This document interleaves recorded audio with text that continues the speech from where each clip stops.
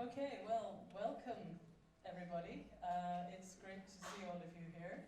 And this, of course, is the final meeting of this 3-year IMP, Intangible Cultural Heritage in Museums project, which has spanned a number of European countries and their experiences, has brought together ICH practitioners and professionals, museum professionals, decision makers, policy makers, and with some fairly generous funding from both the European funding and some European governments too. I think there are two extremely impressive tangible outputs from this project, which one of them is here. But also I would like to emphasize that the intangible outputs are equally as important, and we hope will be continuing into the future, that there are a lot of very deep and quite complex issues that need to be worked through, and as much as this project has resulted in some already very impressive outcomes, but it's a work in progress, I would imagine, and we have to see where it develops in the future. I have been asked to start with a very brief overview of what's going to happen today, and I should mention to begin with that between the various elements that I will draw your attention to now, there are a number of video presentations, that there are 10 altogether, which have been made by, if I'm going to pronounce her correctly, Pien van Grinsven, who is here somewhere, who is also the videographer of this event. And there are 5 practitioners and 5 museums that are going to be shown, and 1 from each of the partner countries of the project. Some of them were actually filmed on location by Pien, and others were where the footage was submitted by the people that you see and then edited subsequently. And these videos will also become part of the toolbox, which is such an important outcome of this project. So, those videos you will see throughout the day. And what we will have to start with is an opening by Mark Verven, who is from the University of Leuven, if I pronounce that correctly, and also am I right, the president of the Flemish Commission for UNESCO in Belgium. And so I will give the floor to you once I've done this quick review of the program. After that, we have an introduction and reflections on the course of the project, which is presented by Evdokia Sakiridis, otherwise known as Kia.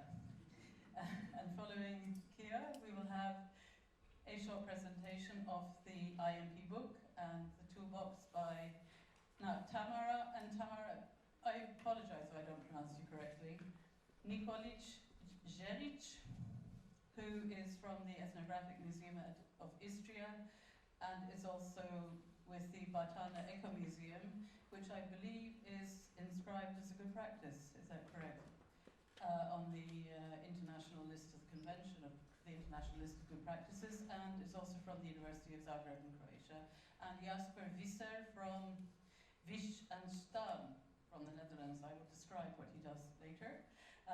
We then have the keynote from Amritsar Gala on discursive crossings and liminal spaces, and that I'm looking forward to, Amar. I'm sure you have some very interesting things to share with us. And then after lunch in the afternoon, we have a roundtable discussion, and we have 5 discussants. We have Tim Curtis from UNESCO, Peter Keller from ICOM International, Meg Nomgaard, will that do, from the ICH NGO Forum and Lands of Legends, and David Guillaume from NEMO, the Network of European Museum Organizations, and Jori Nering from Workshop Intangible Heritage Flanders, and who's also a lead partner in the project. And after that, we will then have parallel sessions where you break up into the two groups, and you should, in fact, know which group you're in already. If you don't, if you have a red dot on your name sticker, you will be in the book session. And if you don't, then you're in the toolkit session, yes? And then after that, we will have a presentation of the declaration of the project, which I have here somewhere. And finally, we will have concluding remarks in the afternoon by Mark Jacobs, who is from the University of Antwerp and also VUB in Belgium. And we have an extremely tight schedule, so I will now keep quiet and I will invite Mark to open this meeting. The floor is yours. Thank you, Janet. Dames en heren, mesdames et messieurs, meine Damen und Herren, signore e signori, ladies and gentlemen. It's a great privilege for me to be a few moments with you and to open, in my capacity of President of the Flemish Commission for UNESCO in Belgium, and to welcome you here, and also with a great sympathy. Yesterday night, Kia and Jorijn sent me a lot of information, very interesting information on the IMP project. They also announced a wonderful book, but I can only touch it now, and you will have the prepare to see it and maybe to get it, to acquire it. But while traveling through the snow from Leuven to here, I was thinking, what in fact can I say to you? What is the essence of everything that is included in the IMP project, IMP and museums project? Today there is a lot to do about heritage, and with respect to Belgium, I refer to the controversy, the discussion, but it's rather controversy around the Aalst Carnival. I think it's important to refer to that. I want to deal with this issue, but for me what is missing there is the dialogue, is a real concept of tradition, because tradition, heritage as a tradition, is something dynamic. It's something that lives. The day that it stops, it's no longer tradition. For the first time since 2 years we have snow. It was a tradition, it was no longer a tradition. From this morning on, it's again a tradition. Tradition is dynamic. It continues, it starts in the past, goes through the present, to the future. And that's the essence for me of heritage. Also heritage, and now we focus on intangible heritage, but also on tangible heritage. And I have learned, since I am the president of the UNESCO Commission here in Flanders, Belgium, from Mark Jacobs and from Jorijn, that tangible and intangible heritage always goes together. You cannot disconnect one from another. The project, the IMP project, which focuses on the synergy between, let's say, the intangible heritage sector on the one hand, and museums on the other hand, is in my opinion extremely important today. Because museums are laboratories, places of conversation, of discussion, where people meet, places also of reflection. And what we need today is constructing that synergy. And therefore, personally also, but also from my background in university, as I see in universities, reflection, research on heritage is becoming increasingly important.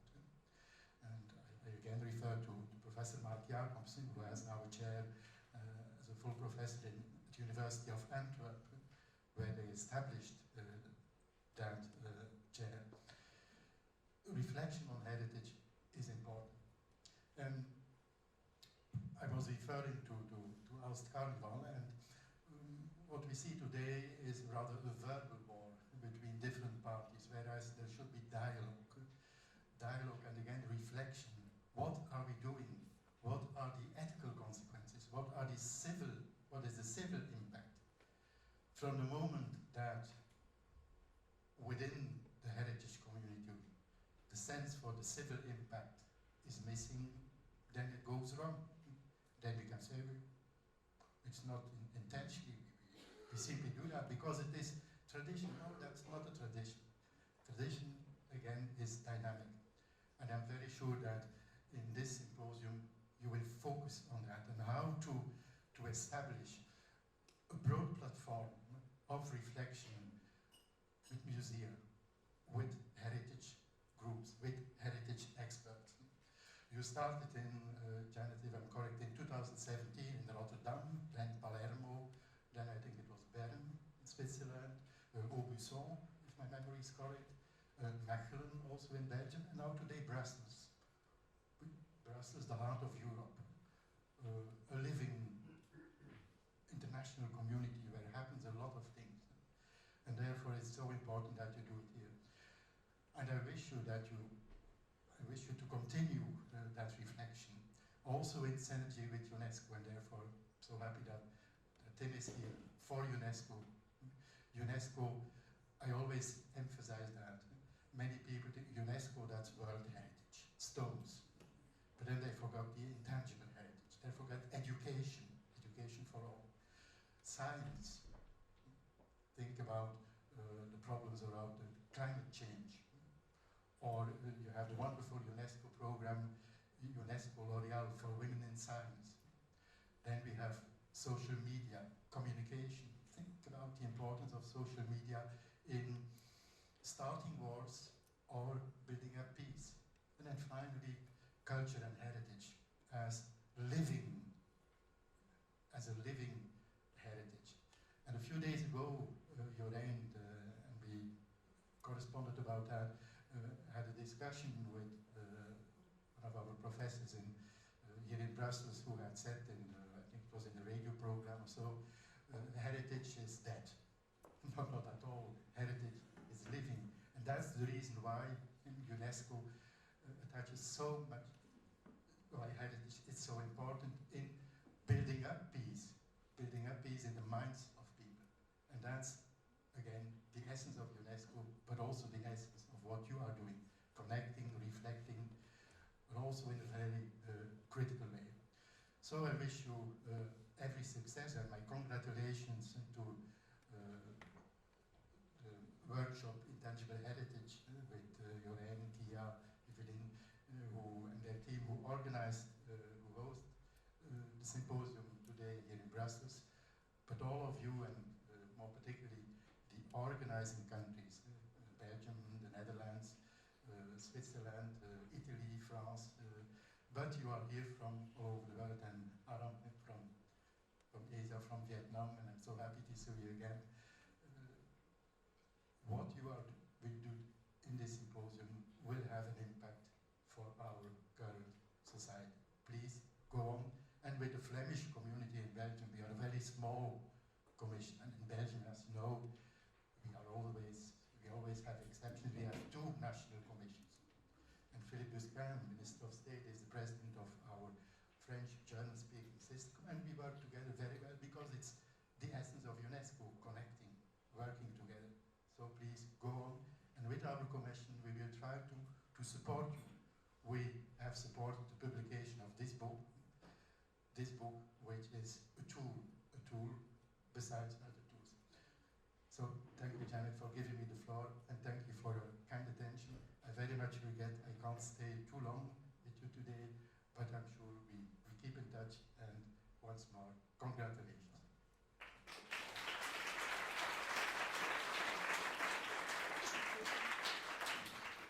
Well, my very great thanks to Mark for his kind words, but also his very insightful words. And I'm sure, Tim, we might wish that all presidents of national, or in this case subnational UNESCO commissions might be quite as enlightened as you are. But certainly, yes, your stress both on the living nature of tradition to have a full meaning, and also the the importance of dialogue, which is so vital if we're going to take a democratic and human rights-based view of heritage. And that is very much a key to the project. So thank you very much for that. There are 3 very practical points that I've been asked to raise with you. The first I've already mentioned. We have a very tight schedule. Please, after coffee breaks and the lunch break, do come back quickly. You're very close. We can go and corral you back into the room if we have to. And there are people with bells, apparently, who will signal when you have to come back into the room.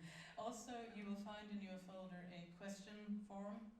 So please feel free to fill that out and give whatever comments you may wish. Constructive ones definitely are welcome. And you can leave the form at the reception. And also, all attendees will receive a copy of this wonderful book too. So it's been worth coming along for that, if nothing else. And so, I don't know, do you have to leave us right in a hurry, or so if you, well, you might actually want to head down there, because we're going to have a short video clip now, and you'll see it better from down there. So again, I would like to just express my great thanks for you having made an enormous effort to get here this morning, which was a bit of an effort, I believe. And we now will have our first video, which is on the carillon culture from Belgium, of course. And the person you will see is Luc Ramboux, who is a practitioner of this from Belgium. So,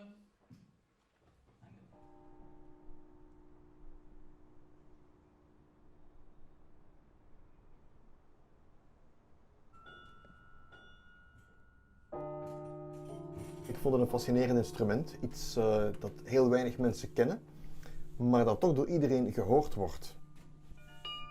Doorheen de jaren ben ik mij bewust geworden van het feit dat het een lokaal massamedium is. Iedereen in de buurt kan genieten van het bijaardspel, moet ook luisteren, dat is de andere kant van de medaille. Het is dus een collectief instrument dat toch wel voor extra binding en onderlinge solidariteit kan zorgen.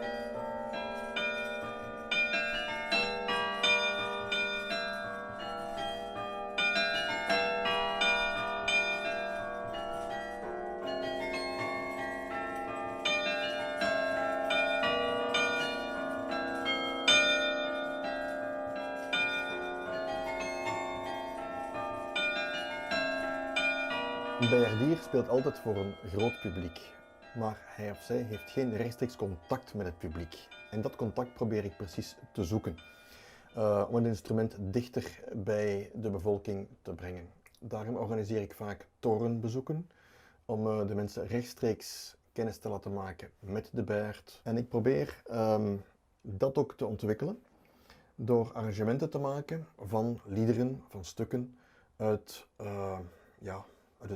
alle windstreken eigenlijk, uit alle culturen.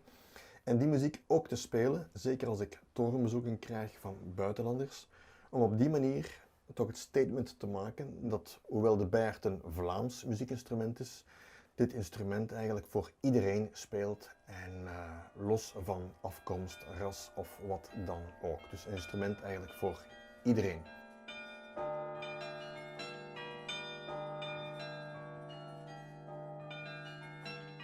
Toen ongeveer 1 jaar geleden deze bijaard werd ingehuldigd, heeft het museum Parkum, dat zich ook in deze abdij bevindt, speciaal een tentoonstelling georganiseerd. Ik vond het een hele mooie samenwerking tussen dit immateriële erfgoed, bijaardcultuur, en een museum dat op dezelfde plaats gevestigd is.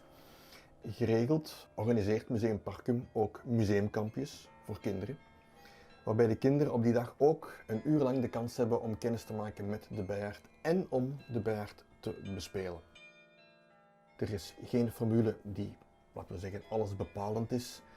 Ik denk dat elke lokale situatie verschillend is, maar met voldoende creativiteit en openheid van geest moet het perfect mogelijk zijn om de museumwereld en de wereld van het immaterieel cultureel erfgoed met elkaar te verbinden en elkaar te laten versterken.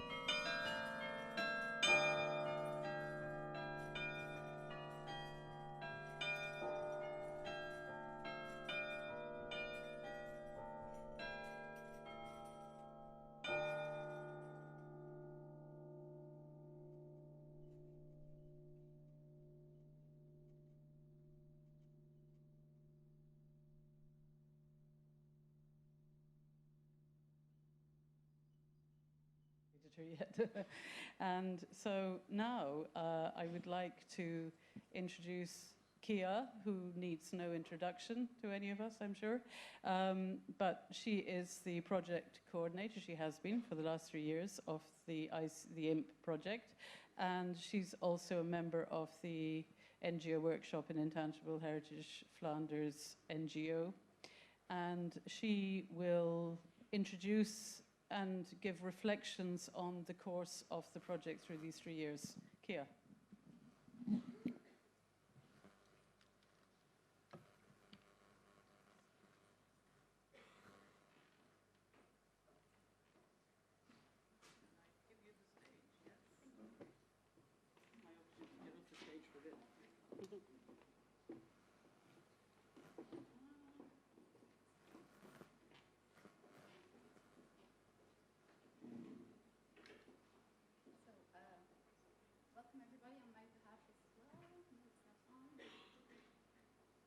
Is this better?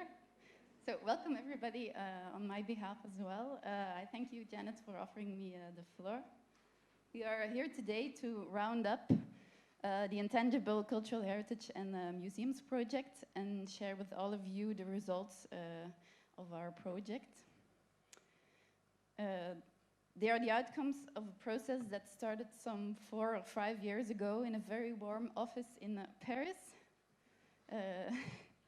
Where representatives from the partner organizations gathered to map out its blueprint.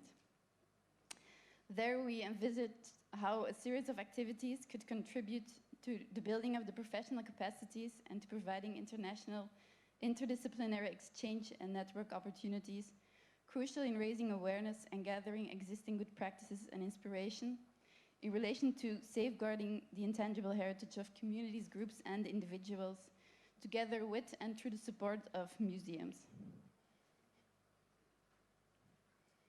On behalf of the 5 partner organizations in the ICH and Museums project, I first and foremost want to state our gratefulness towards the support we received from Creative Europe in the form of grant, but also the co-financing grant we received from the Flemish government, the additional support from the Swiss Bundesamt für Kultur and the French Ministry of Culture, as well as to the UNESCO section for Living Heritage for endorsing the grant application back in 2016.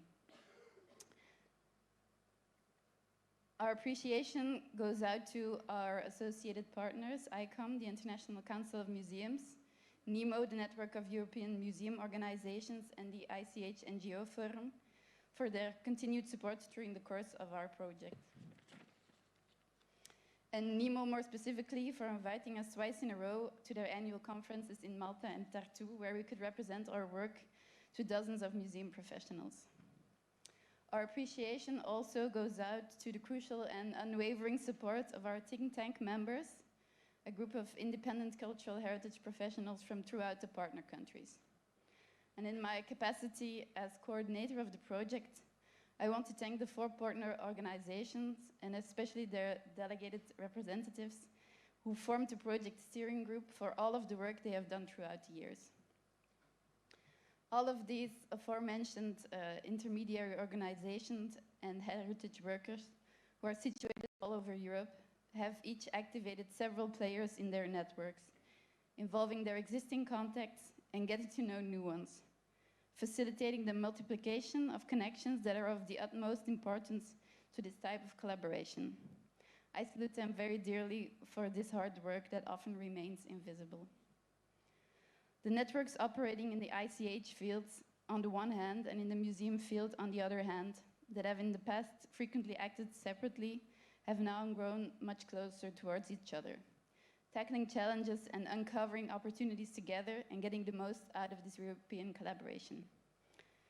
As an example, I was struck immensely the past few days by how the museums that are a member of the ICOM network eagerly liked their Facebook posts on our book publication, and I didn't imagine this much enthusiasm would exist.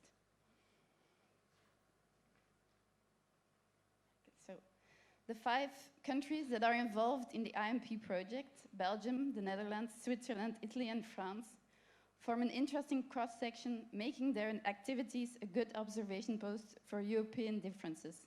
Wrote Annemarie de Wild, I don't know if she's here, from the Amsterdam Museum in a blog post about her participation to our IMP session in Italy.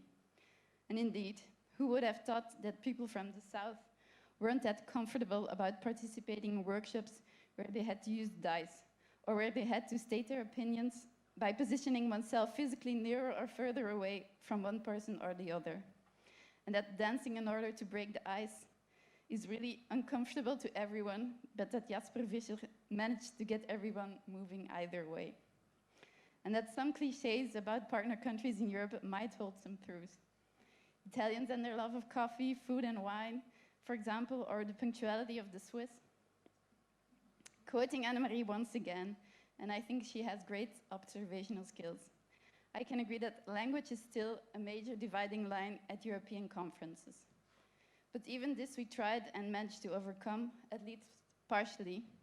And here I quote our think tank member Florence Pisorni, because of the wonderful atmosphere of trust, solidarity and affection that drives the group of people involved. So needless to say, I'm very pleased to have everyone gathered here today. On a more personal level, I would also like to take the opportunity to express my gratitude towards my colleagues at Workshop Intangible Heritage for having my back the past few years. I would like to thank Evelien Segers over there for joining us at the IMP headquarters since the birth of my daughter last year, for among other things, taking the organization of the Mechelen edition on and of this symposium. But foremost to Jorijn Nering, who has been mentioned already several times, the coordinator of our organization, for all of the opportunities she has provided me with for guidance and support throughout the whole course of this comprehensive project. A sincere and warm thank you. And to all of my colleagues and even ex-colleagues who are here today to make sure that everything goes smoothly and according to plan. The IMP project included the organization of 5 events, one in each partner country, focusing on capacity building of all the parties involved and on transnational mobility. We did so by organizing international conferences and expert meetings in all of the partner countries. They included keynotes, the development of position papers, presentations of over 60 inspiring examples by museums from the Netherlands, France, Italy, Switzerland, and Belgium, next to workshops, debates, and panels with practitioners of intangible heritage. In the run-up to these conferences and expert meetings, 5 project calls were published, targeting practitioners of intangible heritage, who were given the opportunity and a budget to collaborate with a museum of their choice concerning their heritage in developing a co-creation.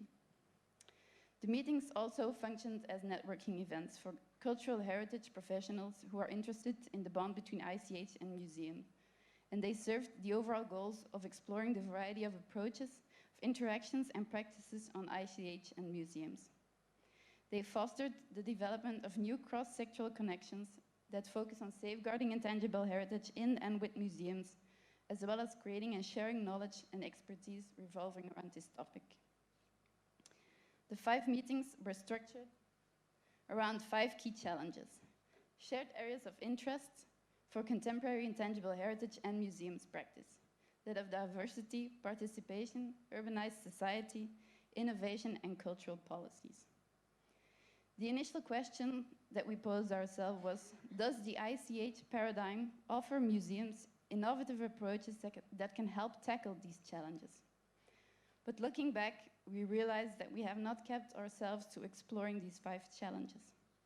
We have actually broadened the scope, and the focus has been opening up towards the much larger quest on how to shape dynamic interactions between all parties involved, from the fields of ICH and that of museums, mutually reinforcing each other for the sake of heritage care, encased in a larger framework, a path towards more social relevance, social cohesion, sustainable development, and cultural diversity, rather than just one party helping out the other or favoring one approach above the other. No, it is rather in combining and dynamizing the existing mechanisms in place for the care for tangible and intangible heritage, being sets of skills, capacities, expertise, that new perspective on heritage care can be developed. This idea of intersections is further elaborated in our book and it will be the topic of the contribution of Tamara Nikolic-Ceric, chief editor of the book, later this morning and in the afternoon.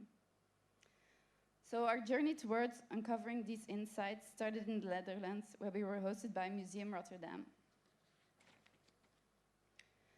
There we talked about the relation between intangible heritage, museums, and diversity.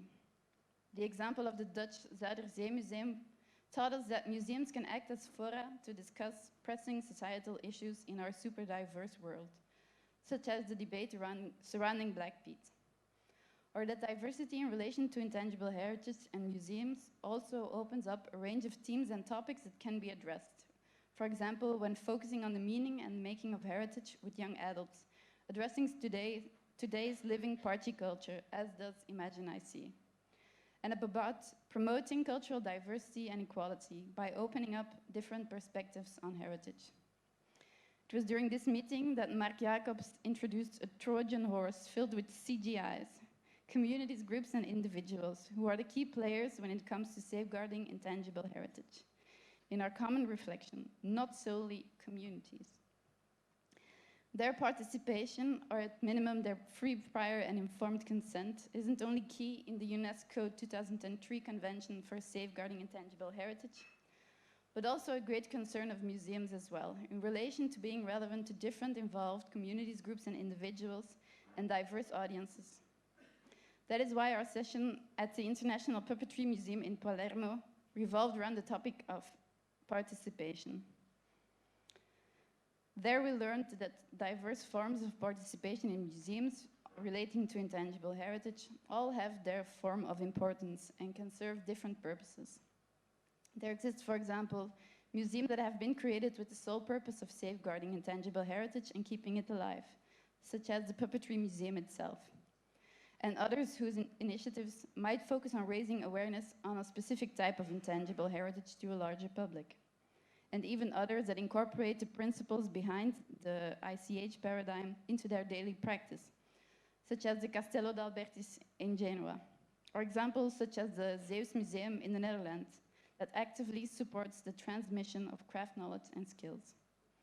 In Palermo, Janet Blake, whom we are very happy to have here with us today again, made us aware of the human rights perspective in our work and of the strong link between museums and the participation of the people concerned who embody or perform intangible heritage in the light of their right to enjoy and have access to their cultural heritage.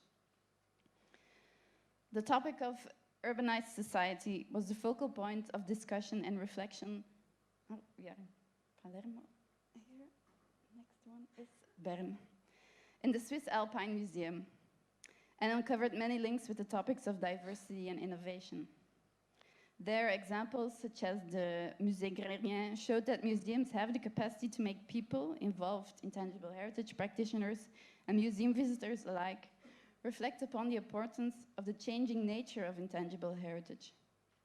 We also learned that a lot of museums working on the topic of ICH museums and urbanizations have great potential to contribute to the identification and implementation of sustainable solutions for the pressing issues our society is faced with today.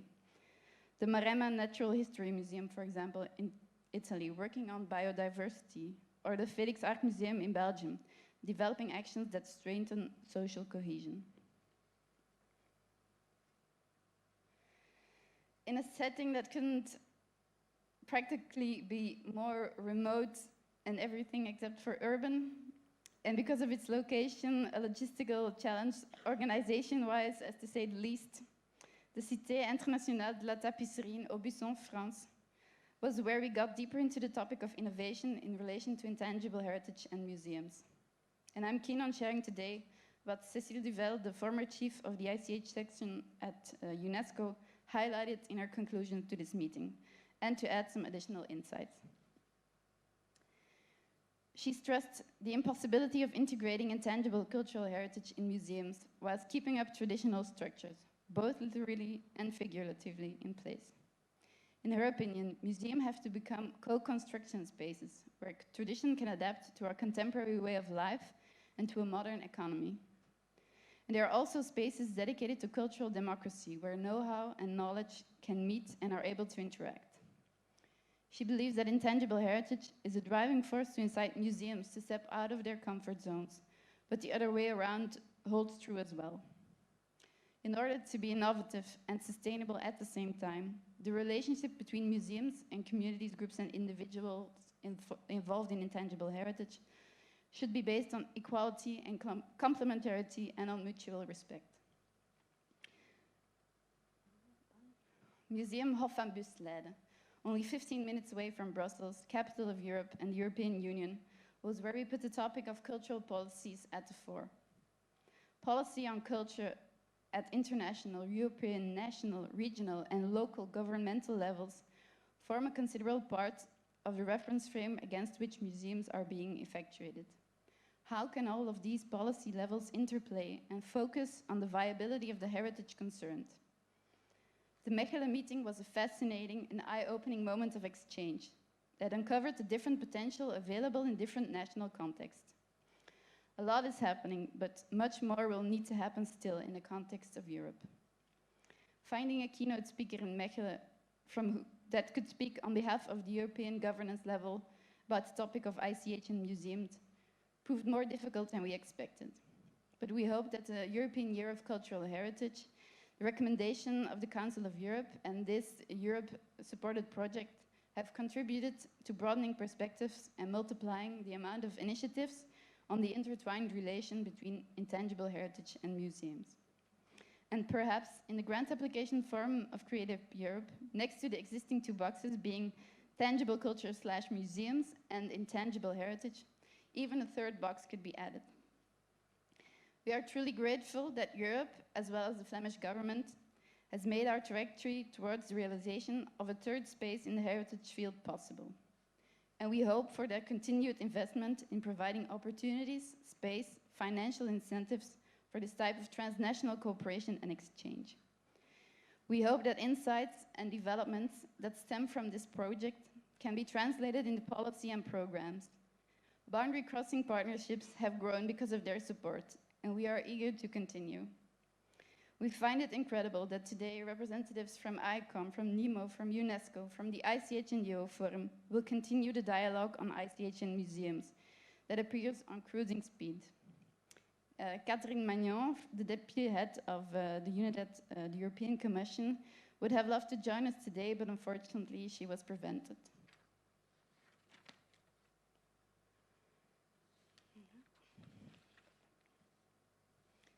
Next to the conferences and expert meetings that I offered you a bird's eye view on, the project also included other elements and outcomes. We set out to create inspirational and pragmatic methodological tools for museums in order to engage with members of communities, groups, and individuals involved in intangible heritage, with the eye on safeguarding their heritage. Input for the toolkit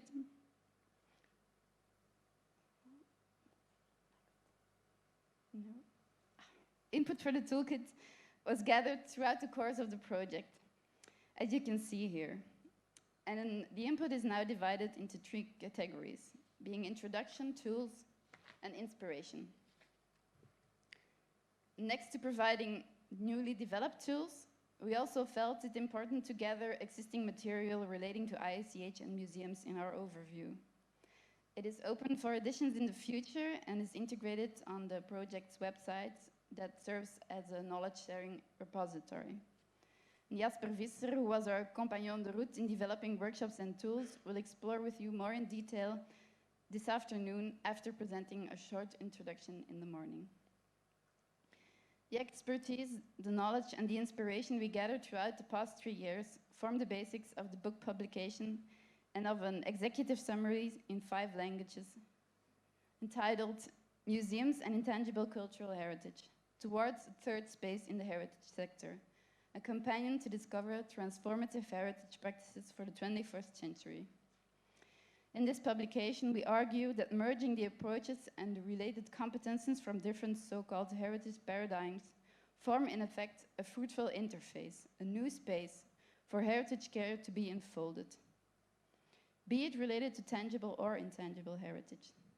And Tamara Nikolac-Ceric, chief editor of the publication, will go deeper into detail in her contribution to this symposium.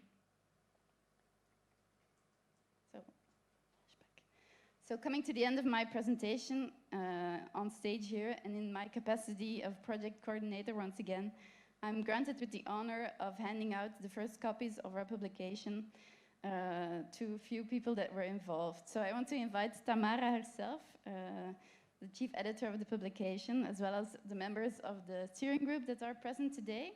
Sophie Alpers, Valentina Zingari, Severin Kacha, Cornelia Meijer, and Stefan Kozlowski. And those of the think tank, Hendrik Hendricks, Mark Jacobs, Jorijn Nijrink, Florence Bizorny, Albert van der Zijde. Meg Nomgaard on behalf of the NGO Forum, David Viom on behalf of NEMO, Tim Curtis on behalf of UNESCO, and Afsin Al-Taili and Peter Keller on behalf of ICOM International to come and join me on stage.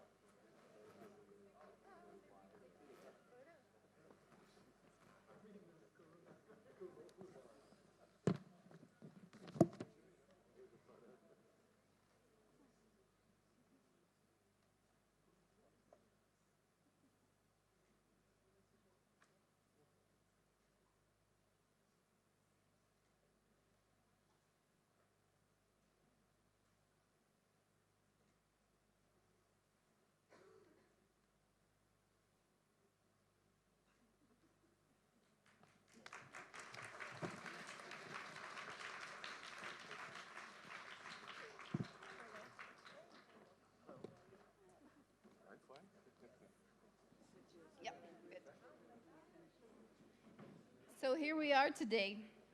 Even though we are working on this topic ever since 2017 and even longer, the approaching end of the project, including this symposium, feels to me almost as a starting point of so many new possibilities.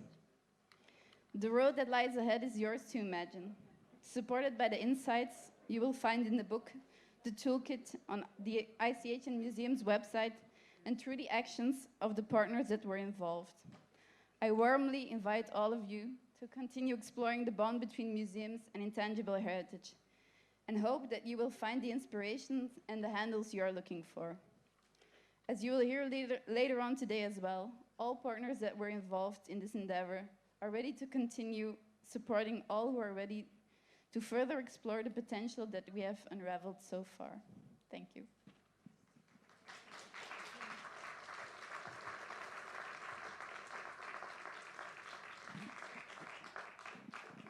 Thank you very much, Kia, for that very interesting overview of the work you've been doing, and it really is truly impressive what you have done in this project. I congratulate you all. And I can particularly congratulate those of you who were involved in the design at the beginning of this work, because the success of what you've done is very much down to that as much as to what has happened in the interim. And also, you know, that the production of the tool, well, the development of the toolkit in particular will feed into future experience and hopefully future dialogue, given the network that you're creating and the network between networks, as it were. And this really has the potential for being an ongoing process that will continue to bear fruit in the future. And one of the questions I hope that we'll address in the afternoon in our panel is, you know, where we go from here.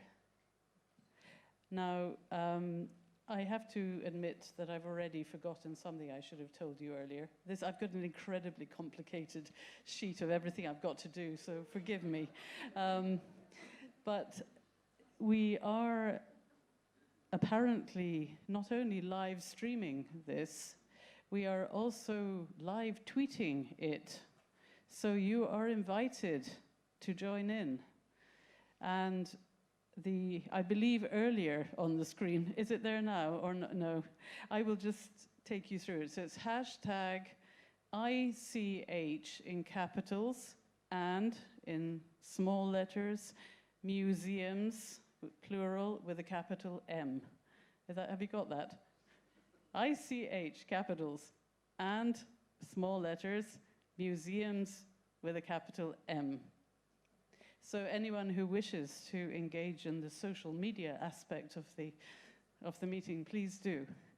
So now I would like to introduce the next video, which I have no idea how to pronounce. It's Zeus Museum from Middelburg. I've got no idea, Netherlands. Please put me right, anybody, but hey, this is the next video.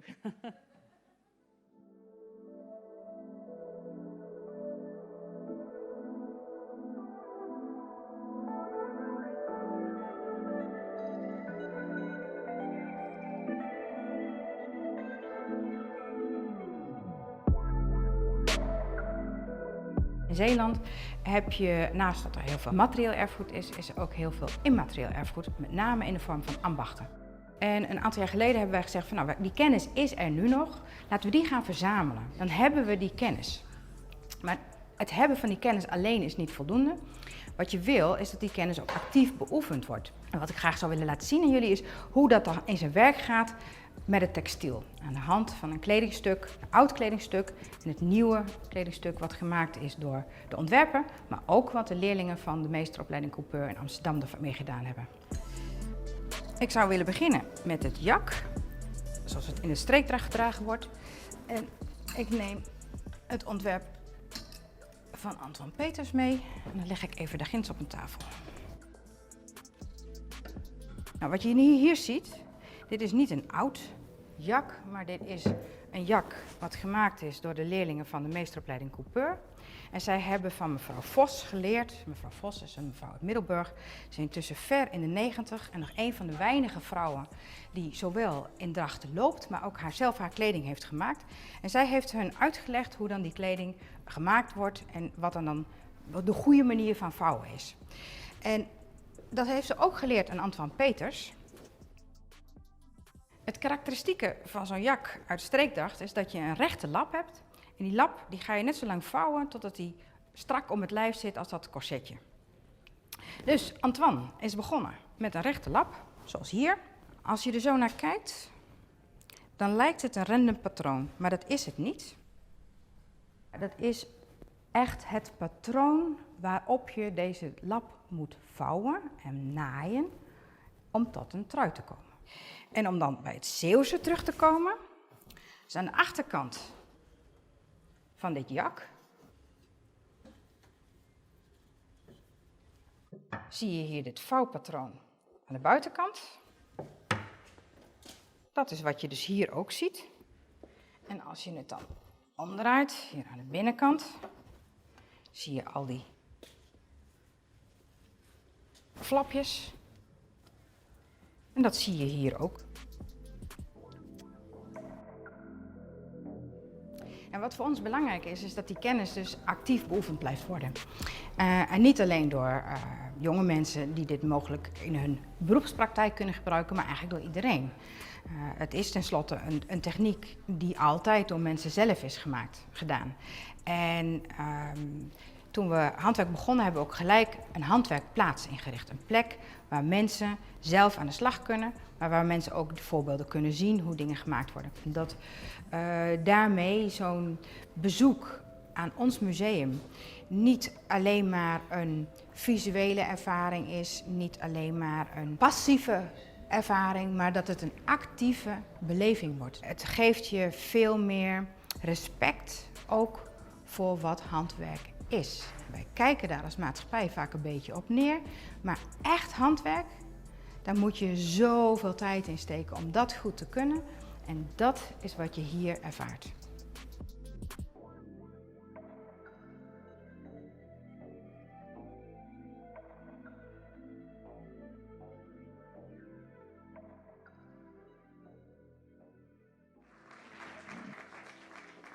And again, another absolutely fabulous video clip.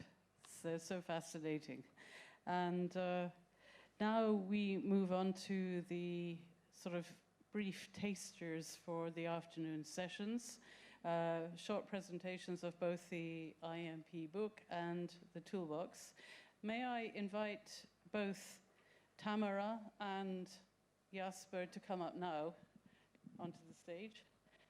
And once you're here, I shall invite Tamara to start, yes?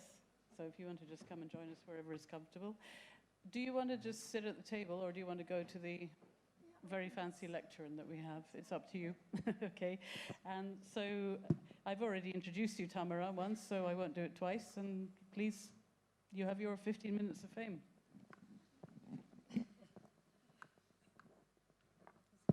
Okay. Well, it's 15 minutes now, and a year already of, I would say, fame for everyone involved in this huge task.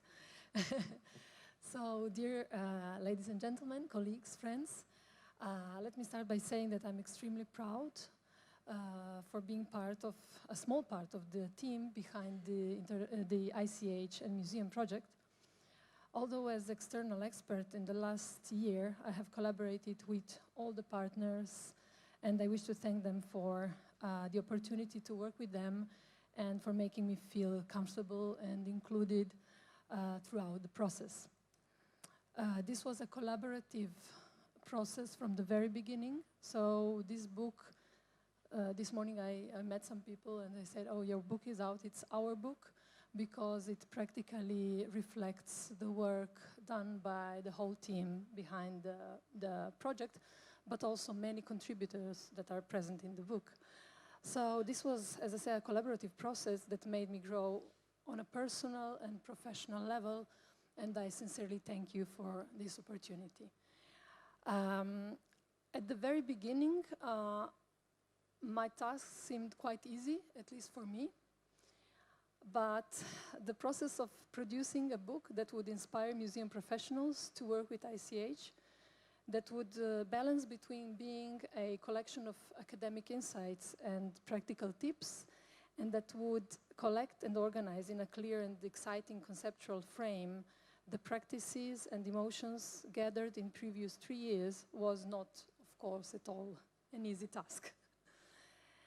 So, addressing the contemporary challenges in the heritage field influenced by the social, political, and environmental fast changes, the book was finally organized around the concept of intersections, meaning that diverse activities conducted by museum professionals and communities, groups, and individuals at some point intersect, forming patterns that offer a new space, as we call it, a third space, enabling new and enriched insights into heritage. This third space, as inspired by Baba's insights, doesn't rely on hybridity per se, nor it is important in trying to detect the source of the perspective. It is important because it enables other positions to emerge. So, and it is exactly the other positions that we try to identify and present in this book. Looking for practices that that would inspire, but also contribute to preservation and safeguarding on a practical level. Working for 12 years now in the Ethnographic Museum of Istria and 5 years program manager of Eco Museum Batana, good safeguarding practices, as Janet said already, but where I figure also as a community member, I have witnessed these two practices working side by side, but not as one. This publication, with all the reflections coming from many contributors, is evidence that there is a practice or practices which is and are professional and empathic at the same time, and that can accommodate sometimes even opposite needs and positions. The book starts with acknowledging their shared challenges and needs. For the purpose of identifying shared concerns, we draw on the recommendations by the ICOM Standing Committee for Museum Definition, Prospect and the Potentials, because we thought it reflects the present needs, or as said, concerns of the museum sector, and from the 2003 Convention to address the complex nature of ICH. To start exploring these key concepts, we have first set the stage thanks to Professor Noel Salazar's contribution on the heritage discourse, and from there we moved on to explore participation as a key concept already discussed a minute ago. So we did that in two interviews, one with Professor Janet Blake, which I thank very much for the interview. It was not an easy task to coordinate everything. No, it was great. So, and the other one with Professor Filomena Sosa. Further, Mark Jacobs expands on the role of communities, groups, and individuals, but also on the intangible heritage communities, emphasizing on heritage communities, giving us good thought, food for thought about our own position as well. The concept of communities, groups, and individuals is followed by Afshin Altali's text on the social role of museums, which is a central entry point for ICH in museums, as I see it. Nevertheless, instruments, objects, artifacts, and cultural spaces are also shared concern. So in his second text, Mark Jacobs emphasizes on the concept of intangible values of tangible heritage, inviting us to look deeper, higher, and wider, and to do so critically. Another key concept presented in the book is diversity, explored by Albert van Seyden and Sophie Elpers. And finally, sustainable development, a question which somehow is omnipresent, and it is explored in a text by Valentina Lapicirella Zingari. The second section of the book brings us the methodology that we set for this book, and which is based on the idea of intersections. So it includes a text on the weak ties by Francesca Cominelli and an interview with Leontine Meyer van Mensch, focusing on the idea of liquid museum, which form a good intro to this intersection methodology. The intersections will be explored much more in details in the afternoon, but just to give you an insight of how we thought about it, we discussed the intersection within the frame of the ICOM Code of Ethics and the UNESCO 2003 Convention's operational directives, trying to see how museum functions and safeguarding measures intersect, and how these practices that we have seen throughout the IMP project can really, or if they reflect this methodology. So the third, final section addresses potential risks, because we know that in this collaboration between intangible cultural heritage practices and museum practices, there are a lot of risks if we don't really think through. Some of these are loss of meaning and decontextualization, commercialization, the misunderstanding around the concept of in the intangible dimension of tangible heritage, and the concept of authenticity. The book offers also a reference framework, which is very practical, with key texts and resources, helpful when we need some quick information, but also to help navigating through the broad heritage field. So, for the end, because I want to leave something also for the afternoon, I hope you will enjoy reading this book as much as I did in working on it, and that it will eventually become a companion to your everyday work. So we will talk more about the intersections this afternoon, the ones that are in the IMP book group. But let me use 1 more minute to thank everyone involved, not only Jorien, Evelyn, and Kia, as the nucleus of the project and of the book, but also the think tank, everyone from the think tank that helped a lot with their contributions, and all the other authors of the text present in the book, which are Noel Salazar, Janet Blake, Filomena Sosa, Mark Jacobs, Afshin Altali, Albert van der Zeyden, Sophie Elpers, Valentina Lepicirella Zingari, Francesca Cominelli, Meg Nomgaard, and last but not least, Leontine Meyer van Mensch. Thank you all very much also for being here today. Hopefully in the afternoon we will manage to exchange some good practices and try to enrich this book, which I see as a start in this never-ending quest. Thank you.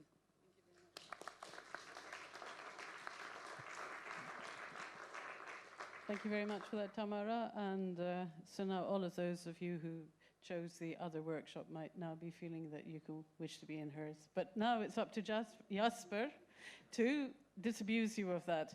And I didn't actually introduce Jasper completely earlier on, so I shall do so now.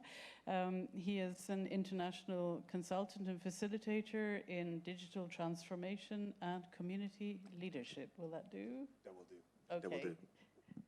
Cool, thank you. So I'm not going to stay here. That has nothing to do with the States, but with my personality and the things I do for a living.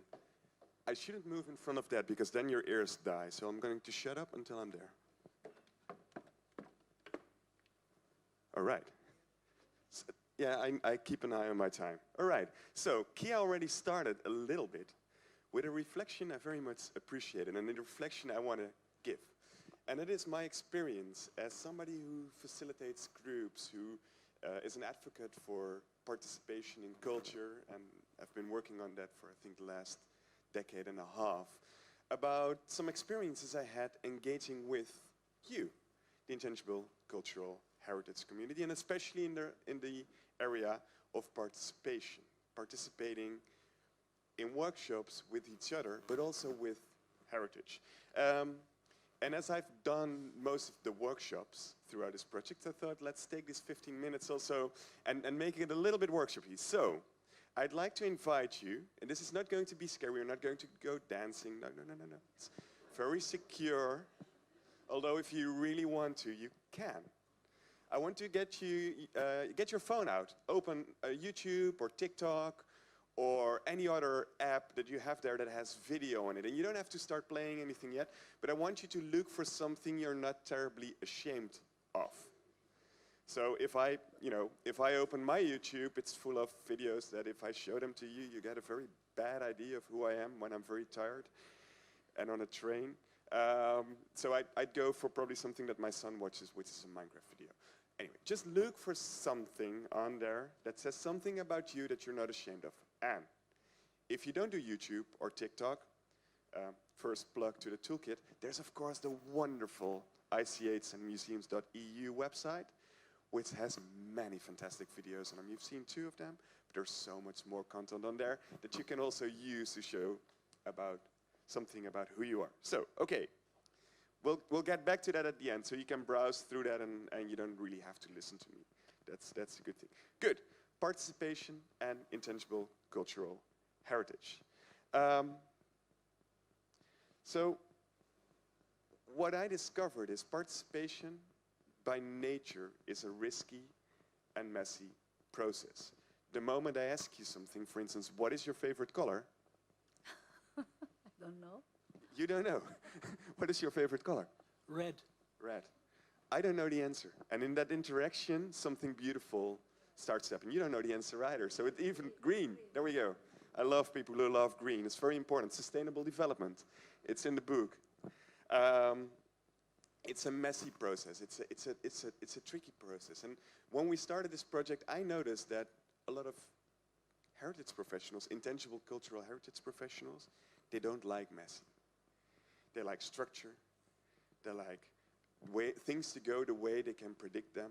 They like to, things to be clear, cut out. I'm not saying this is true for you, but it's an observation I had.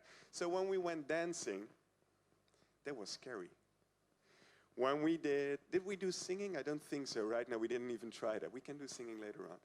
It was a bit scary because it's out of the ordinary, out of what we're used to doing.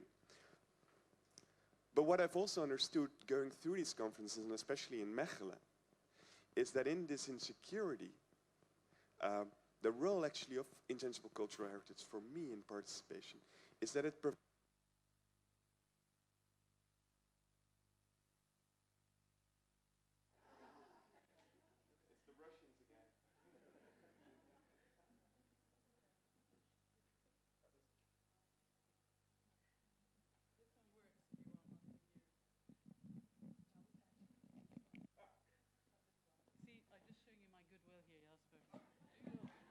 Thank you. So, intangible cultural heritage gives this security. These traditions, they provide us with a little bit of a framework. They're a tool for understanding this messy world around us in which everybody participates, and they're actually maybe a good starting point to do that. So, and I think you already mentioned Aalst, Black Pete has been mentioned, all these very difficult topics that we're dealing with that are related to people participating in intangible cultural heritage, that to us as practitioners are maybe scary or dangerous or difficult, but we can use the tools and we can use the book that you created and we can use these methods that we've developed to actually learn how to deal with them. So, as somebody who likes insecurity and who likes chaos and who likes messiness, I found that while I was maybe hired in this project to provide a little bit of participation, in fact, I felt more like a student, somebody in school, taking that much more valuable tool of intangible cultural heritage into my pocket as something that I can use in my workshop when I get people to participate and to go together. So, intangible cultural heritage, for me, provides me with a sort of like basic outline to start doing things with other people. And if you look around at these big topics that we deal with, such as climate change, I'm wearing my climate change sweater today. This is where the water level will be in a bit if we don't worry. If I jump, we all drown.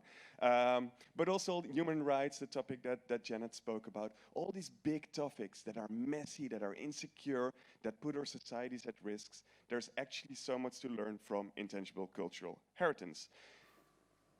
Our resistance as practitioners in this field to stand up and dance may very well be the same resistance that the communities, groups, and individuals that we work with, that the museum visitor has to participating in intangible cultural heritage. So the fact that you dared in Bern to get up and dance, and I remember you had an especially beautiful role in that, but there were more star dancers in the group.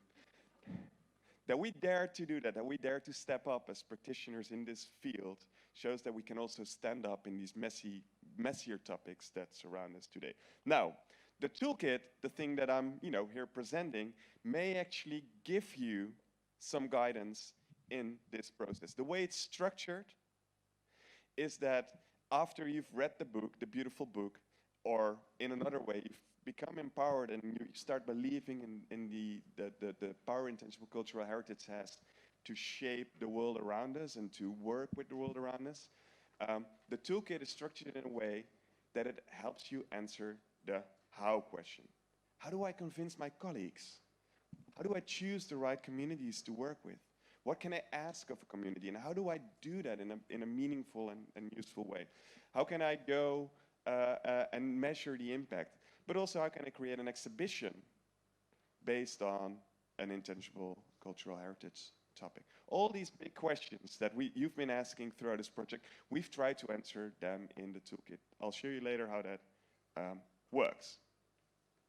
But, and this is something I think that's the most important thing, intangible cultural heritage, as you rightfully mentioned, traditions are living, they're dynamic, they're always changing.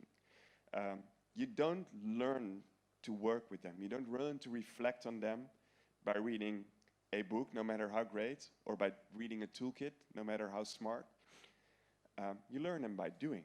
You learn them by going out into communities, working with their intangible cultural heritage, trying to understand it, trying to make it part of your museum practice. So I hope you all found a video.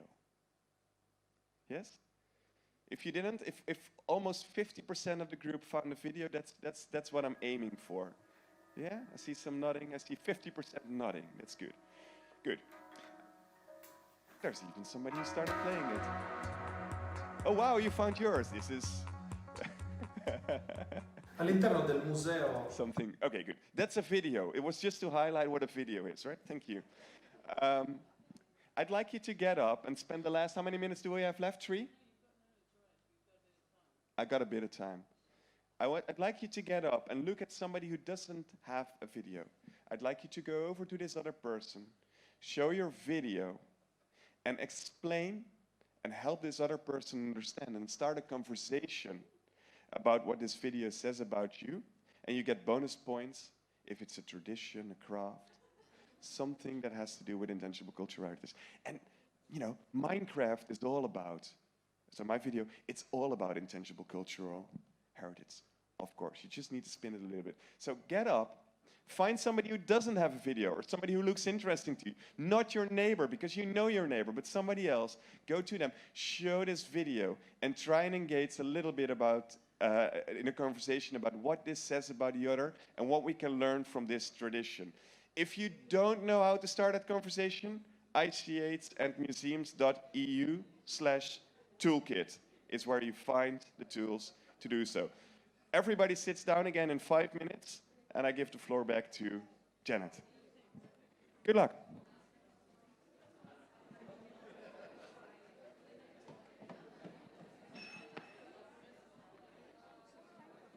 We don't have time. No, we're running early. My question is, do you want to just keep the time in the bank until when we need it, or? Okay, then we can do that. I would keep. I know, but I would keep as I say, I kind of keep the money in the bank because, and then see how we're doing. It gives us, because also the lunch is pretty short. Let people talk to each other, you know, rather than formal questions. I think giving people opportunity to be out there, talk and engage, I think that's valuable. Yeah. And I was wondering also, but I think, you know, questions are great, but getting people talking is even better. In the afternoon we will have the 2 sessions which are an hour long, and they will be talking about it. Yeah. So maybe they just talk now, and how much do we have time now? Maybe we can start earlier the coffee break, or yeah, we can start the coffee break a bit earlier, and yeah, we got the video. Yeah. Do you want me to do? So I'll introduce the video. We see that, and then we go to the coffee break, right? Okay. And checks are ready. Yeah, that's a good move. take some time as well. So I'll look for you to signal to me if they're ready or not. Yeah, they're good moves.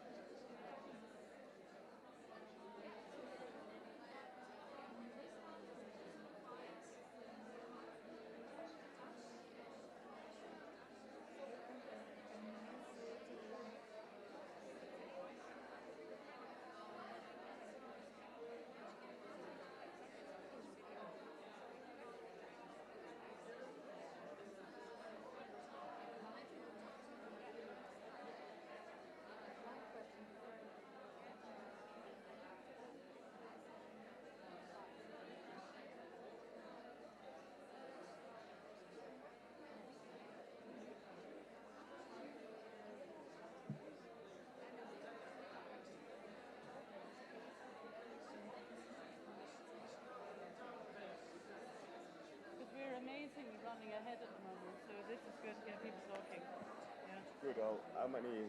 No, it's not too much. Oh yeah, No, we're okay. 34 minutes. Yeah. So what we're going to do is we've decided to give a bit more time to the coffee break. Yeah, that's always good because that's what people come. You know, frankly, rather than formal questions on the floor, let people find the people they want to talk to over coffee and, you know, engage like that. Yeah. At least in the Do morning. you want me to close it off and then like give it one more minute, close it, and then give it back to you? Yeah, people are still talking. I mean, let them. Yeah. Let it them seems talk. they're learning something from each other by this. Yeah. God, it's bloody hot out here, isn't it? It is, but it's the lights. I know. By the afternoon, I'm just good. Lost several kilos. LEDs are a major safe lifesaver in this sense. Because of the filming. We probably don't need it, but it really helps. Maybe. I mean, in the afternoon, of course, we are breaking up for the other sessions. I will arrive until 2:30. But under all this, it's really hot, you know? Actually, need an answer. 3 layers of clothing. Yeah, I mean, honestly, really, yeah. It's No wonder they have to wear so much makeup. I don't know. I'm coming through. A friend of mine, she's 25%.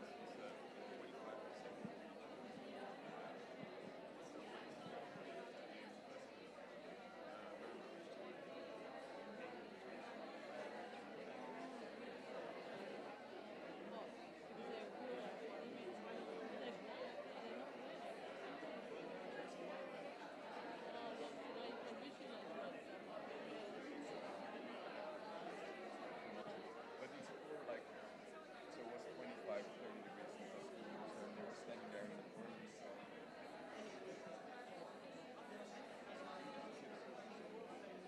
It's like I always think when you see like Scottish football fans down in Latin America and all tapping their elbows in their hips. And this is amazing. They can do it now. So that's what they consider. Even the famous tradition for it's not enough for the feeling. Yeah.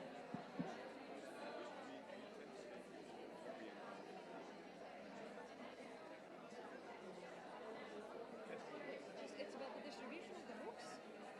It's going to be these 2 doors. There's going to be 2 doors. Okay.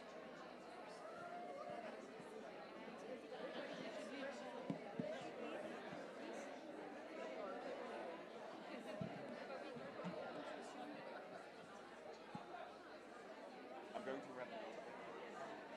All right. So it seemed it was a bit messy. Clearly, right? People weren't sitting where they're supposed to be. You walked around. You behaved in ways different from you'd normally do at a conference. Somebody's still playing their video at loud volume. But I hope you learned something. And I think I wanted to make a beautiful drawing, but there's no flip chart. I think the main thing I hope we've discovered and the toolkit will help you with is to turn intangible cultural heritage into an opportunity to provide some structure and some connection between people in a world that's increasingly messy, a world that we've discussed in the meetings. Now, I know some of you are, oh, I still want to show this video to so many more people, and for them, we have good news, I believe, right? There's more coffee time, more break, yeah. That kind of good news.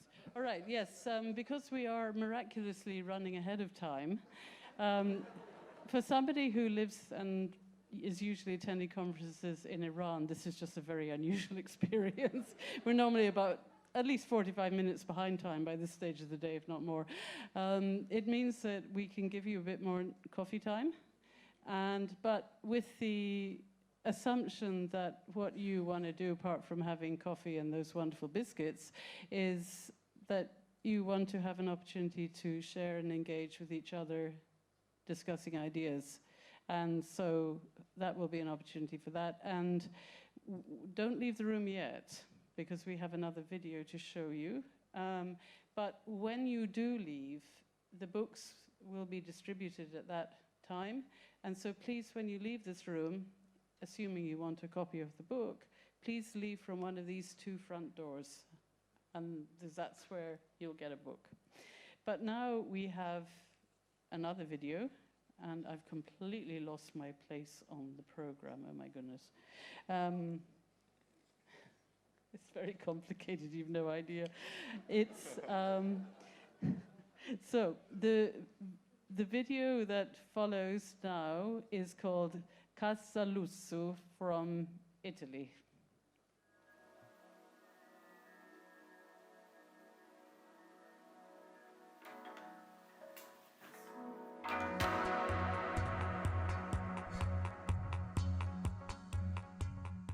All'interno del museo etnografico di Armugia è allestito anche il laboratorio di tessitura che trova spazio negli ambienti delle case minime, delle piccole abitazioni in pietra adiacenti alla struttura espositiva principale.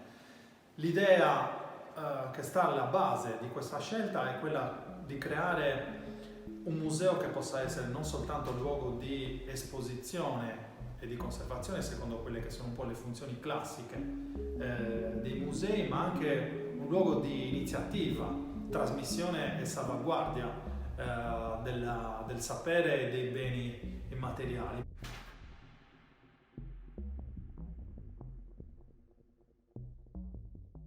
Che cosa consiste la nostra pratica per salvaguardare i saperi tradizionali, in questo caso la tessitura a mano? Da una parte stiamo cercando di rielaborare la tradizione. Secondo noi la tradizione e tutta la cultura materiale sono dei sistemi dinamici, quindi la cosa peggiore che si possa fare è musealizzarli, cristallizzarli e tenerli fermi immutabili. Sono dei sistemi aperti, sempre in movimento, quindi l'unica cosa è favorire la dinamicità della tradizione e della cultura materiale. In secondo luogo c'è il problema della trasmissione. Secondo noi non può esistere tradizione senza trasmissione, quindi uno degli obiettivi principali dell'associazione è quello di trasmettere e favorire la circolazione delle tecniche tradizionali e della tessitura a mano. Questo lo facciamo ovviamente con un metodo differente da quello con cui abbiamo imparato noi, che è quello arcaico in casa, ma si fa, diciamo, codificando un linguaggio adeguato su scala internazionale e adeguando anche i mezzi di produzione. Lavoriamo con telai da tavolo e l'obiettivo è quello di favorire, di rendere possibile che ci si possa avvicinare anche a un mestiere così complesso, in realtà utilizzando delle formule molto semplici.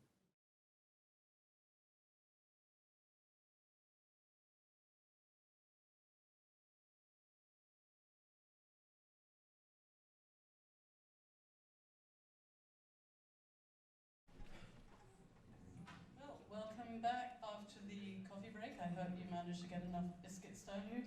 And it seems that people had a good opportunity for sharing some thoughts, which is great. And I also hope that you all acquired your copies of this fantastic book. And so I now have another video to announce, which is from the Fédération des écomusées et du Musée de Société from France.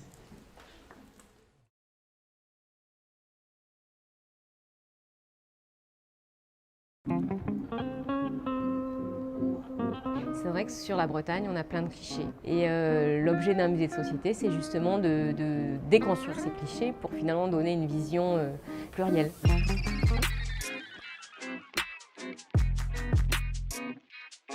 Dans les différents reportages qui ont été faits dans le cadre du projet Sortons des clichés, les photographes du bar Floréal se sont véritablement attachés à documenter le temps présent et à révéler la réalité du patrimoine culturel immatériel tel qu'il se présente aujourd'hui. Dans un certain nombre de situations vécues. Voilà, par des communautés qui habitent autour de nos musées, nos écomusées, en ce début du XXIe siècle. Alors pour la Bretagne, par exemple, l'exemple qui a été pris, notamment, c'est la fête. Ce patrimoine, en fait, il s'exprime aujourd'hui dans les collections du musée par énormément de collections, mais finalement, la contemporanéité de ce phénomène, donc en tant que pratique vivante, on a voulu la conserver par la photographie, notamment par le regard artistique contemporain, pour donner aussi une matérialité à ce patrimoine culturel immatériel.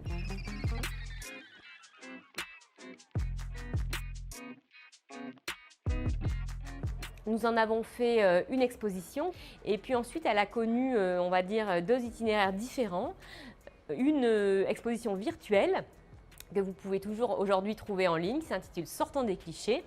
Et puis une exposition itinérante qui circule plutôt sous forme de panneaux et qui est très utile notamment pour les plus petites structures de notre réseau qui n'ont pas toujours la possibilité de monter des expositions de grand format et surtout qui montrent finalement la réalité du patrimoine culturel immatériel dans un plus grand ensemble qu'on ne pourrait l'aborder dans une région, à savoir finalement la réalité géographique de la fédération, c'est-à-dire quasiment la France entière. Puisque finalement le patrimoine immatériel, quand il est vécu, quand il est pratiqué, il est toujours relié à du matériel. Et donc ça nous paraît illusoire de séparer les 2 démarches. Par contre, ce qui nous paraît très important pour un musée de société, un musée qui s'ancre dans un territoire, dans des pratiques d'aujourd'hui, c'est véritablement de faire le lien avec des enjeux de société contemporains et donc de travailler en lien étroit avec les communautés qui revendiquent ce patrimoine culturel immatériel, qui le font vivre, qui le transmettent et finalement qui le font évoluer.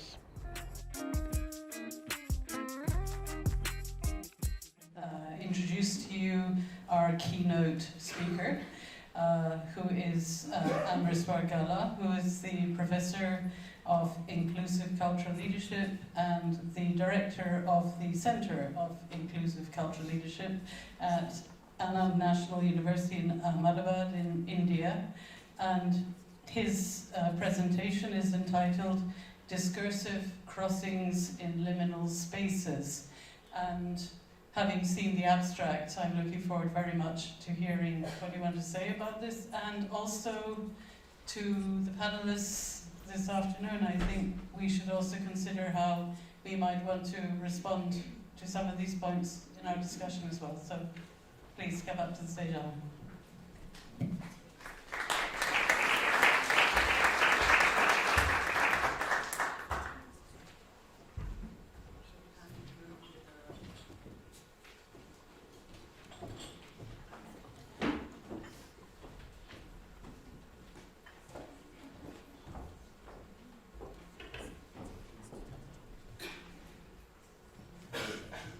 Cheers.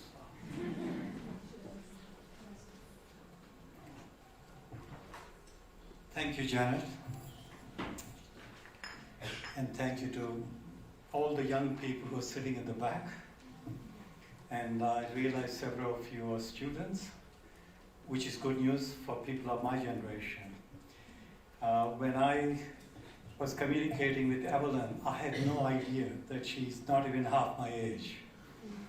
She was so respectful, so mature, so kind in the way she communicated. And then you see, you know, Kia, Tamara, but they're all the same age as my daughters, you know, much younger than me. And I think that the future of safeguarding intangible heritage is actually in better hands than it was in my generation. So would you join me in congratulating all the young people sitting at the back?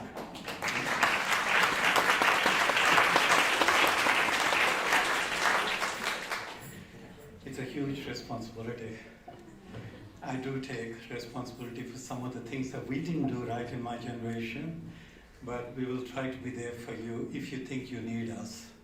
And I decided, because the email that came to me inviting me to give the keynote speech came as a surprise. Ever since I moved back to India 5 years ago, I kind of felt the world has forgotten me. And out of the blue, and then when I looked at the people who signed at the bottom, you know, of that letter, all the, you know, the old comrades, you know, when we were trying to convince people about the importance of intangible heritage. It Thank you for remembering. I really appreciate it. And so what I thought is that the question was, what I've been asked to address is, how have museums changed in the last 2 decades, if you will, in addressing intangible heritage? So I thought, given that I was there, at the coalface as a foot soldier dealing with these issues globally, not only in Australia but elsewhere, I thought I'll make this presentation autoethnographic, which I see is a very popular methodology that is being used by both museums and art museums, at least in the Nordic world. Autoethnography, I thought it's a useful methodology for me to approach. I was born, brought up and educated in India. I did finish my PhD from Australian National University. That was quite an accident in some ways, but most of my research was done in India. I was privileged to work in Australia for various hats, and then 5 years in South Africa during the time of the first president, 4 years in the Netherlands, and then 4.5 years in Denmark, and 1 year at the Smithsonian. So even though the first aeroplane that I saw was at the age of 23, I've enjoyed. But my mother, who is no more, gave me one piece of advice. Now, in the Western sense, she's illiterate, but she was fluent in 3 languages. She was a walking encyclopedia of knowledge of her communities. She said, you told me that in Australia, there's Indians about, at that time, 80,000, but there are people from 160 countries. Don't shack up with Indians, go and mix with others, learn as much as you can. So she gave me the advice that is very much against the idea of a reference group used by sociologists. So getting back to the beginnings, 1976 and 1977-78 were very important for me. I was a research student at Jawaharlal Nehru University, New Delhi, and had a wonderful professor, Romila Thapur, a very eminent historian, as my mentor. She got me to do 3 projects. And one was impact of monasteries on the daily life of Bhutanese in Bhutan. So I'm probably one of the few people who traveled the length and breadth of Bhutan, because I'm the same age as King Jigme Wangchuk, and I was the only one in Paro who could speak English at that time. So he sent me his retinue every day to speak English, and then gave me the garage, the driver and the car from the royal garage and the royal car to go anywhere in his kingdom, and I did go everywhere. And why was it important, that particular project? Because marriage, as we understand it, was not common in Bhutan at all those days. It was an influence of Bengalis from the Punsholing from the south of Bhutan. It was fashionable to get married in Bhutan. So in 1976, I attended a wedding of a grandfather with 26 grandchildren and innumerable great-grandchildren. It was their first wedding in the family. It was hilarious, it was fun. And so do you see the notion of marriage that we anthropologists always think kinship marriage, And so that project was really important for me. It was a seminar for my studies. The second one was very important. Remember, not all intangible heritage is good and worth safeguarding, right? I mean, female genital mutilation, is not, some people argue it's intangible heritage, but it's violates human rights, the very preamble of the convention. So there are others, like the caste system in India. So my next seminar paper was a caste system in early Buddhism. So the whole Tripitaka in Pali, I analyzed it for my seminar paper. How pervasive is the caste system? How did Gautam Buddha deal with it? How the early Buddhists dealt with it? If you don't know my social background, but where I come from, you don't want to know the caste system and its discrimination and racism that's there. And I had to endure it, most of my early childhood and life. And so it's intangible heritage, the caste system, but it's not something that we want to cherish, we want to safeguard, we want to deal with, because it violates human rights, right? And the third one was, Professor Thapar sent me to Pune Deccan College, which is like one of the preeminent archaeological institutes in the world. and the best in India to train as a field archaeologist. So I went to Bhimbetka, which is on the World Heritage List now for its extensive rock art, for the first excavations. But my interest was not only to be in the trench, learning from the eminent professor Professor Mishra from Pune Deccan College, but to understand how come that the Dorigons have lived in these rock art sites for so long. And what is their role apart from being volunteers, helping us wash tools and cook for us and all those things. So I used to go in the evenings to their village houses of the Dorigons, right in the middle of the jungle. There were tigers, leopards, you name it, sloth bears, hyenas. And, but what I found was all the Dorigons were scheduled tribes. That means they are designated constitutionally Aboriginal people of India. But they were all Muslim. So during work time, they were always taking 4 to 5 times a day off to go do the namaz. But when I went to their houses, what I found, the inside of the houses were all painted just like in the rock art sites. Now you know that is haram in Islam to paint inside of your houses. This is the syncretic culture, the way we have evolved, and it's you'll find the same thing everywhere in the world. How we were very syncretic, how modernity has actually constructed barriers and put us into straitjackets. So that was my introduction to what we now call intangible heritage. But we already had a term which is now being used in India, and it was called Jivana Varasatvam. That means living heritage. Varasatvam means heritage.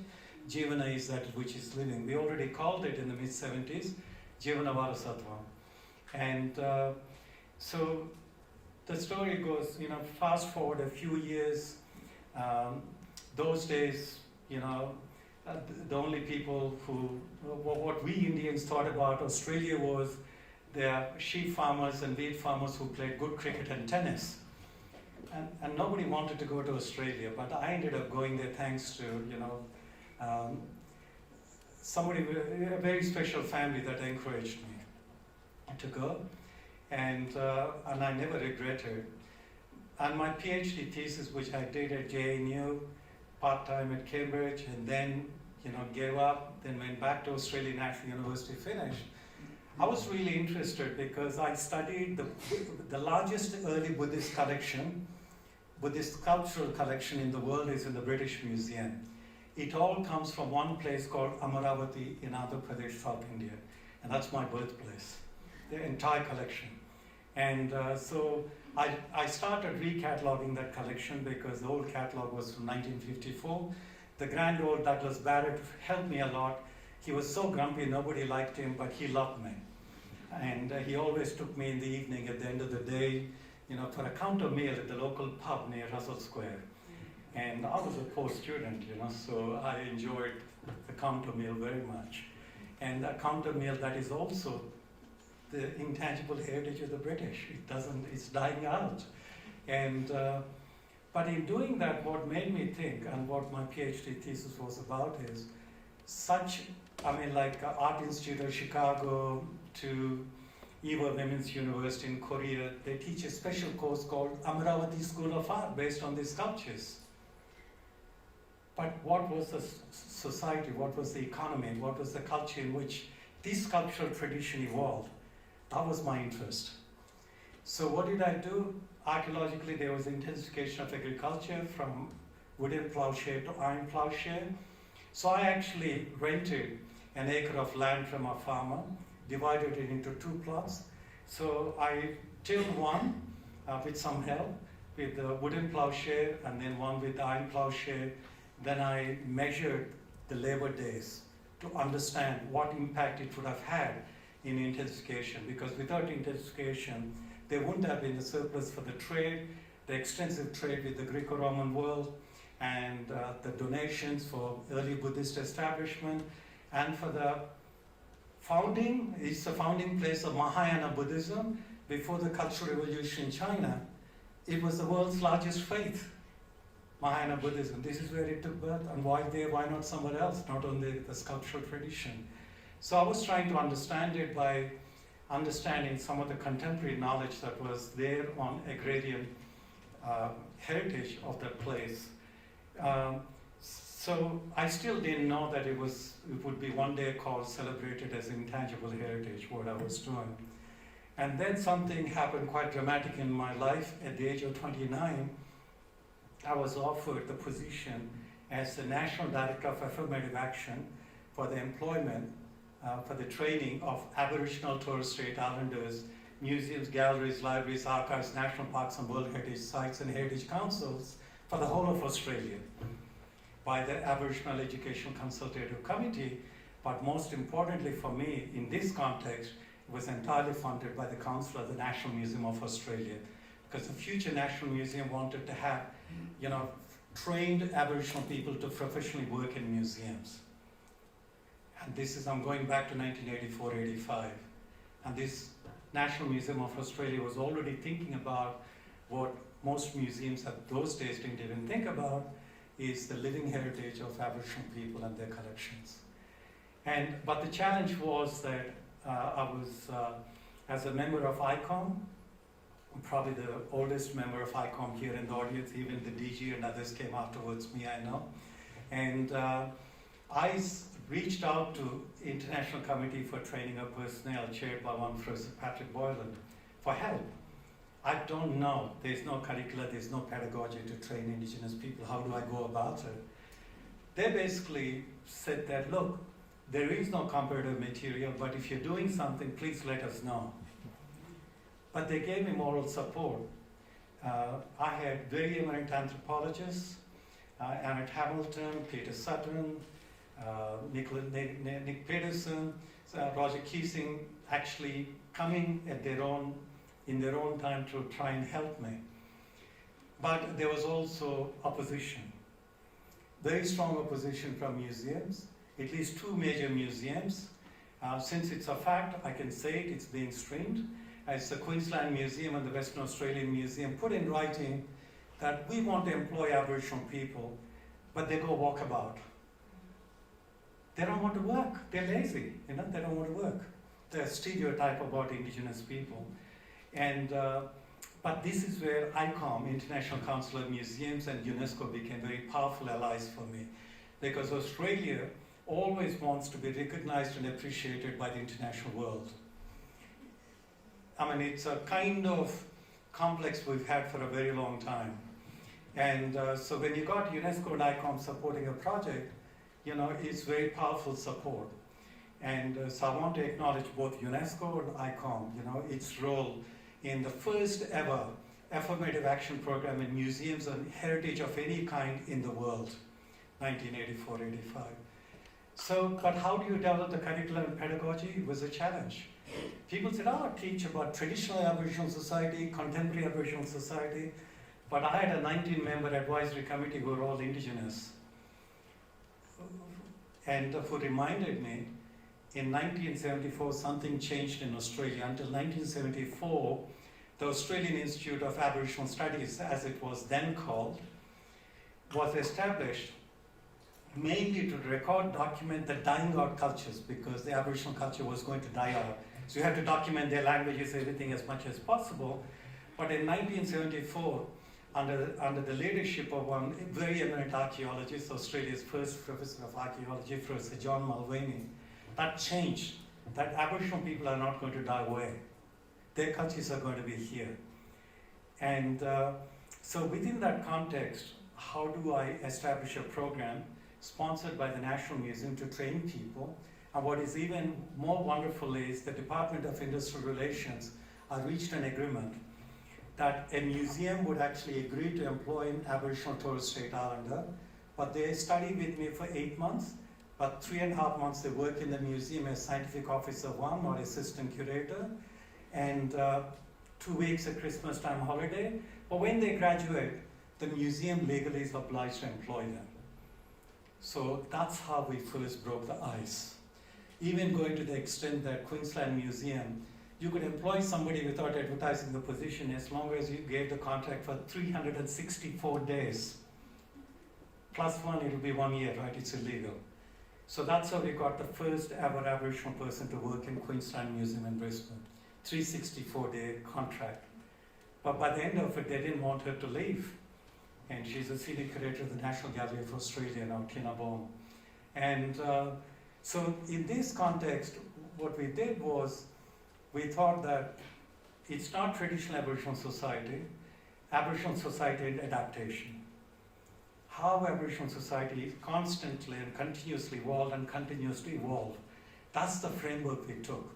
We had a subject course on Aboriginal material culture, where we also had collections, thanks to the National Museum of Australia, which generously gave me a lot of money to buy contemporary collections for teaching purposes.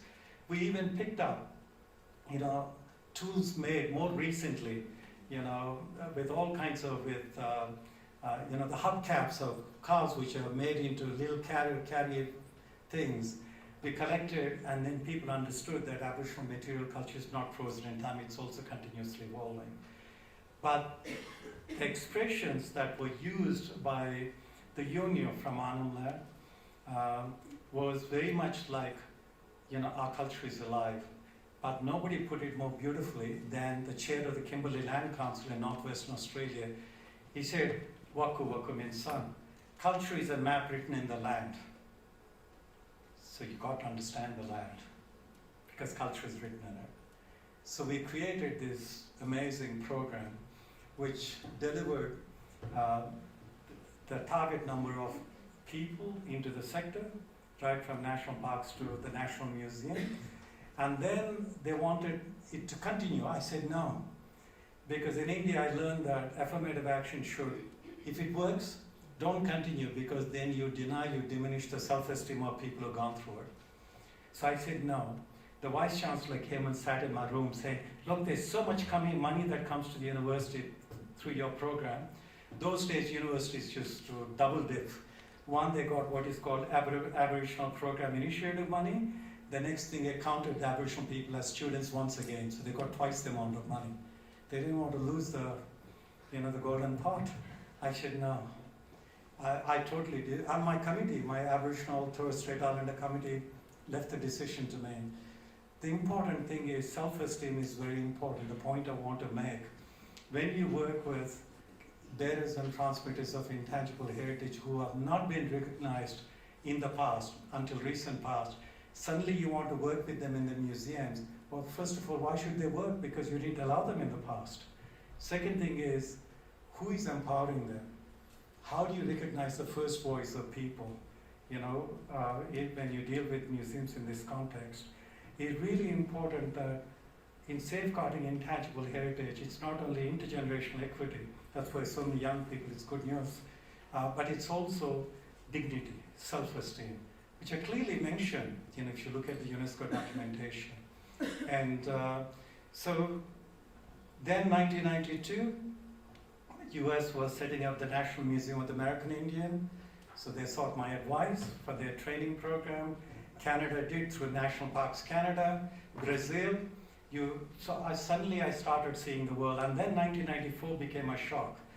I came back from Rio after dancing 11 nights out. Daytimes were hard work, every night a different nightclub and dancing.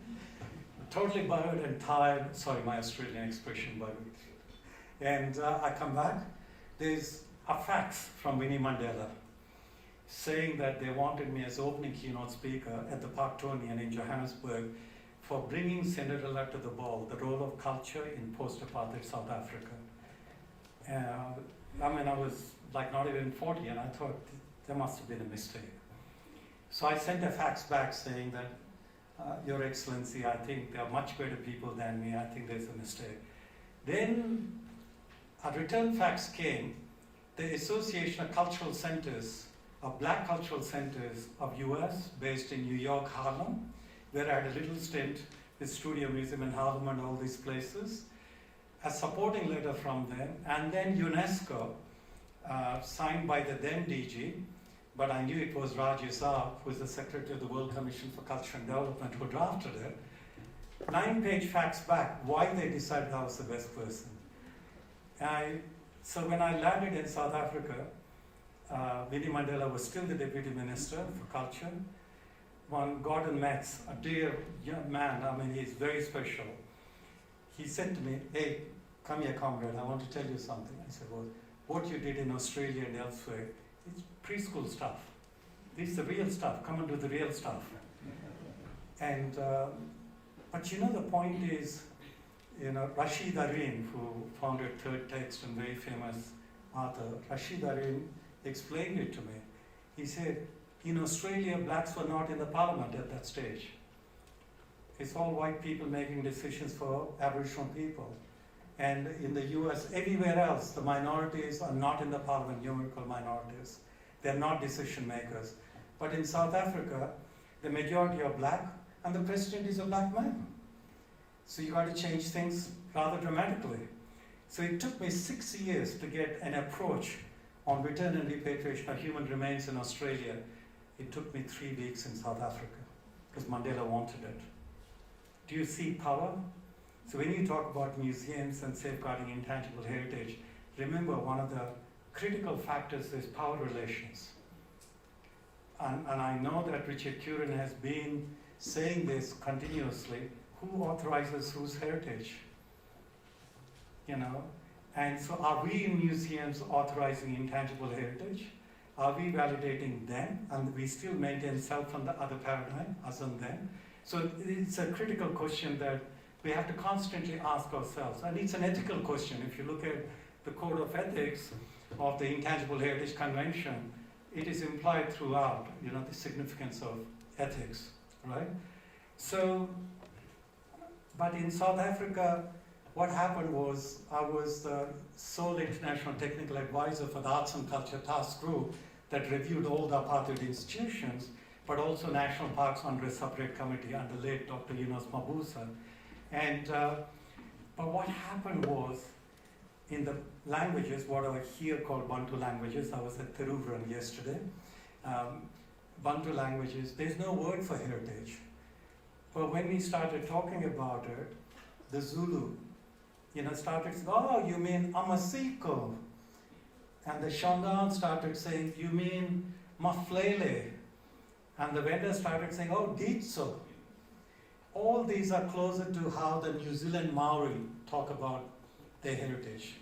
So heritage was thought about as something that's living, that we breathe through our ancestors. We breathe through our ancestors. And then the Shandaan chief said, you see, these objects and sites, they're just like the PowerPoint presentation we use. They're just illustrators, they're not real. I mean, it's a powerful message, you know, as we were working on the new heritage legislation in South Africa. And so, move forward, closer to, you know, 1999, 2000, the French National Commission organized a fishbowl think tank, you know, fishbowl think tank. About 17 of us were put in the middle to discuss and debate. Everybody else was watching us, about 260 people. And so I was brought to that from Australia, and I was the youngest among them. The oldest was sitting right at the other end of the 17 people. And there was a very famous anthropologist whose name I shall not repeat, who talked about the Garifuna from Belize, you know, as being primitive, uncivilized, and he kept on using all these terms. And so I just reacted. I said that maybe they think you are primitive and uncivilized, that you're not educated enough to understand their culture. So have you ever thought about it from the other way? Everybody was shocked. I won't mention his name. He's a very famous French anthropologist. And I came from Australia, where I was really empowered to do what was thought to be the best by the indigenous people. I mean, do I give an F, you know, when he says things like this? But then during the morning coffee break, this Indian woman sitting at the other end, who's on the UNESCO executive board, she became my godmother after that. She's 94, 95 now. And she walked on in a very elegant sari, came up to me and she said, Amareshwar, keep saying what you're saying. That's why you are here. We need to listen to your generation. I was the youngest there. And so this think tank was the beginnings of, do we need a convention? are we happy with the recommendation, or do we need a convention? Why do we need it? This is how the whole discourse started, thanks to French National Commission for UNESCO. But the French were very keen on this. And then 1994 happened. 1994, remember the Japanese could not get any of the World Heritage sites listed, which you have now, because from the Edo period, you know, the Shinto shrines, everything, you can change the fabric as long as you use the same material, same technique, same knowledge. Now, this is not right with the World Heritage Convention. It's ideas of integrity and authenticity. So we had the Nara Convention, or Nara Conference, Nara Recommendation, to the World Heritage Convention on authenticity. I was once again the youngest person to be brought there. Mr. Matsuro, who subsequently became the DG of UNESCO, was the chair of the National Commission for UNESCO Japan at that stage. And I was told by the Japanese I should feel free to say what I want to say. And I think myself and Christina Cameron are probably the only people still alive from that group. And Roland Silva, who chaired it, passed away, you know, about last month. And that was the first time they had to acknowledge this very site-centered, fabric-centered heritage practitioners had to acknowledge that living heritage, intangible heritage is important in understanding the authenticity and integrity of a site or a place. It was a turning point in a way. It was a turning point in a way. And so that's 1994. Then we move forwards. We come to the fishbowl think tank I told you. And then 2000, Sweden organized a Nordic ICOM conference in Stockholm. Mats Wickbom was the president of Swedish ICOM. Any Swedes here? There's Swedes here, right? And how come only one? You always overpopulate committees and conferences. And no, I'm just teasing you, so don't worry. And so when I went there, I was asked a very simple question. Nordic countries were thinking about their Asian collections. There was the move to rethink the national museums in Sweden, so they were really interested in this. I was the president of ICOM Asia Pacific. I just finished conducting a massive consultation across, 49 countries.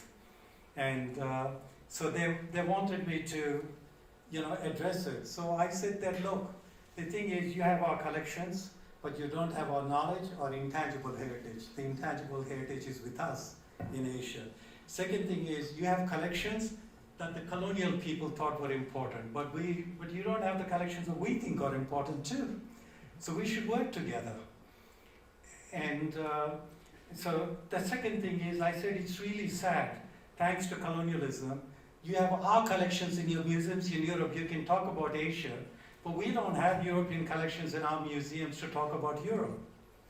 The asymmetry of collections is what I focused on, and I focused on why it is important to understand the context through intangible heritage of the collections. And out of that came the establishment of ASIMUS, Asia-Europe Museums Network, which was launched in July 2001 in Barcelona. I was the president launching it, and I emphasized that this network should bring collections and communities together, and that the mediating discourse is intangible heritage. And then things happened. I was wearing different hats, mainly representing ICOM, with the meetings for the drafting of not just one convention, two. Some of you might not know that originally we were going to have one convention, then two conventions, 2003, 2005, and we wanted people to adopt them as the twin conventions, adopt both of them at the same time, because there's an old English saying, once a practice, twice a tradition. So where do you actually say, this is intangible heritage and this is creativity? When creativity is actually drawing on intangible heritage, of the communities within that particular, space where they're creating. So how do you, that we shouldn't, even if there are two conventions, there are two conventions for very political reasons that I don't want to go into here. Most of which you know about it. And Even without Trump, you understand, you know, why we had to have a separate 2005 convention. And by the way, he's a good friend of India. He was there, treated, feted in India. And only last week, I left just in time. And so then at that stage, we were looking at this ICOM definition. I was the vice president of ICOM, so in 2007, we changed the definition of ICOM and included intangible heritage. I can tell you as the vice president, then vice president, it was a nightmare working with you Europeans. Nobody wanted, you know, European communities were opposed to this intangible heritage. It's some, you know, what somebody called it, he said, oh, this is Asian voodoo. That's how it was called, or primitive thought as somebody else called it. And, but we got it into the 2007 definition. And now, of course, it's being revised quite rightly because times have changed, challenges are different, but that 2007. But I was appointed as the chair of the ICOM Cross-Cultural Task Force. And one of the things that I did was in 2002, thanks to the Swedes, for some reason the Dutch and Swedes funded almost all my projects. They love me. And, and thanks to the Swedes, we brought 48 countries together in Shanghai to address globalization, intangible heritage, and museums. And just as we started the conference, the woman in charge, Noriko Aikawa, in charge of the Intangible Heritage Convention, she just walked in and said, Amma, we need to talk. I said, we're just starting with the, no, we need to talk. She came from Istanbul with the Istanbul Declaration. She wanted us to endorse it. But when I put it to the people, they said, how can we endorse something we're not part of? So it became a very challenging forum, Shanghai. And there is a Shanghai Declaration on Globalization, Museums and Intangible Heritage. But that led to something else. The Koreans were there in Shanghai, ICOM Korea. So they wanted to, they already were given the right to host the 2004 ICOM Triennial General Conference. But they didn't do anything 2004 till 2003, nothing. So Jacques Perrault was the president of ICOM, late Manus Brinkman, the Secretary General. So they sent me on a special mission to Korea to take away, because ICOM has the emergency provision. If somebody can't deliver the General Assembly, they can hold it in Paris, you know, and to take it away unless they're prepared to do something about it. The first meeting with ICOM Korea was, no, Professor, we organize the World Cup soccer. This is nothing we can do in 2-3 months. I said, that's great, you can do it in 2-3 months. What we'll do in ICOM is we'll work out who are the participants. You fund all of them, their travel, everything. But they said, how many? Maybe 3,000 people? I said, no, we can't do that. I think you better organize so people can plan and budget. So, and then the theme became Museums and Intangible Heritage for 2004. I finished my final report on ICOM Cross-Cultural Task Force, submitted it, and it's called the ICOM Cultural Diversity Charter. And, but one of my recommendations was that the discourse on intangible heritage, you know, from a not conforming to the convention, and, but actually more intellectual engagement is very limited, and that we should do something about it. So Hung Nam Kim was the director of the National Folk Museum. She and I agreed to co-found a journal called the International Journal for Intangible Heritage. And just to get that discourse going, you know, like for museums and intangible heritage. And I was the second and third editor-in-chief. And so as we come forward, you know, sort of, not very far, but as we come forward, something dramatic happened in Netherlands. I was doing a master class for 18 PhD students from 16 countries between what was called the Volkskunde, National Museum of Ethnology, Wereld Museum in Rotterdam, and the Tropen Museum in Amsterdam, with the 3 directors supporting me. So we were all in the Tropen Museum, and one morning in November 2004, and I mean, museums can be very stuffy places, right? So I like to get out for a little bit of fresh air. And so I got out and I saw what looked like a body covered in white cloth. The police were on the other side. I came out on the side through the Kinder Museum of the Tropen. When I saw that, my God, it looks like somebody's been covered up, dead. The police ran to my side, so I didn't advance towards the body, which I was actually.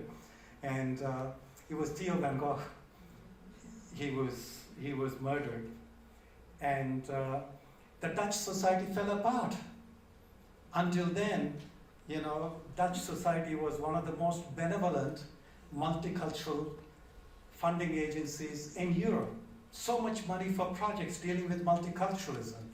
Overnight, you know, 16 Muslim mosques and so on were attacked, torched, sprayed. One primary school with primary school children was burned down. Thank God no children died, no teachers died. And 3 Lutheran mosques were attacked by Muslims in retaliation. The Dutch society fell apart. And it was just like, you know, then they wanted to know how to go about this. And I saw a presenter before with his performance. He's got Stam against his name. Stam was involved in organizing a conference at the Tropen Museum called Dancing with Diversity. You can get CDs, you can download it. Very careful, Dancing with Diversity. Baroness Lola Young, who was in the upper house of the British Parliament, a woman who as black as you can get, thick red lipstick, leather boots, every second word is F this and F that. And she and I were invited as opening speakers. There were ministers of culture from Germany, from Norway, from everywhere, huge people, how to deal with this crisis in the Netherlands, which is a crisis in Europe. And so that's how I established the inclusive museum movement. Because I felt for too long museums, irrespective of what they say, was always about us and them. We, the curators, we, the conservators, we, the museum people, will allow you to self-determine what you say in our institutions. That kind of power relationship was very strong. But I drew upon the work in South Africa because what Mandela did when he was committed for treason, if you look at the online images, he says, South Africa is for all South Africans. He never said just for blacks. South Africa is for all South Africans. On the 10th of May, 1994, he was elected as president on 27th of April. But 10th of May, when he was inaugurated in the Union Square in Pretoria, he finished up by his speech, inaugural speech, by thundering across the Union Square in Pretoria by saying, let there be land, let there be water, and let there be salt for all people of South Africa. So when we were working on policies, he was very clear that anything that we do is for all South Africans.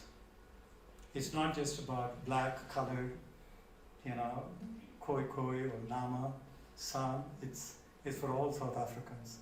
So that's what transformed the South African National Parks into what it is today. The only park system in the world that is self-reliant.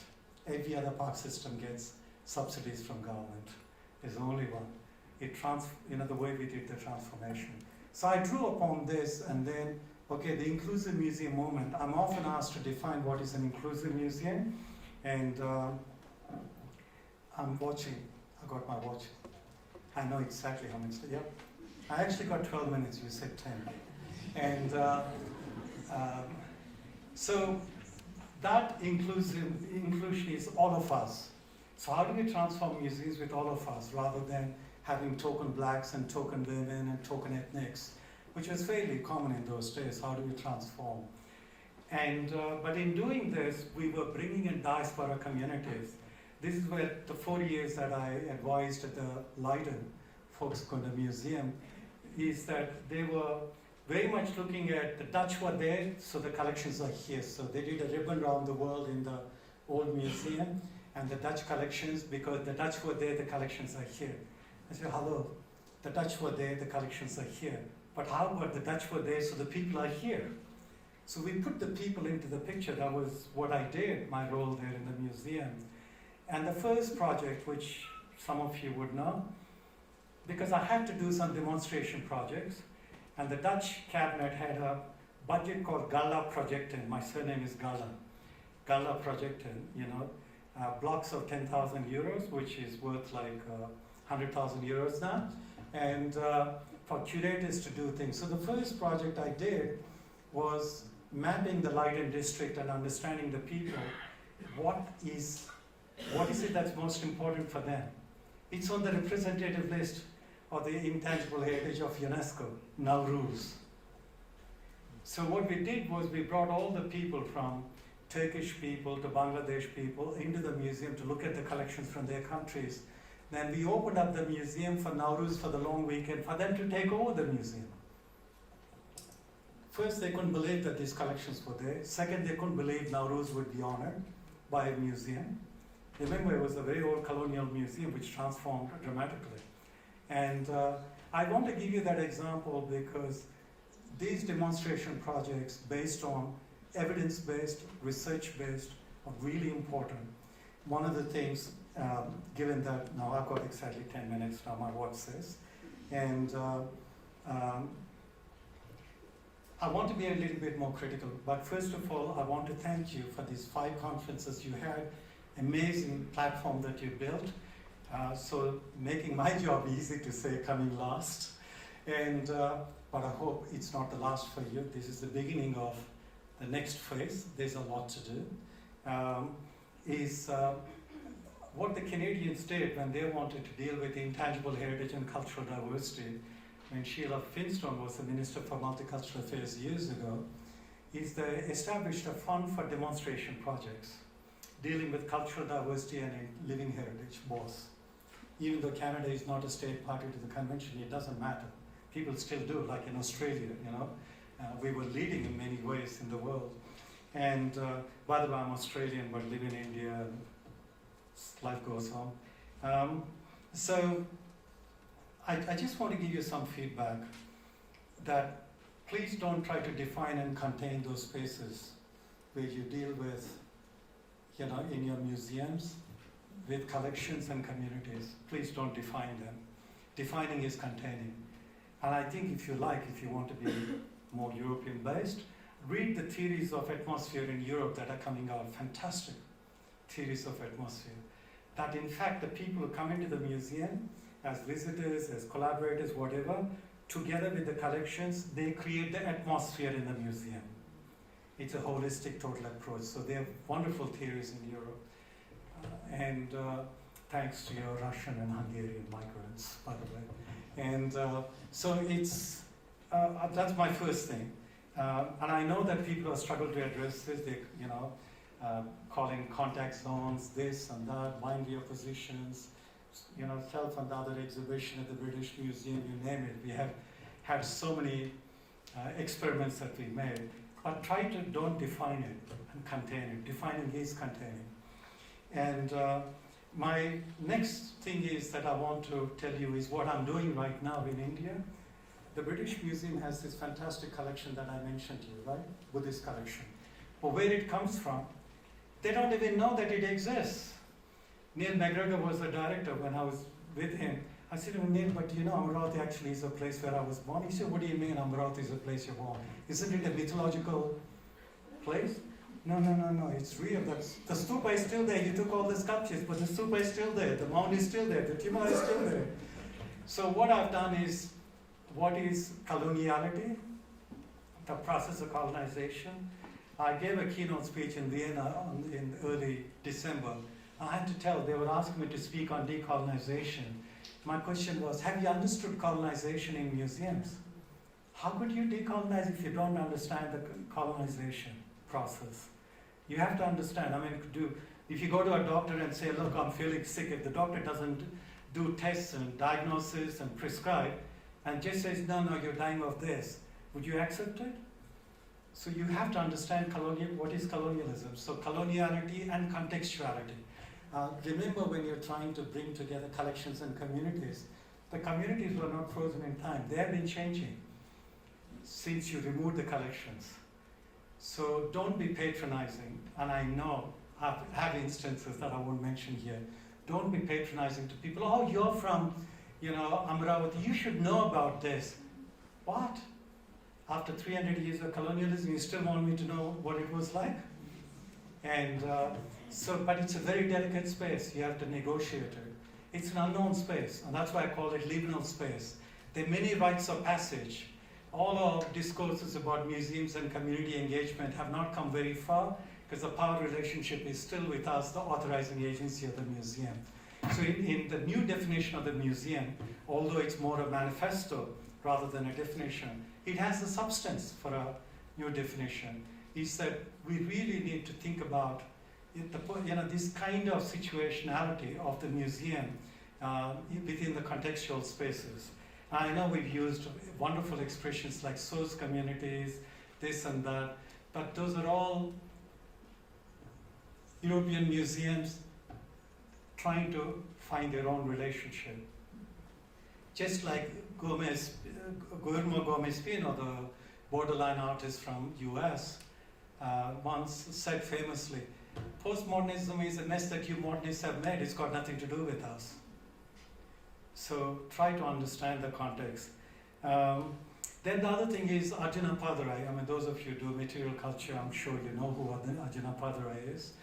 I mean, he's brilliant work, very famous anthropologist from the Chicago School. He's from South India.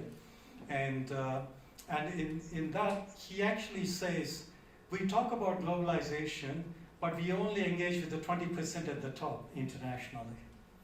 We do not engage with the 80% below, and certainly not the 20% at the bottom where our cultural contexts are actually located.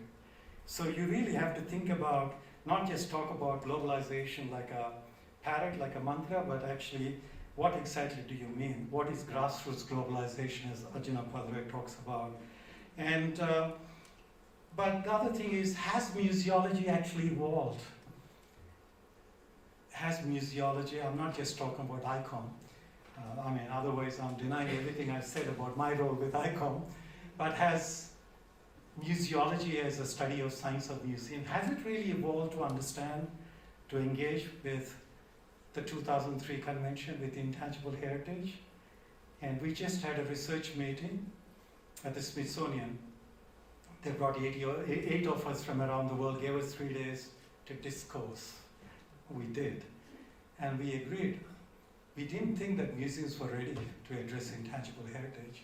So I think that you have to really rethink your curricular planning, your pedagogy, not just add it as an end. I mean, if you do that, it'll be like the fat tail of a sheep that we see in Australia. It's not actually the sheep. And don't use it as an appendage. Try to rethink. What does your curriculum mean in museology? What is your pedagogy? How do you actually teach intangible heritage? How do you teach? How do you engage? I mean, in Australia, when I was doing what I was doing, I paid the elders who were coming. I paid them the same as I would pay a university professor with knowledge coming in. So they were paid for coming and sharing in the classroom with the students. And so you have to think about that.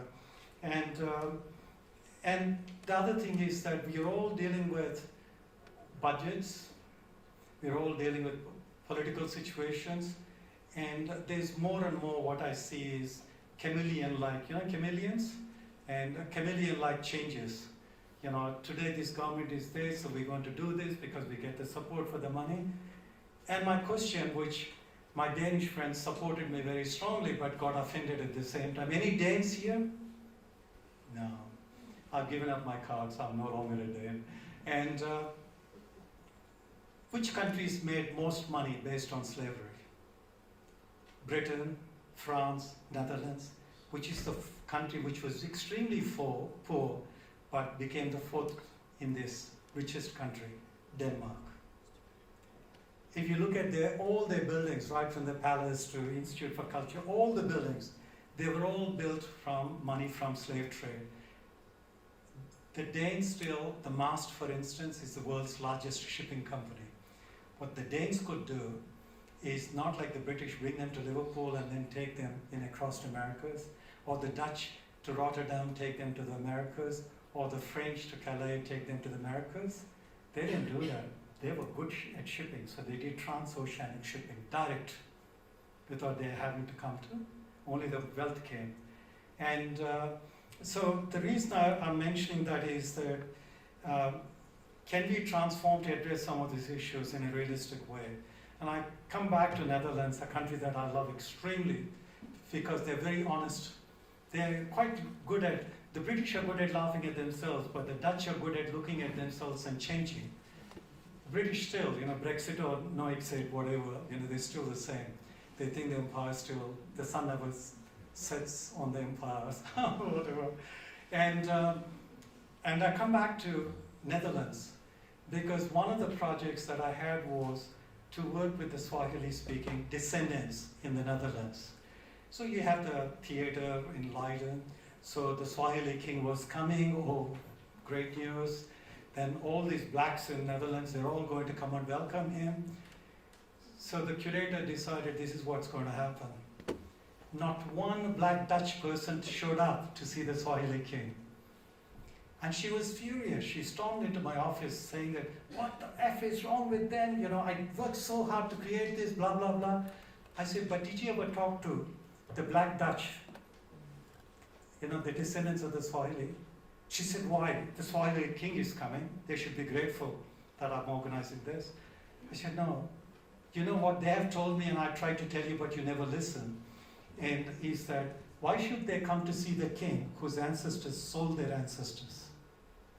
Do you see, once you do your evidence-based research, they still have in their conscience, it isn't just the Dutch taking them, but their own king sold them. It takes two hands to clap. You can't understand that. So I think that, and then the whole question of marketplace. In the marketplace, it's very sexy to present something exotic.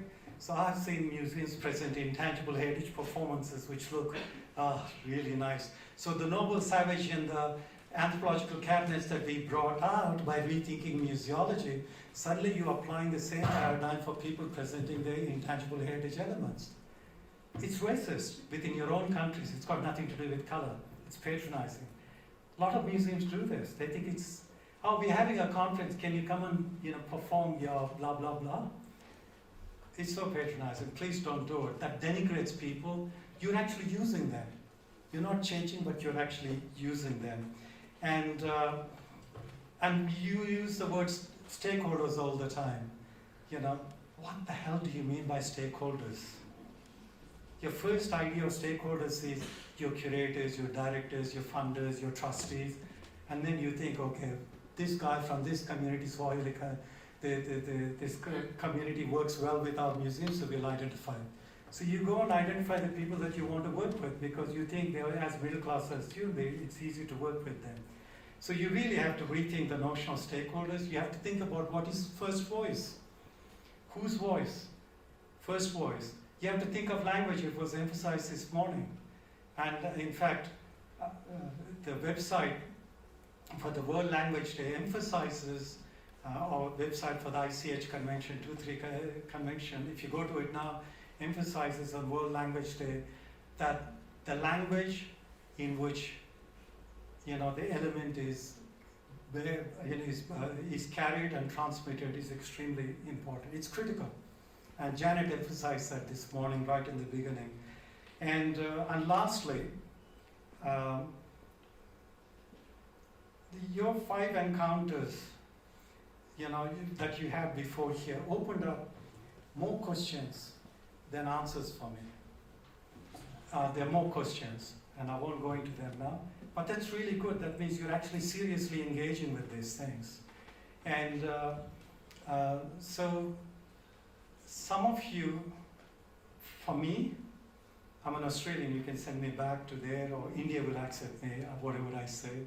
But I'll be honest.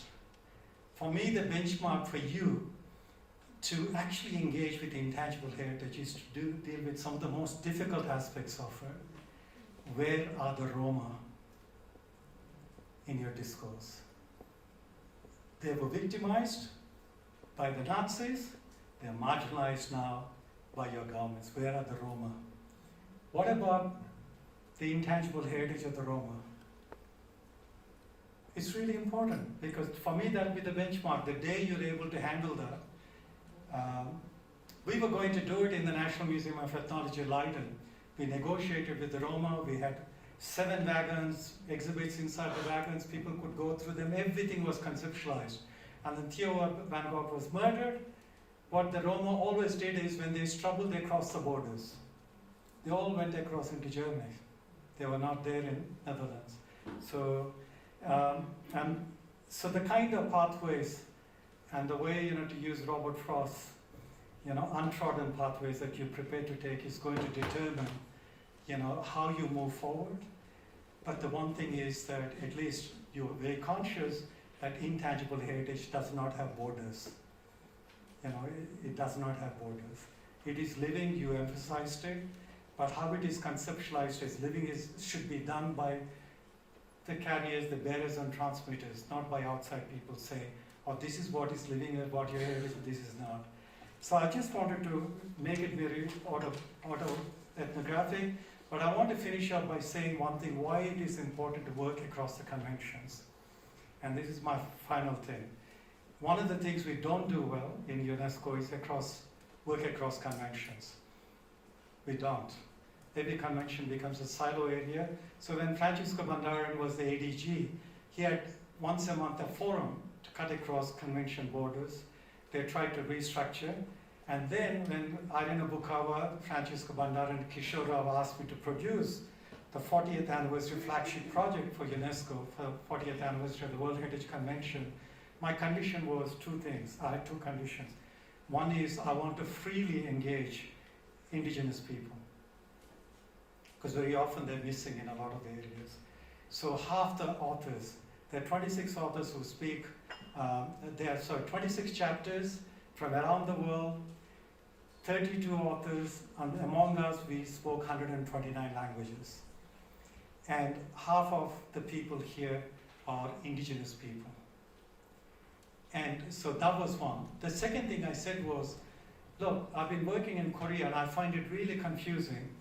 Why, if there's intangible heritage element in a World Heritage Site, why don't we talk about it when we talk about outstanding universal value? We know what the differences are between the 2 conventions, but what about the intangible heritage that's in the World Heritage Sites?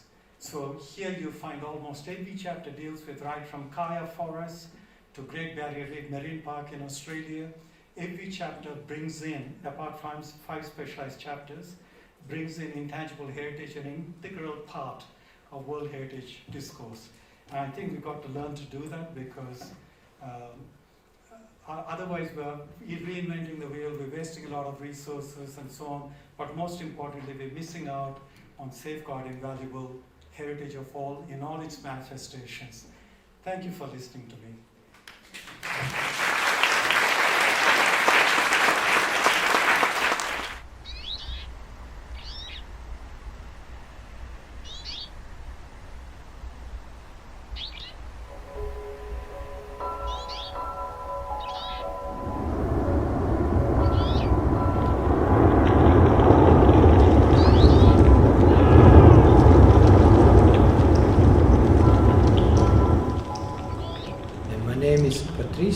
And I'm a skier.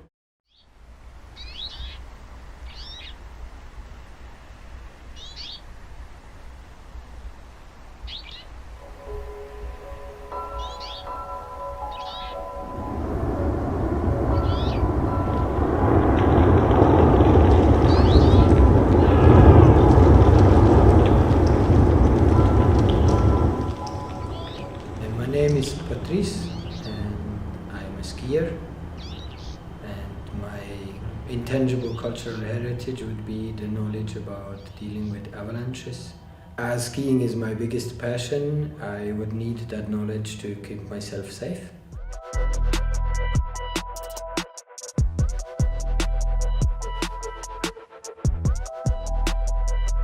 First of all, at 5 o'clock in Switzerland there's an avalanche report who comes out. And I'm going to check that. I got a little message and I'm like, oh. So I'm going onto the app, and this is going to give me a map with different levels of dangers. So as soon as I get the avalanche report and I read it and I'm okay to go, Then I'm going to take the Swiss Map app and I'm going to check where we're going, what exposition we have, if it's safe to walk up.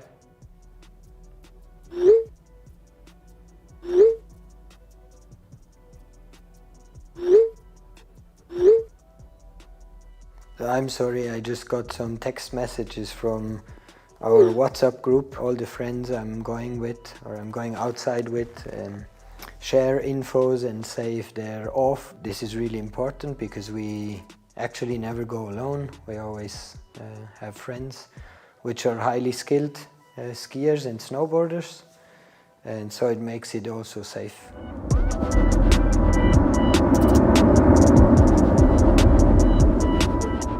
So there are a few basic tools every tourer or every skier that wants to go into the backcountry needs to have with.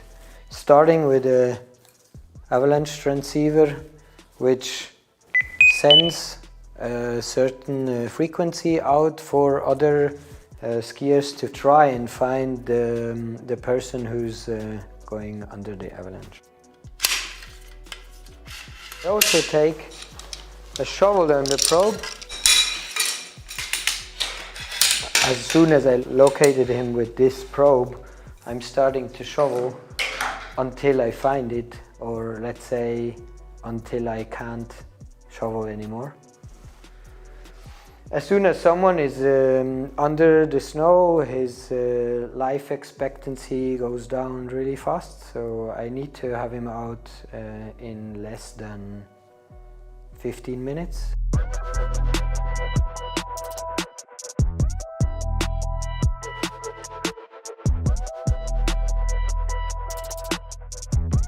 If you're closely listening, you already hear that I'm really passionate about this, and I was really pleased that we had this work together with the Alpine Museum and the exhibition they had about this knowledge, and I'd like to have more exhibitions which are practical, where I as a visitor could test and do things.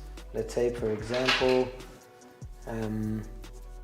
hide some avalanche beacons in the museum and let the kids search them, or even the parents, I don't know. Try to share this knowledge and try to incorporate the visitor, be more moving stuff, playing around, which the Alpine Museum and the Museum for Communication already do. And I'd like to see that even more. There is some museums who are going in that direction, but do more.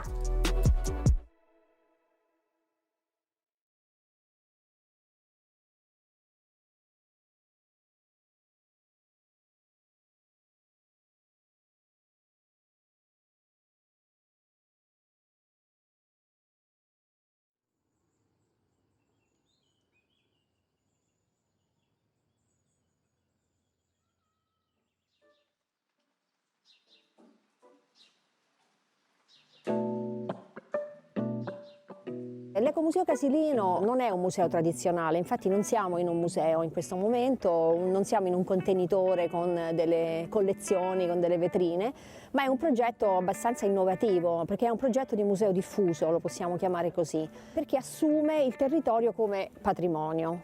Quindi in tutta la complessità che si può trovare in un territorio stratificato, storico e anche profondamente contemporaneo come questo.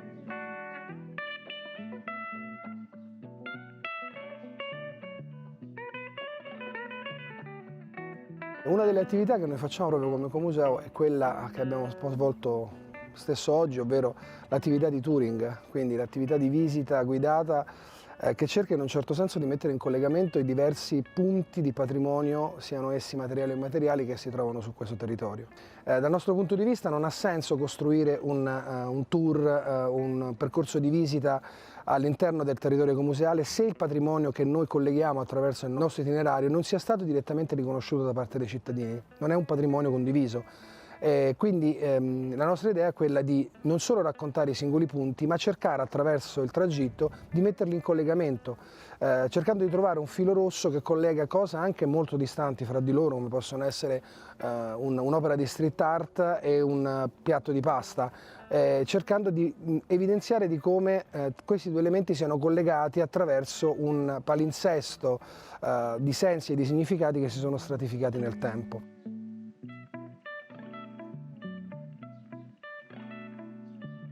Questo è un territorio che ha in qualche modo vissuto uno stigma, quello di essere una periferia urbana, quindi già come periferia l'idea che debba essere un luogo anomico, no? Di alienazione, di marginalità, eccetera, cosa che noi come cittadini riteniamo che sia assolutamente falsa, ma poi un luogo che proprio a causa delle forti migrazioni che ci sono state da vari paesi del mondo, dal Bangladesh, dalla Cina, dalla Romania, eccetera, viene spesso rappresentato nei giornali, nei media come un luogo potenzialmente di conflitto, no? un luogo a rischio banlieue, a volte si vede sui giornali, cosa che noi assolutamente contrastiamo, perché a nostro avviso tutte le appartenenze di questo quartiere rappresentano una risorsa per questo quartiere stesso.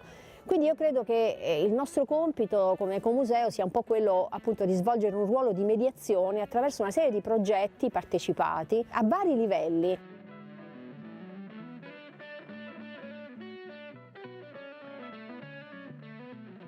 Io credo che un progetto museale deve includere questa idea che ci sono delle frizioni, ci sono delle potenziali faglie, no? Come delle faglie, come dire, di un potenziale terremoto. Un altro, secondo me, progetto di un museo che voglia rapportarsi con il tema del patrimonio immateriale è la capacità di comunicare, di costruire delle cornici di senso intorno al territorio, cioè riuscire a ricucire delle parti che altrimenti sarebbero staccate tra di loro. In questo territorio, per esempio, ci sono tante risorse e i cittadini ovviamente sanno in parte quali sono queste risorse archeologiche, naturalistiche, sociali, però probabilmente quello che manca è una narrazione che dia un senso e che dia alle persone la consapevolezza che ha un senso vivere in questo pezzo di città, di periferia, che forse il vero centro è in periferia, non è nel centro storico di Roma.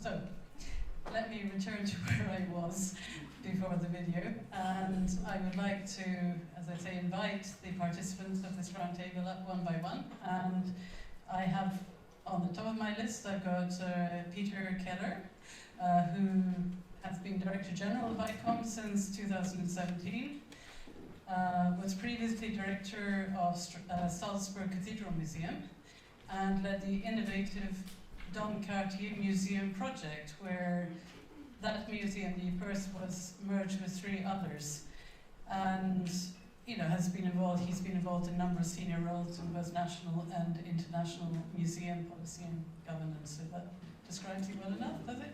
So let's welcome Peter.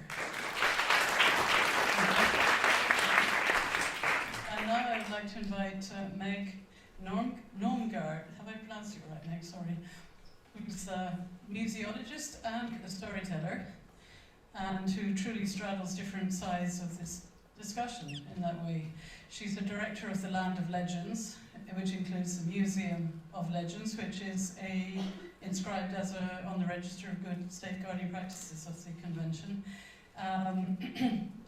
And she also is, the Land of Legends is also run by an NGO accredited to the committee, yes. And we hope you might tell us a few interesting stories then while you're up on the stage. So, that's welcome. And next I'd like to invite Tim Curtis, who is the Chief of the Living Heritage Entity at UNESCO, and also Secretary to the 2003 Convention. And but his professional involvement began as a cultural anthropologist. Your PhD was related to the oral history of Vanuatu, yes? And you've worked on a number of international cultural programs in different areas such as cultural industries, policies, culture and development, before you started work with UNESCO as a consultant and subsequently in the Secretariat. So, let's give a hand for him. And next I would like to invite, well, it's either David or David, depending. Guillaume, yes, who is the director of the German Museums Association and chairman of the Network of European Museum Organizations, NEMO. And he's been chairman of that since 2014. Previously, you were head of Swiss Museums Association, which is very interesting. I mean that you're now German Association, previously Swiss. That's the interesting bit. And also, you are you head? And you were head of ICOM Switzerland. Is that correct? Yes. I just wrote down my notes and I can't understand now what I wrote. Sorry. But you bring together, different aspects of the museum profession, the art history, museology, and business administration together. So you have a specific take, and you've got extensive project experience across a number of museum and other related institutions. But I think it's interesting also that NEMO is an independent network across Council of Europe, museum associations. And so that's a very specific strategic positioning within this discussion. Sorry. So, let us welcome Danny.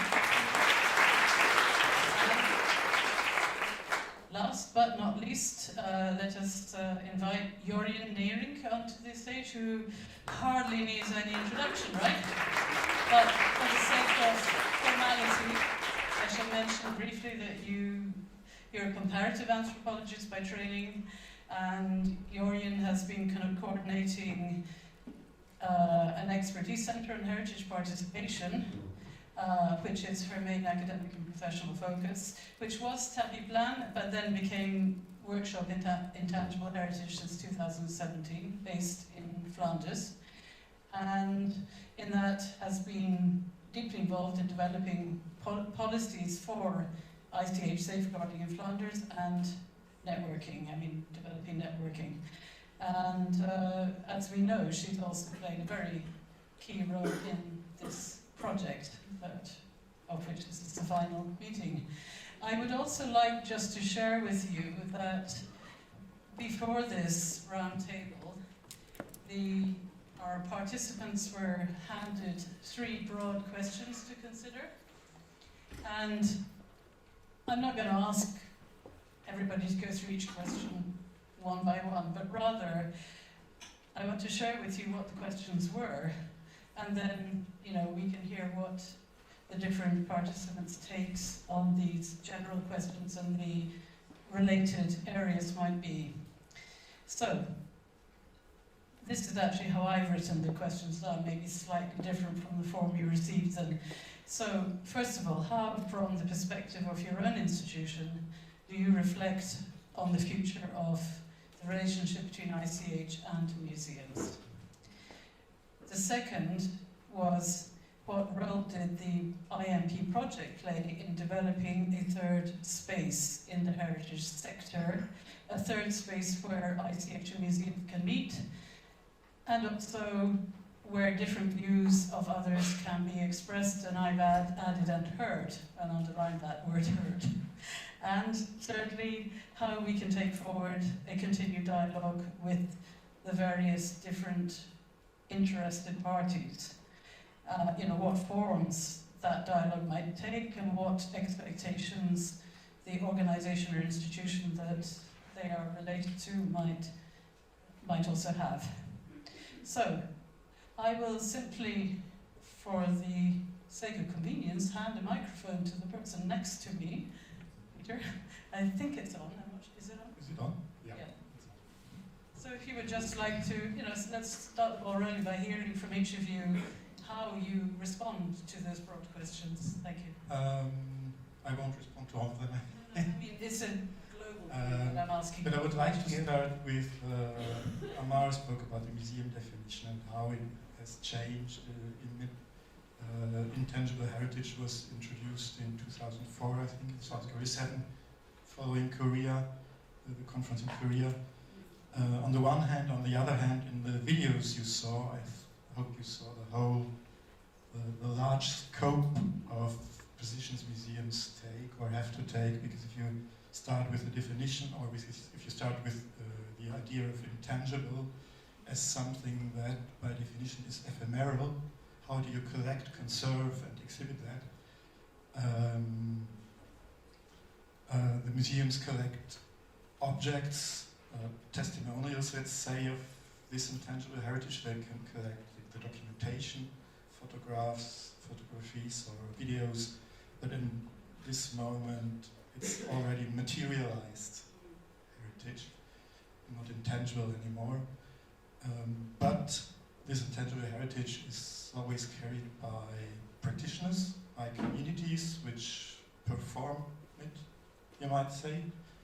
And I think the more museums are looking at their social role, Afshin wrote about it in the book of the conference, and the more the role of the communities is growing for the museums, I think intangible heritage is becoming more and more important, because there is a link between these two worlds, let's say, which we have to look at now, and which we're looking at.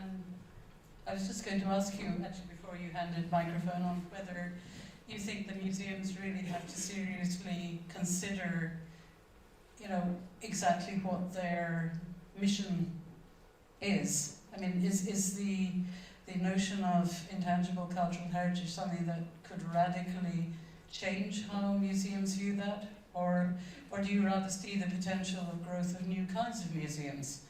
How would you see that? You know, ICOM has, I don't know, some 49,000 members in 138 countries. It's a huge diversity of museums, and I think each time you ask the question differently. I was director of a cathedral museum where we exhibited, of course, objects from liturgy, and in a way this liturgy is intangible heritage, performing acts with these objects, and at the same time we exhibit them.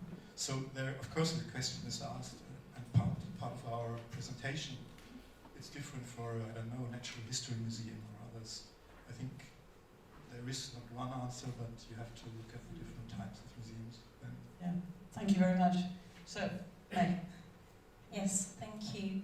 I would like to take this opportunity to thank everyone in the organization team of this day. You have done a brilliant work, thank you. And it's nice to see so many people from different countries and different organizations here.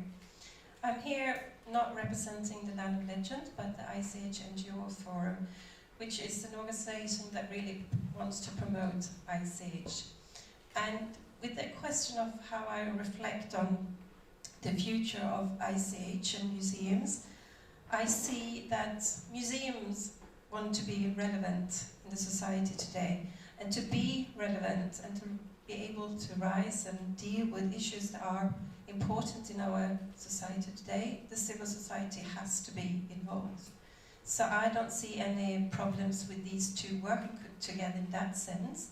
I think it's more necessary, and I think links and opportunities for them to cooperate, because we are really, the tangible heritage and intangible heritage is really the same coin. Maybe sometimes two different sides, but we link so well together. And some of the members in the ICH NGO Forum, they do run museums. So museums is something which some of us are really used to.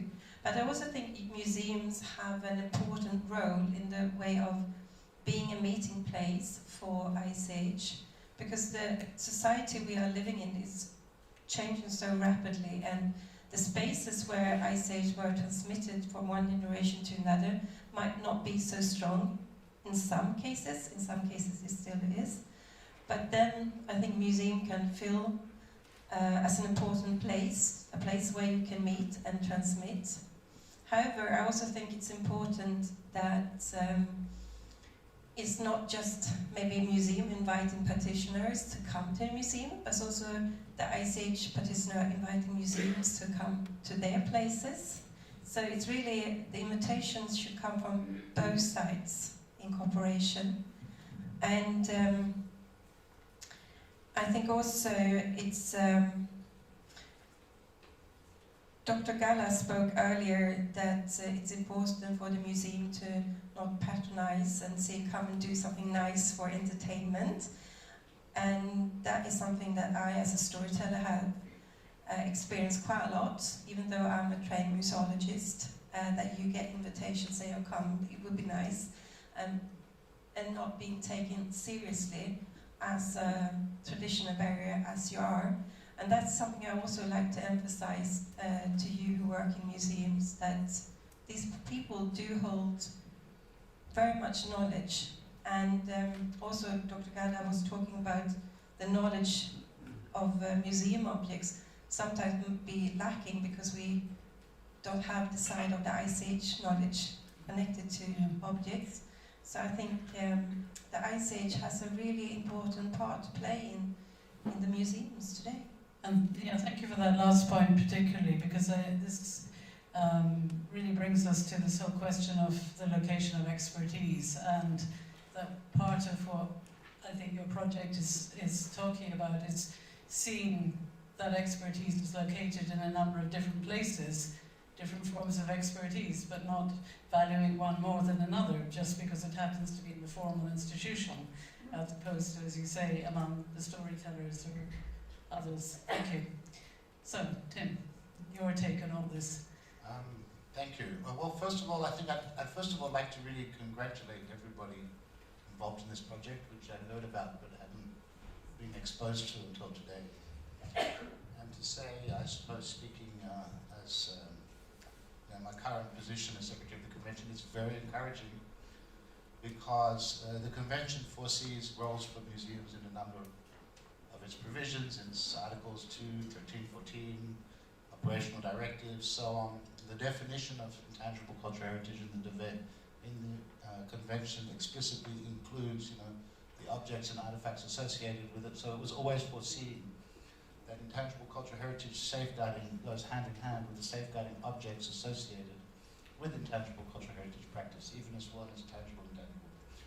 But I would like to maybe pick up from the last film and to talk about an experience, why also I find it's very encouraging. Because if we can think of how museums can work with intangible cultural heritage, but I think there's another level in which the practice of making museums and doing museums and collecting objects and conserving them and then creating narratives about them and presenting them and creating and having buildings where people can come and exhibit is itself a form of intangible cultural heritage. And it's a form of intangible cultural heritage that developed in Europe. And it's true that it's quite widespread. So for me, when I hear museums now engaging with intangible heritage, I also hear that the concept of intangible cultural heritage is becoming more ingrained in cultural life in Europe. And I think Amar said in his speech, in the early days of the convention, there was a bit of a divide, There was the heritage of the different places. And so I see bringing intangible cultural heritage into museums is a very positive sign in this project. As to whether that should now become standardized, how it should be explicated within the text of the convention and what the methodology should be, I'm not quite sure. I think also maybe let's do more projects, more programs, let's learn, let's understand that there is an inherent conceptual link.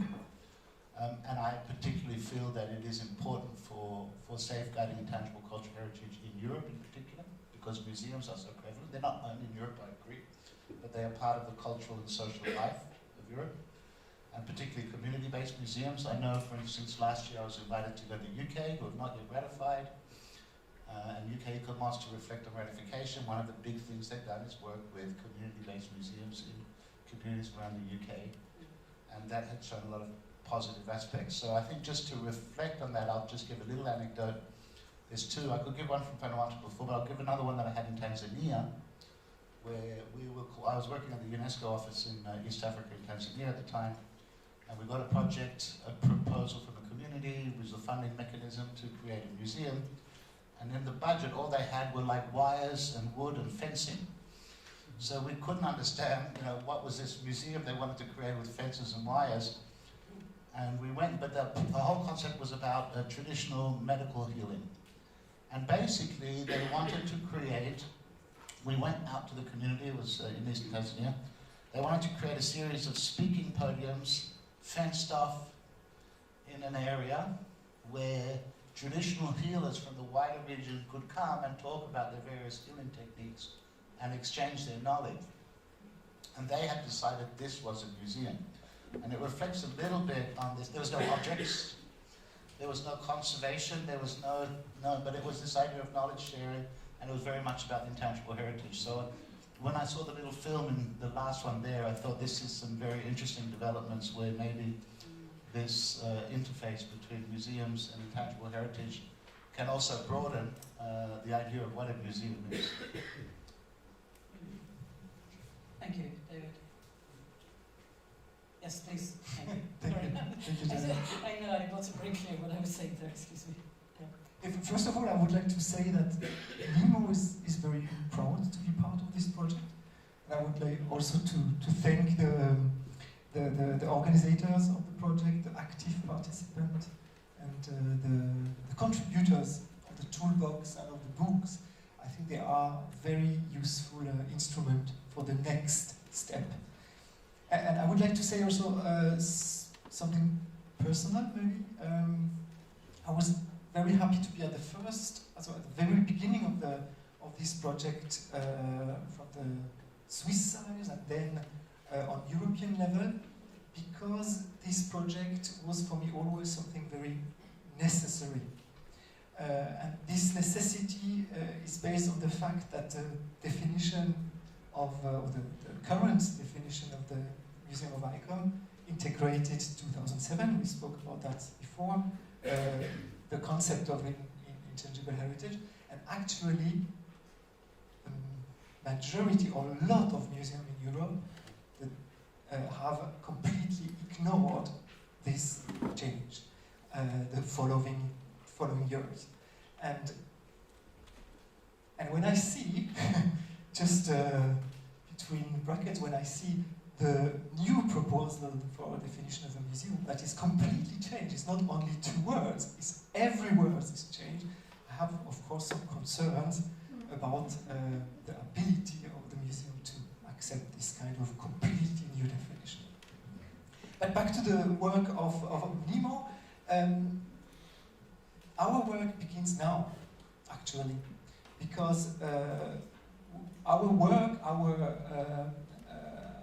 task as the network of the European Museum Organization is to disseminate the content of the book, of the toolbox, to make the discussion going on the level of museum and museum association, and to accompany museums to integrate the concept of HCH in their policy and in the practical work. So just to raise awareness about the potential of museums as a place, the third place, remains a huge challenge now. But we have resources, we have had very good structured discussion about this potential, and so we are going to take this result and try to make it going on. Thank you very much. You've sort of second-guessed me on the question I was going to ask you, so I'll have to think of another one now. So Jurgen, I would be interested to hear your take on all this. Okay, I think it's rather symbolic to get the mic from David now, because actually I think that's where the roles are connecting. Myself representing NGO Workshop Intangible Heritage France, but maybe also in a previous time I was in the ICH NGO Forum, and that's where this project rooted. Having many years of NGOs, accredited NGOs meeting in the back of the rooms of the UNESCO meetings, where the discussions are always happening on a global level. In the breaks and the coffee breaks and so on, people start to talk, of course, and the exchanges start. And then also on the European level, you start to see that you share a lot of shared challenges, and one of it has already been touched upon. That is that even if there is this global context where on the one hand you have the World Heritage discourse or paradigm, which is very present through UNESCO. On the other hand, you have this coming up in the past 2 decades of the ICH paradigm. But in Europe, of course also international, but on an institutional level in Europe, let's say the weight in the positive sense, but also the burden or the heavy presence of museums in the heritage field is something that on a day-to-day level is very present in the heritage sector, the way it is organized, policies are organized, and so on. And coming from a field where we worked in the first decade of the century very much on participation, citizen participation, as they call it, participation to heritage, but getting more and more into the ICH and the intangible heritage work throughout the years, which is very often a part of the heritage field which does not have a voice yet, which is not well organized yet, which is very fragile, which has no professionalization and so on. There's a huge work to be done, and actually it would be a pity if this strong professional field of museum professionals that is everywhere in Europe is not engaging with it. But then it should happen indeed in a way that we connect to each other, that we have dialogue, that we cooperate, and that the voices can be there in a way of equity, of having an equal part in this kind of conversation.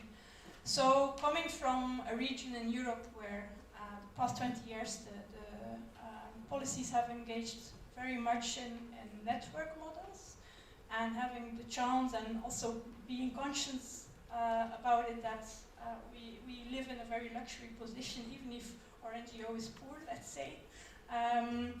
We know that we have a good social context in which you can take initiatives in a kind of safe space.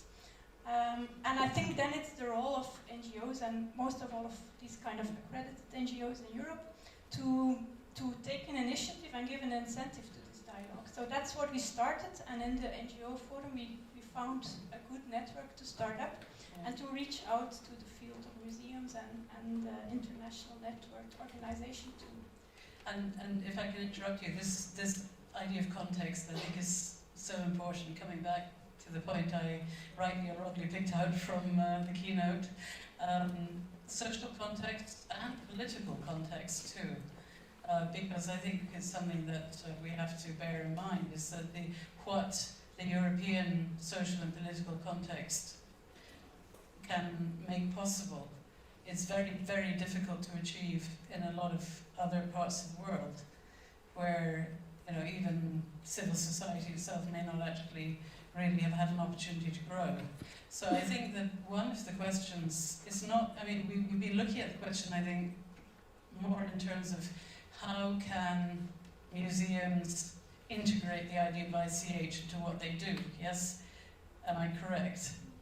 Which is, of course, a hugely valid question, but I think there's also another way of looking at it, which is what can the work of museums in Europe, specifically in the Council of Europe region, where the Faro Convention exists, how far can that also inform some key concepts of the convention which are still very problematic? And the two main ones being, of course, the communities, groups and individuals on the one hand, and participation, or as is said, involvement on the other. And I think, therefore, I would be interested to hear, since you have the microphone, why don't you just pick up on that, because it does relate to what you just said. And after that, if anyone else either wants to add to that, or to respond to a point that was raised by, a different point that was raised by one of these other speakers, feel free to do so, yes. So, do you want to pick up on that? Yeah, that's fine.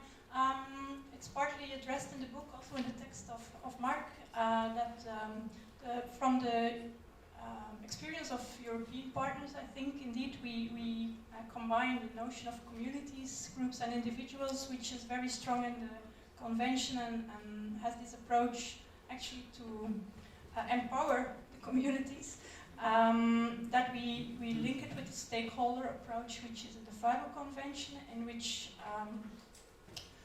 also, for example, NGOs and museums can be part of a heritage community, which is this different conception, and which makes that you have a different reflection on the role you play yourself as an institution or an organization or even a policymaker towards the heritage and this heritage community, whether you position yourself outside or inside these circles you have been talking about, the inner circle and then the circles that are around there and relating to the heritage practices. Actually, from the experience in Flanders, this is an ongoing debate, but I think the debate itself is what it is all about and is interesting. And then I connect to what Peter Keller has been saying. I think there's as many valuable practices, as many valuable ways of participation to be explored in different contexts. And now you just have to encourage the relevant governments to put forward nominations, further nominations for the registered good safeguarding practices around some of what we've seen today. Yeah? Rather than just nominating further elements, you know, that could be also a valuable outcome. Yeah, at least we've seen that partnerships of these partners that engage in this kind of processes. And partnership being a key idea, that notion of equality that partnership suggests, yes. So anyway, does anybody else want to sort of pick up on something already? Yeah. You mentioned the FARO Convention, the Great Convention, or the Convention 2003. They have an impact, of course, on the cultural policies in the countries, in the states, in the regions, but they are not the basis of the work of the museums. Sure. The development of the museums everywhere in Europe, I can speak about all the museums from the European perspective. The development of the museum is an organic development, slow, but goes with trends, and I would say mega trends. And ATH, I don't know if it's a mega trend or if it's awareness about that, but the mega trend is in the last 20 years, and it's really a mega trend, is the opening of the museums at all. So it means listening to the public, listening to the citizen, listening to the needs just of society. That is a mega trend, and it means that the question of participatory governance, the question of shared expertise, is something that is coming quite everywhere. And in this context, ACH can have a place, but it's not. So for me, the door to think about ITH is this mega trend of the opening of museums, and not the other way. Yeah. This is what I was trying to suggest. It may actually be here also what you are already doing in response to other influences, but that can inform what could be happening within the framework of the convention in the future. It's a mutual interaction. We'll put it that way. Yeah, I would just say exactly, and I think I fully concur with what was just said, but I would say it's also part of the broader understanding of cultural policies in general. And they got reflected in a convention which was developed at a period when those discussions were happening, and are much more embedded in the 2003 convention, this idea of participatory decision-making and identification. So rather than one causing the other or the other one causing one, I think it's a broader understanding of culture in general and how to engage in policies. And both of them maybe can be seen, as you say, as responsive to much larger influences happening on the international and regional and national levels, yes. But it's a question of how those then interact with each other. We would hope for finding better ways of dealing with those bigger issues, yes. And while you have the microphone, Tim, it's a bit like to pass the parcel, isn't it? I would be interested on, where you feel right now UNESCO may or may not be situated in this specific question that the project is addressing? You know, is it something that you might be interested in operationalizing at this stage or not? Well, I think we already have the 2015 Declaration on Museums, which starts recognizing much more the living heritage aspects. As you said, we've already seen a number of museum practices included in the Register of Books, say about 4 or 5, which are museum-based practices, not only in Europe, including Brazil, but also including Indonesia for batik. So that is growing, and I think through programs, what we're starting to see through the international assistance mechanism of the convention, there's a number of programs and projects being implicated with museums, but I do still come back to what I said earlier, what is a museum can be quite different in different contexts, and to put together a small community museum around a particular, often which already existed before we talked about it, small community-based museums around a particular form of handicrafts or something, or the kind of museum I talked about in Tanzania, you know, with the British Museum in London. These are completely different animals we're talking about. And if I may have a different relationship to ICH, I think. And if I may add to that, something which I wanted to raise, just a question with Meg, was, you know, we talked about it last night, that in Edinburgh we have the Storytelling Centre, but you have the Museum of Legends. And that's, for me, very interesting, that even two institutions which are essentially doing pretty much, maybe not the same thing, but something very similar, and yet, you know, in your case, it's a museum. In the case of Edinburgh, it's a centre, which has quite a different notion attached to it, and what its role is in the wider society. And if you would like to comment on that fact, the Museum of Legends is not just a house. When it was created about 20 years ago, there was of course a discussion, what do you put on the walls? Or when you have stories that you are going to show, that's rather impossible. How to have a museum over something that you can't see.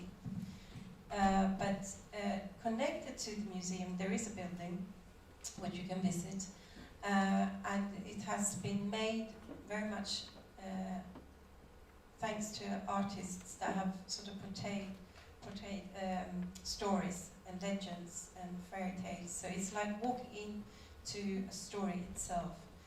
And the main thing in there is that you will actually meet a storyteller. It's not to see golden coins or anything like that. But also connected to the museum is 3 municipalities. And in these 3 municipalities we have places that are marked because of its legend that comes from this particular place. So the house itself is just supposed to be seen as a starting point, and then you go out in the landscape and visit these places. There are cabinets, there are geocaching and all sorts of things you can discover legends from. So, and also we work of course with the community, with the storytellers, and they are really behind the creativity of it. In the Edinburgh Centre, they operate a bit different to what we do, but I mean it's brilliant that we all together, and we also do research and that kind of things. I know when museums do. And does having the sort of the title of museum, does that in your mind affect either what you do or your status? I mean, does it have certain particular benefits for you to be called a museum, or, you know, I'm interested in digging into this a bit. In one way, of course, because you are sort of in love into the museum societies or organizations, and that opens doors, and there you can discuss what is a museum really, and how we can cooperate. And also, that is something interesting for us, because we are on the Register of Good Safeguarding Practices, and what has happened, we have been there for almost a bit more than a year, is that we have had so many museums, not from just Sweden or Scandinavian countries, but also from elsewhere in the world, wanting to know how we work. we are actually a bit shocked over the amount of emails and questions we get, and people asking us to come abroad or come to study visits with us to see how it works.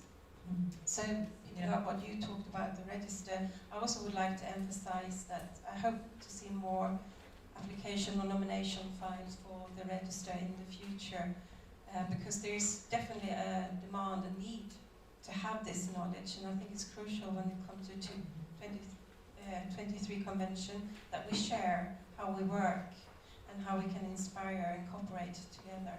And also by doing that, you shift the focus of the international listing, you shift the focus much more heavily on safeguarding. Yes. And the purpose of safeguarding, which is ensuring viability rather than the element itself, which is the focus is currently far too much on the element and not enough on safeguarding, in my own personal opinion. Yes. Thank you. Did you have any specific comments you wanted to raise rather than me asking? The question I was wondering about is where is the intangible cultural heritage happening? Where does it take place? Because we saw some examples, or you heard about it, or you can read about it in the books. We saw the film from the Zeus Museum. Is that how you pronounce it? This reminded me of Norwegian colleagues who told me that a few years ago they started to document the tradition of covering roofs with grass, which was quite common in Norway but isn't anymore. Yeah. And they said, we are losing this knowledge, we have to find usually old people who know it and produce videos so that we can transmit the knowledge to younger ones. Amara gave the example of Navruz in museums, and there is an example by Leontine in the book from a marriage in a Jewish museum. I don't know if I want to marry in a museum, because maybe that's because it's my workplace. Quite probably, I wouldn't want to get married in my workplace either. But museums aren't the place maybe for intangible cultural heritage. It happens very often. It happens elsewhere. I grew up in the Rhine area, the region of Carnival.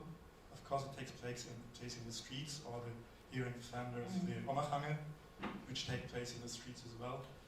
But this is what makes it interesting for a museum, is that it's sad more museums are opening up and going beyond their walls. These are the places where they... I think there are two things that, I spent many years reading the periodic reports of the state's parties to the convention, and there were two ways in which museums were particularly prominent around the world. One was in a specific element gains prominence very often by international listing, and then a museum grows up around it. That's one, and therefore the museum is very much about educating and raising awareness about that specific element. The other is that museums are often, and this was I think mentioned maybe by you, Jürgen, about space. Somebody mentioned it anyway, can't remember who did now. That museums often provide a very handy space for performance or enactment, especially when you have ICH which has moved into, let's say, into an urban area, and that space has been lost. And museums can step into the breach, yes? And so it may be simply, facilitating the transmission by being there, being present, and opening up in that sense. So that's about porosity, if such a word exists, meaning these liminal spaces being porous, and that it's about some movement across them, yes? And so that, as I say, would be my own personal experience from what I've seen from the reporting as to how museums do already interact with ICH. I wanted also, if I may, to ask you about, because obviously ICOM is very prominent with regard to ethical standards and codes in the museum world. Do you see the ethical principles that have now been developed, within the framework of the 2003 convention?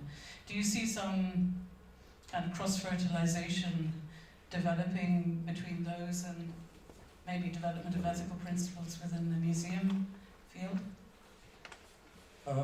I think so, but this process is just starting because the existing code of ethics was voted, Amar is the living memory,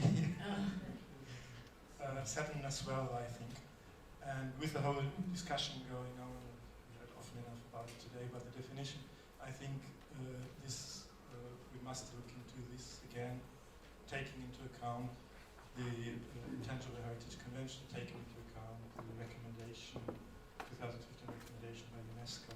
But I think this process is just starting. Yeah, yes. I mean, things always move slowly on the policy level and even more slowly on the legal level. Well, ICOM is a volunteer organization. Our members have a 40 hours per week job, and they engage maybe on the weekend and evenings. So yeah. For sure, yes.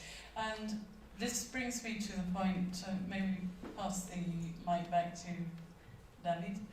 The point concerning, you said that, but the problem, there is a problem. Museums are not always doing these things. I think was it yourself who said that? Or did I understand correctly what you were suggesting? I mean, what then, if that is the case, or not all museums, but if you find a degree of resistance in some museum institutions to this idea, you know, what is the role that you can play here? And, you know, how is it possible to, over time, to try to overcome such resistance? Association like NEMO, but also the National Museum Association are not there to change museums and to change every museums. We have been created by the museums, but with the task of showing them some opportunities. So it's why with the high diversity of the museum landscape, there are some museums, they say we don't want to have anything to do with HTH. Actually, every museum is connected to intangible cultural heritage, but the level of awareness can be very, very low. And if it's not an opportunity to develop something, they can stay like they are. But we just want to show the opportunity to the others. And we work, of course, all the museum associations like NEMO are working with extremely progressive museums that are very open, and sometimes we could think that is the museum landscape. It's not. We are all living also in this room, I think, in a kind of bubble where we have the impression that the whole world is being transformed. But it's not true, but it's not nothing. We are doing a small step. And the question is this question of the space. You spoke about the question of the third space. There are museums that are really ready to give their space to make something, to let something happen. But it's not enough. They have to find the practitioners that are ready to come inside and to accept some rules of the museum. In terms of engagement, have to be. So it's very challenging, yes. And we cannot expect from all the museums to do that. But we are encouraging all the museums to try. And I think this is where the work of this project is so incredibly valuable, because it's showing how, you know, for very different museums, how this has been possible, you know, and that can, you know, at least encourage and one hopes even stimulate others to seek to do something either similar or even quite different, but just the impetus to think about it and try and do something. Tim, you wanted to make I just wanted to come in to sort of reinforce, and also from the ICH perspective, on what both Peter and John said, that it's great to have ICH and museums working, and I think that's, but it doesn't need to be forced too much. Okay, a lot of ICH safeguarding will happen without museums, in any case, because as was said, it happens in the streets, it happens in families, it happens in communities. At the same time, museums have become part of the cultural life, and that's what I want to get at in Europe, but also outside, but starting here, and become an important part of people's cultural life. Is going to the museum, it can be an activity. In that sense, it is an ICH. You know? And so having that convergence is very good for raising awareness of ICH, it's very good, and it may also be good for increasing, I don't know, participation in community museums and things like that. There may be possibilities in that sense. So there should be convergence, but I don't think we need to force it too much. And I'm not saying it's not important, I'm just saying that there's a reason for museums to be museums, and there's a reason for ICH to be in the hands of non-professionals, so to speak. And that also has a space. And there's also, you know, there's room to regard museums as among a number of social institutions, and that in some countries, many countries, there are other social institutions that would play a more important role and be more naturally the ones to support ICH. I can think of in Islamic countries the institution of Waqf, or Waqaf, it's sort of kind of charitable institution, but not really. And, you know, and in many other societies there are lots, all of these, and I think it's important to, as you say, not to focus too heavily outside Europe, particularly on the museum. It's more about the social institution and how that interacts with ICH and can support it. Now we've actually only got 10 minutes left to talk, so shall we look forward and, you know, address this question as to, as you said, David, in your first intervention, your work is just beginning here, right? And so, you know, where can, you know, on building on the very admirable basis that has been created by the 3-year project, you know, what future steps might we envisage? And since you got the magic mic, as it landed here, I don't know. Well, I would like to turn the situation around, and I would like to ask the floor. Who of you is working in the museum, actually? Could you just raise your hand? 1, 2, 10? It's 1/4 maybe of those interested here in the topic. And I would say if you want to go on with this topic, don't speak about museums, but speak with them. Because there can be a disconnection in this. You spoke about a dialogue this morning. We have to be very much aware of, not only as an association, but also in this discourse about tangible heritage. Thank you. So moving forward with the topic, from the point of ICH and Your Forum, as Doreen explained earlier, the forum was a part of why this project started, which I'm very glad of, and I hope this will inspire other parts of the world to do similar projects around the world. And also for us it would be great now when the project is ending to bring the knowledge the project has gained back into the ICH NGO Forum to share not just with Europe but the rest of the world, which is our duty to do. And I hope we will see side events at UNESCO meetings still with this project. And we will spread it. And also coming from a country which is not part of the project, as I'm Swedish, I also feel the duty to spread this project in my own country because I feel the need to do so. So those of you who are based in a country that is part of the project, congratulations, but I'm not. So I agree, the work is now starting to spreading the knowledge. So yeah, I'm looking forward to more cooperation, and that it will be a website where all the information of the project will be accessible, so we can put it all over the world. Indeed. Tim? No, I think this is a very positive project and very informative. I've learned a lot today, and I'm keen to read more about it. And I think there are big everybody's welcome to come to pro-side events at the various meetings. That's very good. And indeed, maybe there's room to look for more dialogue between museum professionals and ICH practitioners. My hunch, it's just a hunch, it's not scientific, it's research, that a lot of this should be allowed to also be encouraged just to sort of grow organically from the people up from the museums, the ones who do it, rather than to start having already directives saying this is to do, this is do's and don'ts.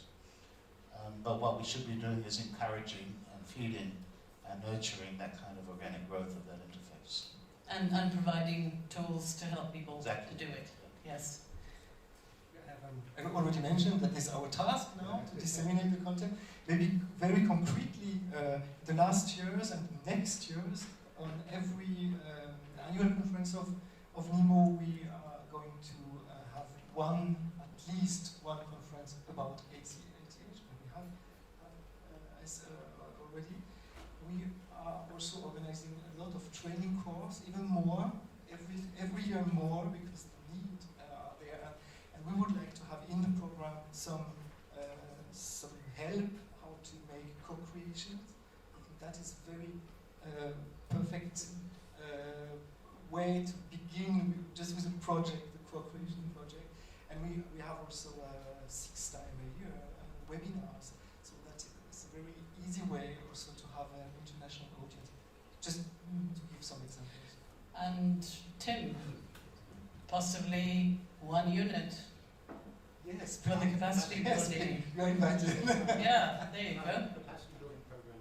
Yeah, that makes a lot of sense. Yeah, that's true, and I think we have this project may give us, and the toolkit will give us the ability now to look at developing, maybe within the ICH or capacity building material for museum staff to deal with ICH. That's a very good idea. So you've heard it here, in front of this audience of witnesses. You're not committed, Tim.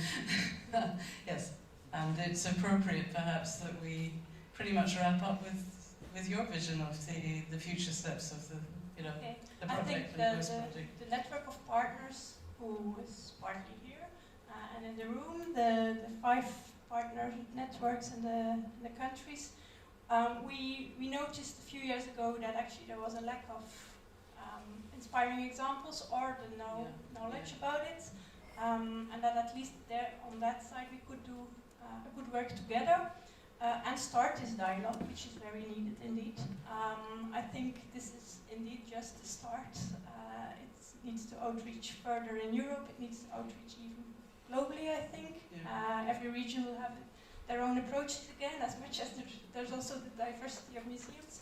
And that there will be a partner in the network that started this anyway, through the forum and through other fora that are there, but that we are very much eager to ask the kind of support that Europe has given to make this kind of initiatives possible. And it hasn't been an easy way, because we applied twice. The contextual issue is the political will. Yeah, that's part of it, but even also again an administrative side, because there was not a box where we could fit within. So it also asks efforts from the people in the field to apply twice and have this administrative burden and to be there. But I think now also Creative Europe is very happy with what is happening here all together, and that they are very supportive to see future actions. We will also have a meeting later on with on the European level, as they couldn't be here. So we look forward to all of you to foster this kind of cooperations and dialogue. And coming back to the broad context, tying up some of it to the Agenda 2030 and Sustainable Development Goals can be potentially an aspect of the future, particularly again about selling the idea to the policymakers. To say, if we do more work in this area, it'll help to tick box X of, sub-goal Y, and, that's can be a persuasive argument at times. Now, what I was signaling to Kia was about sort of summary. Yeah, there are summary documents in how many languages? 5 languages of the project, which are available for you to collect when you next leave the room. I have to now check when that's going to be. I think it's fairly soon. We have, however, before that, we have another video, number 7. Yes, number 7 of 10. Yep, and this is Fatima Ulad Thami or Tami, I'm not sure how it's pronounced, my Arabic is not correct. Henna practice from the Netherlands. Mm-hmm.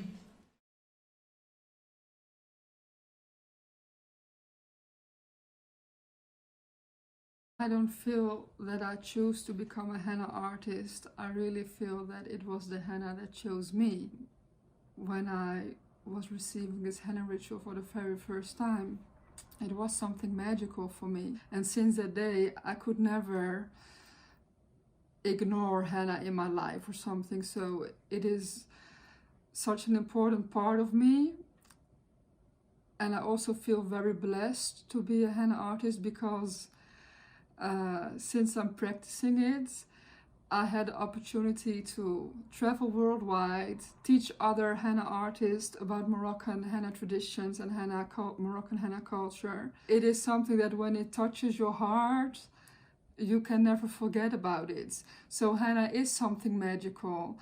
And now that I work in the Netherlands, and I started doing Moroccan bridal designs when I started my business. But now I'm having lots of women coming to me from different cultures, from different social statuses, from different religions. Henna feels like a connecting, it connects all these women together because women love it. They love to get a beautiful adornment on the skin, but also they love the spiritual meaning of it. And it is supportive for them. Like, for example, when a woman gets a divorce, she comes to me to get henna for healing purposes and also for the next step in her life. And I feel very privileged to share this connection with all different women because that means that we are all one. And it doesn't matter whether you're Dutch or Moroccan or from whatever country you are, everyone gets to enjoy this beautiful craft, this beautiful intangible heritage. That's why I would love to work in a museum with this craft because I feel like there is so much more to tell than just that little decoration on the hand. And I would love to display all this beauty from my craft. I would love to show the clothing. I would love to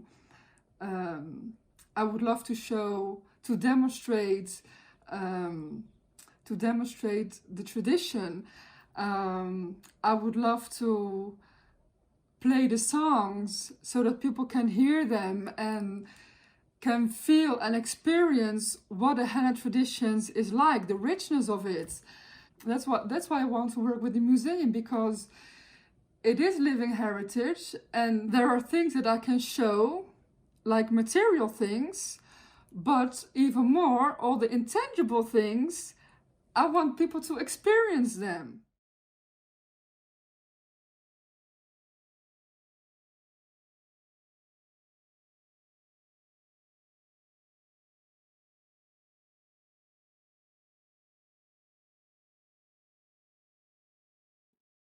And now we have reached the coffee break, but I have some important instructions to give, do I? For what happens after the coffee break. Actually, you come back here at 3:30, correct? Well, it says the 8th video. Oh, but it's shown in both places. Yes, yes. Now we're getting highly technical. So in fact, we ask you to make your way after the coffee break. Are they both downstairs, or one is downstairs and one is here? Okay, so it is the book session is downstairs, and that's for people who've got red dots, I seem to remember, on their name badges, okay? So they head downstairs, and those of you in the other session come in here to start at 3:40, correct? That's what it says on my program. Okay, so thank you all.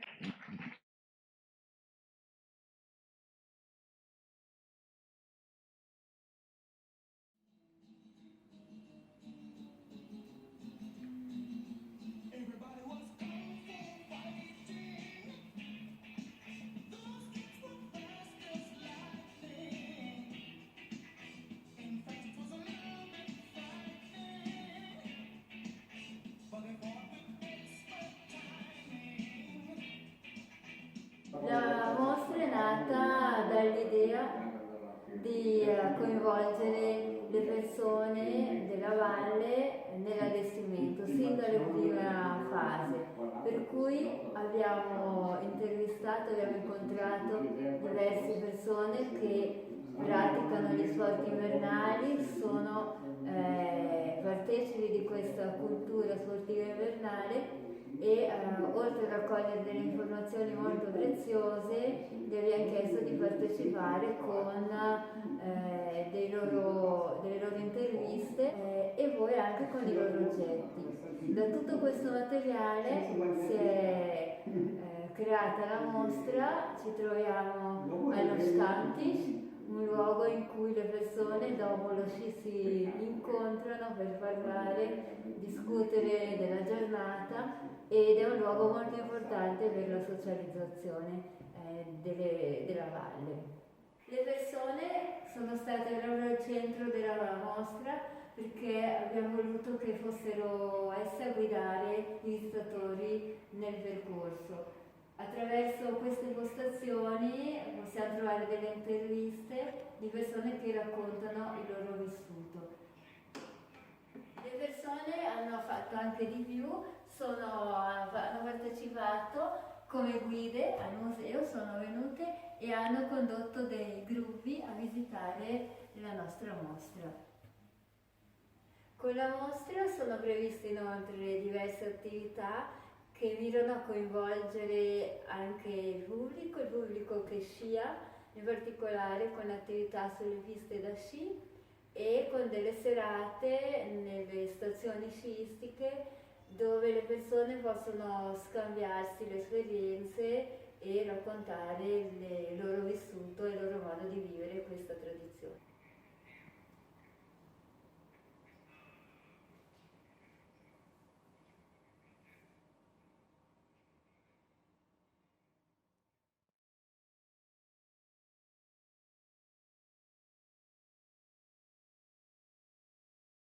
That's definitely okay. So I had prepared a rather dull, straightforward workshop about the toolkit.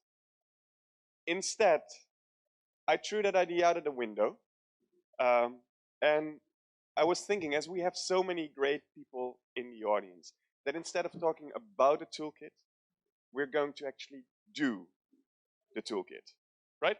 We're going to spend an hour together. I have absolutely no idea where this hour will lead us, but I'll guide you through it to experience what a toolkit may do for you. Now, just one formal line about a toolkit. So if you go to the website, I think now the music, can you please now turn the music off? Or not, it's okay, we do then. If you go to the website of the project, which is ichsandmuseums.eu, and you press on the big label that says toolkit, you'll end up on a section of the website that is the toolkit. And what a toolkit does is it helps you answer the how question. So, you know, you've committed, you've decided that you really want to work with an ICH community, correct? Yes. Yes. And you're a community, but you want to talk with museums, correct? No, Yeah, more or less. And you just want to know everything, how to get started and how to become an expert in this field, right? Yes, because I want to put my language on a museum. So we all have these very specific questions. Now the tool, and I may have forced them upon you. The toolkit answers this how question. How can museums and communities, groups, and individuals working with intangible cultural heritage come together to safeguard ICH and all the little steps that go through that. Now, because we're with so many fantastic people here, many people from the project who've been working on the project for a long time, but also many of you in the audience with tons of experience. Instead of showing you, and now we have tool Y. Tool Y teaches you how to involve communities. I was thinking, let's see, what do you want to learn in this hour that we have about working with intangible cultural heritage? And then we're just going to use the toolkit and each other to figure that out. So I've put this here. And Let's just see. Oh, don't run away. Oh, now you're really in a shit. There we go. What would you like? What are questions you have about working with intangible cultural heritage or safeguarding intangible cultural heritage? Who has a question? Ooh, yes, there's a question. Who owns it? So ownership. Questions about ownership. What other questions do we have that we want to have answered right in this hour? So we have 59 minutes left to change the world, to answer the questions that you may have. And if we can't answer them with the toolkit, we'll just point to somebody from the IMP project or somebody else and we'll fix them for you. This is sort of like an hour of super together consultancy on IC8, safeguarding IC8. Ownership, yes.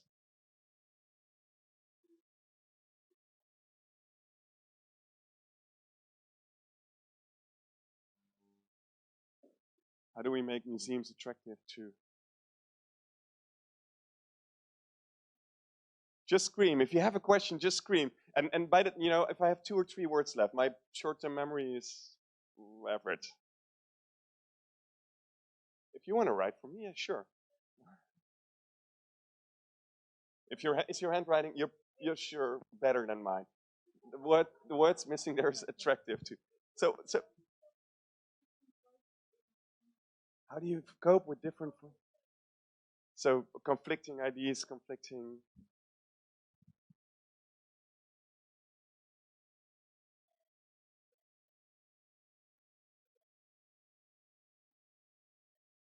So how do you find the right person in a museum to talk about IC8?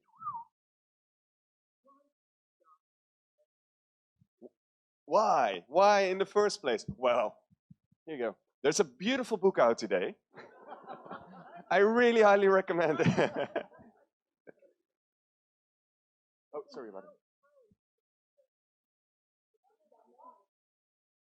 How to safeguard something that is dynamic. So how to, yeah, right. What other questions do you see?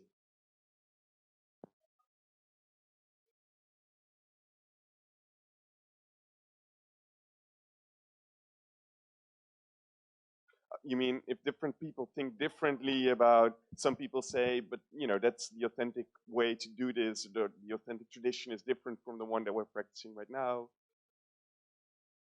Out of the range of dynamic options, what to collect.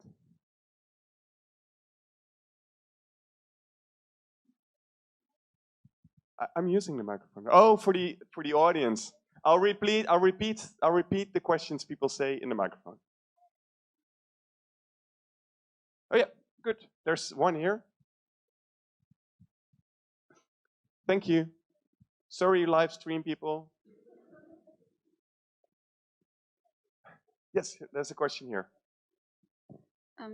As museums, we have material culture in our collection that we got, say, 100 years ago. But of course, we have not until recently started to collect the immaterial cultural heritage.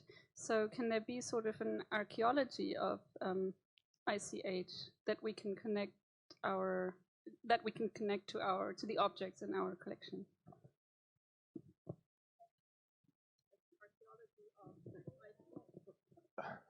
So you can clearly see, I'm not going to answer that question, but we're going to try and answer it because I have absolutely no idea. Any more? Yeah, we have, how much room do we have still?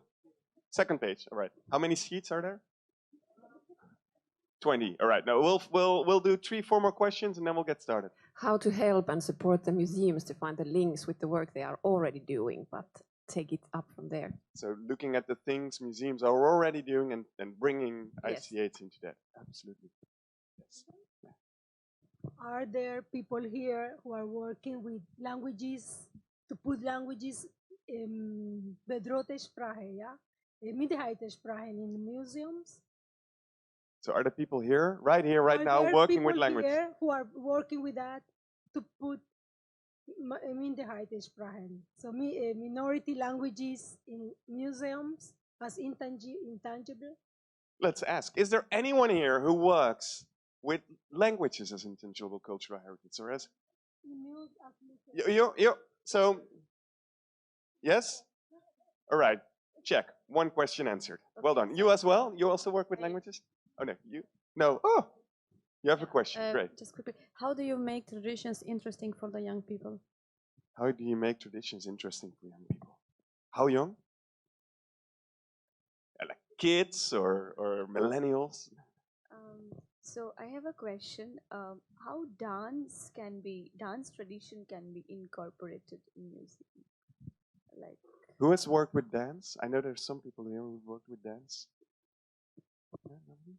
Dance. How can we incorporate dance into the museum?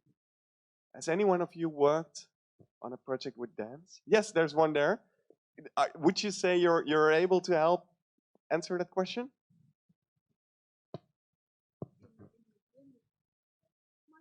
Oh, sorry about that. Maybe it's not that easy to do dance in a museum, but there are museums that are about dance, so you can look for them. But you can interact with normal exhibitions or things like that in a museum, and there are a lot of organizations working on that already. So it must be. And do you know one or two or three of them that afterwards you can go over and have a chat? There's drinks, yes. Kia, right? Still? Not now. Later there's drinks, I think, right? Yes, but I don't know. There's another coffee break. Okay, but I will try to get to it. You'll try. Excellent. Okay, so how the toolkit works is these are questions of all different levels, right? Some of them are introductory questions, like why in the first place do we need to do this? Which may be a question you need to answer to convince a government or your boss or your colleagues or a community to start doing this. Then there's the question, I don't remember who asked it, like where do you get started? And your question, what are the right people to approach in a museum? Let's say these are introductory questions. You're getting started on the road to working with ICA. That's the first category of the toolkit. And we've created with the project specific tools to help you through this. So there's a booklet, which is like a summary of the beautiful thick book, which you can use to maybe convince your boss. And it also asks you to reflect on some questions in your own organization to get started on this topic. But there are different categories. There's also the category of tools, which helps in a much more specific way to address specific questions. For instance, what are the different communities we work with and how can we work with them? And I think personally most interesting is the third category of tools, because this is the one, and this is a little bit what I've been doing when I connected you and you. It's where we look not just at the tools that we created in this project, but all the tools and all the material that is out there in the world, made by others with experience in working on safeguarding of ICAs, that we may be able to use ourselves. And there's a little, before we start answering the questions, so Lina, are you here? Yeah, they are. So you've given this to everyone, right? well, quite many. Quite many. So this is a tool that you developed in Finland, which we can use because you can download it for free, and we'll link to it from the toolkit as well. That is, well, maybe you can best explain it yourself in one sentence. Thank you. The wheel chart of sustainability. So with this tool, you can discuss with your communities, NGOs, museums, how are you doing in sustainable development in all of the 4 pillars. It's with 24 questions. It's free, downloadable online. Just go and print it and cut it and have your own workshops all over the Europe and the world. So this helps you link intangible cultural heritage to the topic of sustainability. Now, so what the toolkit also does is it links to these sort of materials from others around the world that you may be able to use. What we're going to do with your questions right now, do you have more? Yes. Yes. No, so sorry, they're on the other side. All right, so if you want one of these, go find Lina, or go to our website in about 2 days or so when we've had a chance to link to your tool from there. And if you have your own tool, make sure to send it to Kia or to Jorijn or to me or to anyone, so that we can also link and integrate it into the work that we do. Well, all right. So I want to use the same approach on your questions, right? Is it a question that we can answer by connecting 2 or 3 people in the room? We'll do that. If it's a connection, if we know somewhere where it's been fixed, we'll do that. And if, you know, we don't know anyone out there who's answered this question before, we're just going to find the solution ourselves. You want to help? I don't know if I need help. Who else wants to help? Who else wants to have a supporting role in that? You want to have a supporting, who else? Can I get some more supporters? Yeah? All right.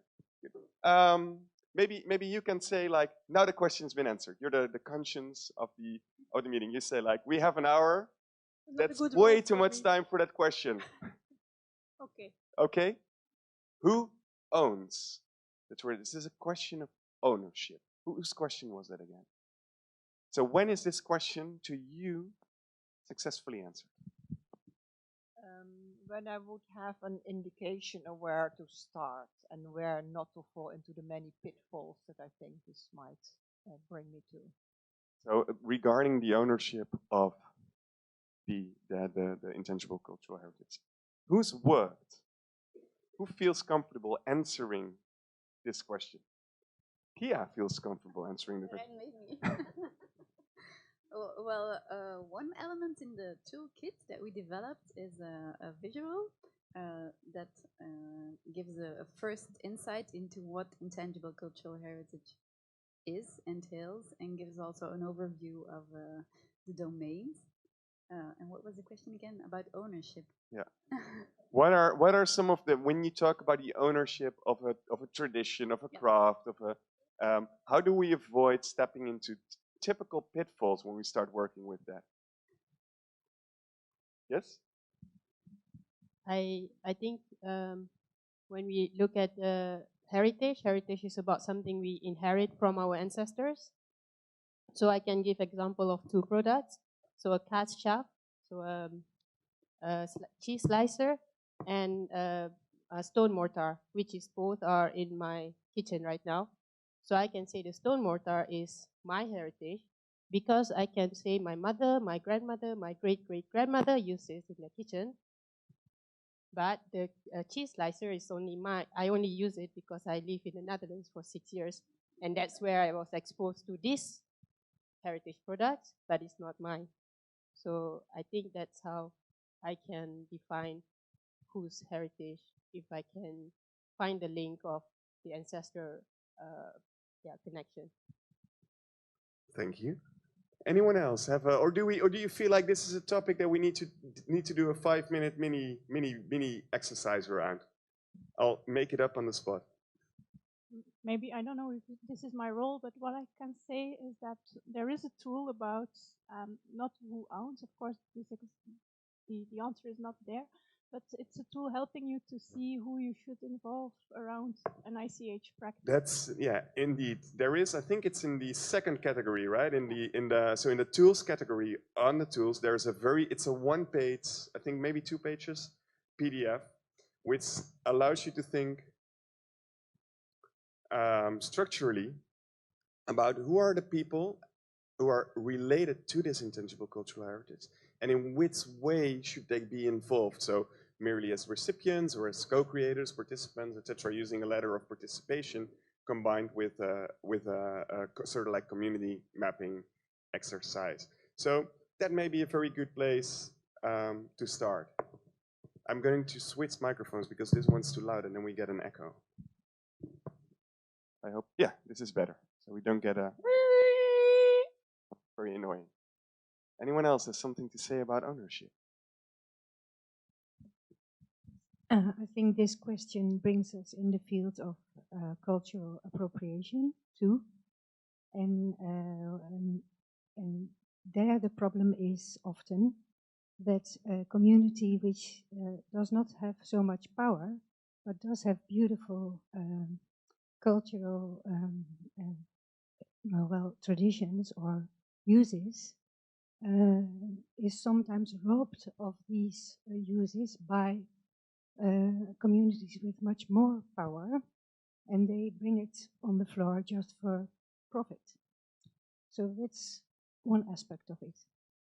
I think there's a part in the book, I'm looking at you again, which says, at the end of the book, the beautiful book you all have, which says about one of the risks of working with intangible cultural artists is exactly this. So if you use the one tool, make sure not to fall into the risks trap. One more smart word, Wait, yes? wait. There's also another tool online which handles the topic of ethics about Sure. conduct, and it includes, among others, the ICOM Code of Ethics, but also the work UNESCO has done with regards to ethics. So that might help broaden your view on those perspectives. Generally speaking, my experience in working with very diverse groups of people is, as a person in power in this specific occasion, I am the only one well, together with the lady in the back, I'm the only one standing, which gives me a position of power. I'm also the one with the microphone, is to spend a lot of time listening and observing, as opposed to having opinions and claiming things of others. Better be on the safe side. Does that help a little bit? You're not completely satisfied. We could fill a week with this question, but that's good. How do we make museums attractive? I'm going to park that one for a second, because that's a very, let's do the low-hanging fruit first, right? Because that's how do you make a museum attractive? Super difficult. How do you cope with conflicting voices? That's also difficult. Spark that one. How do I get into the museum? How do I meet the right people in the museum? So who are museum people again? Don't we have like the boss of all museums in the world? So from your perspective, who would you need in a museum to get intention? If you're a practitioner, to get it on the agenda? No, I wanted to say something about the ownership, because I'm wondering why nobody is questioning the term of ownership. UNESCO, the idea that cultural heritage is universal is at the basis of UNESCO. And as soon as you speak about owning cultural heritage, you speak about who doesn't own it. And then you come to the question, which is currently discussed in the States, only Afro-American curators may curate exhibitions of Afro-American art. This is I think it's very risky. I'm wondering why this question is coming up. So you're saying maybe instead of asking who owns the cultural heritages, who is it related to, and not use the idea of ownership to avoid the pitfall of getting into a conversation where only people from the 17th century can curate 17th century Dutch art, for instance. Yeah. Some hands? Yes, a hand. Thank you. Just a small comment on that, if I can speak in. Yes, it's also related to the ownership, because obviously this is a big issue for all of us. So I work for the Institute of Cultural Heritage of Romania, and one of the big problems that we have in Romania is what the lady just said, cultural appropriation. And I will give you just one example, which I think all of you know, is the jacket, the traditional Romanian jacket that was appropriated by Dior, the house of Dior. So it is, from our perspective, for example, it's one of the cases in which we should talk about maybe not ownership, but I don't know if there is a better word, I'm happy to use it. But for instance, here it's a concrete case of a heritage community that uses a traditional craft that still produces this coat for something like 300 euros, and Dior made it and sells it for 30,000 euros.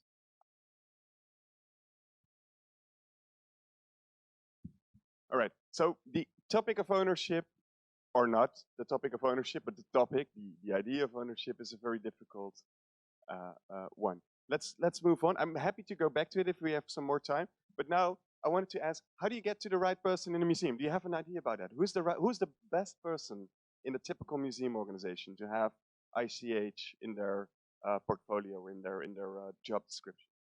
Well, as I said, not the organization, but the museums themselves. So go there and talk to, I don't know, start the director, the educator, the curator. Just start talking and then you will find them. And don't give up, yes? In the Finnish National Museum, there's a person who is the community manager.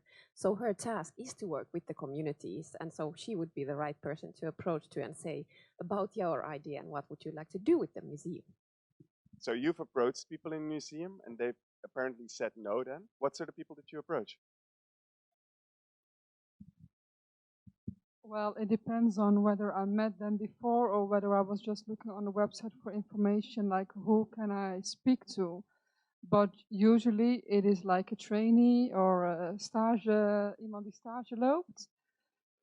So I don't know how to get in, like really get in. I'm just knocking on the front door. That's how I feel.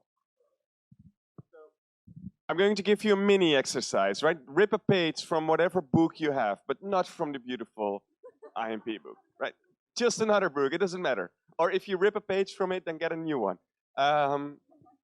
Or make it the last page or so. It has the credits on it, which you don't miss. Or a beautiful blank page. I want you to write down on it, because we've all been in this situation, right? Where you needed somebody high up in the tree to tell you that something that you did was important enough to, be part of the organization. Write down in English or Dutch. What other languages do you speak? English or Dutch. Your number one tip. And then at the end, we all hand it over to you. Yes, it's all for you. To use the collective brain. Your number one recommendation to find the right person in the organization, or to talk to the director, to talk to the museum, to get this on the agenda and to get in, okay? Check. So while you're writing down, the question how to safeguard something that is dynamic. I don't know whose question was that again? How to safeguard something that is dynamic. Somewhere here. Your question. Yeah. This is at the heart of both the book, I think, and the toolkit. And I know it depends a bit on what you actually want to safeguard. Is it, is it a tradition, is it a craft, etc. In the inspiration part of the toolbox on the website, you'll find tons of references, both to our own tools, but also to those of others, about how to safeguard, how to deal with specific kinds of intangible cultural heritage and safeguarding them while they're dynamic. And I think that the starting point, and this is for all of you, is we've tried to make a connection between what a museum does in terms of preservation and what needs to be done in terms of safeguarding intangible heritage, and finding connections between those two fields, so that actually it's not something entirely new, but it's using tools that you may know as a museum professional, that you may know as a different type of professional, and applying it to a different field. Okay?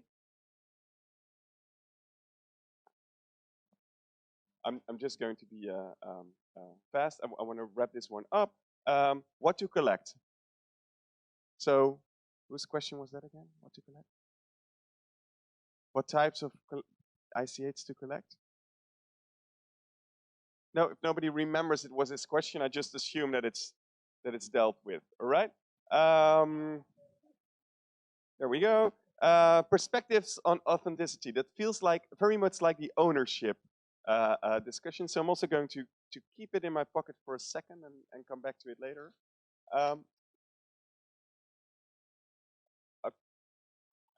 The top question. Yours. The archaeology of. Did anyone understand that question? Does anyone feel like they can answer that question? The archaeology of heritage question, because I didn't even get the question. Sorry. Yes? Oh, you're Ryan. Your Ryan is so smart. Maybe I can interpret it and yeah? correct me if it's wrong. But actually, together with the partners in the Netherlands and some partners here in the room, we are currently doing a sort of pilot, starting from the question which also came up in the IMP project actually, and how to collect ICH. Can you collect ICH? And if you collect it, what does it mean? And so on. So the whole range of questions coming up there. And we are doing a pilot currently, so the answers are not yet there, but we realize that all museums have registration systems, and that it's digital very often, and that it's structuring very much the work being done in collections, and that if we want to cooperate in a good way, that it's also important to think about those instruments that exist. And to see for collection planning and management how ICH can be connected to that or integrated to that in a way that it's also respecting the philosophy of safeguarding ICH and not having only for example, the documentation approach or the seeing it as an item, but trying to approach it as a living practice to be transmitted. So actually we are in the full process of scrutinizing this question and hope to come with some answers within 1.5 years. Maybe we can, this could be one of the options for a follow-up project because it's so such a delicate question to reflect upon. Okay, so it sounds like you're going to recruit for partners for a follow-up project. Is it still working? Did it stop? Yeah, it still works. Right. So again, the intersections that are at the heart of the toolkit and at the book are a good starting point because they also show how museum collecting is different from inventorying, etc., intangible cultural heritage, but also the same. So, for instance, how can we use collection management systems also for intangible cultural heritage? I know there are references to this in the toolkit as well. Now, the toolkit also has a search option. So if you just type in collecting or collections, I'm pretty sure you'll find 1 or 2 or 3 tools that may help you actually to collect intangible cultural heritage more structurally in your organization. Does anyone else have something smart to say about the archaeology of intangible cultural heritage? Hi, Thijs. Hi. When you said archaeology, I had to think about a project that existed about 10, 15 years ago. It was called graffiti archaeology.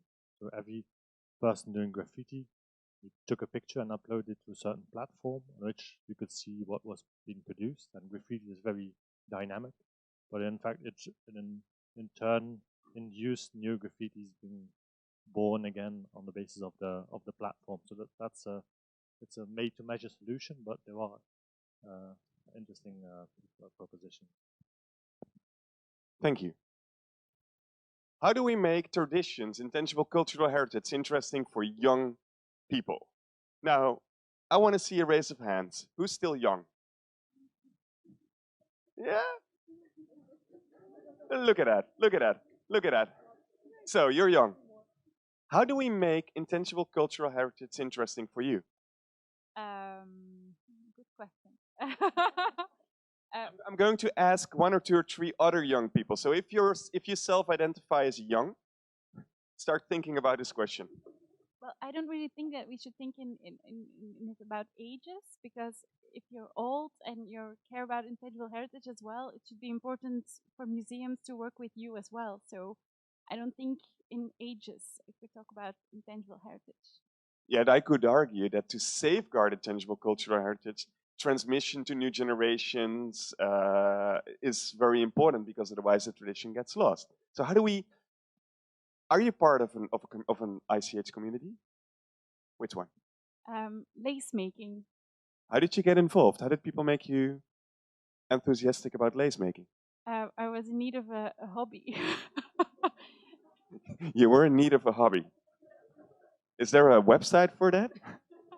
No, it was a coincidence, actually. It's a good example for here, because I was at a museum and there was a workshop going on, and I was like, okay, let's participate, and I was able to try it and I liked it, so I enrolled, and now I'm still doing it, so yeah. So it was actually through a museum that you were interested. Who else self-identified as young? Look at that. We've aged tremendously. I know there were some hands here. Otherwise, I just go on appearances, right? Everybody who looks young, and I see a lot of young people. Who else is young? Yeah, you're brave. You're very brave. So how could we get you involved in intangible cultural heritage? So I think in between others strategies, it's just like to get a public, to get audience for these kind of intangible traditions. And I think one is very pedagogic from the school. So with introducing these kind of things in the curricula in schools, but just from the very beginning, when the Licky Pignini is in my language, when the very small kids go to the kindergarten. So just and then when they are young, they already have the interest. Likke Panini. Likke Panini, you're right. What's wonderful. So my son is 6 years old. In school, they now have the wonderful theme before. I told the teacher, there's a lot that came before, right? It's history, but in a stupid Dutch word, vroeger. It's pretty broad. And she said, yeah, but we can do anything from dinosaurs to classical music. Right, great. So it's great. He now is learning that dinosaurs played classical music. I hope that really gets him involved as a Tiki Panini. One more person who's young. Yes, there's somebody. Are you also involved in an ICH community or group? Yes. So how did you get involved? So basket making, and I was writing my master's dissertation about intangible heritage instead of about museums, and decided to write about craft and chose a craft basket making, and from that I've been kind of getting into the fringes, and I know a lot of people, and about 10 years down the line I'm going to start making some baskets. But my point I wanted to make was, and I think it's a little bit heretical sometimes, but I think it's really, really, really important to engage children, as in young people, when they're young and enthusiastic.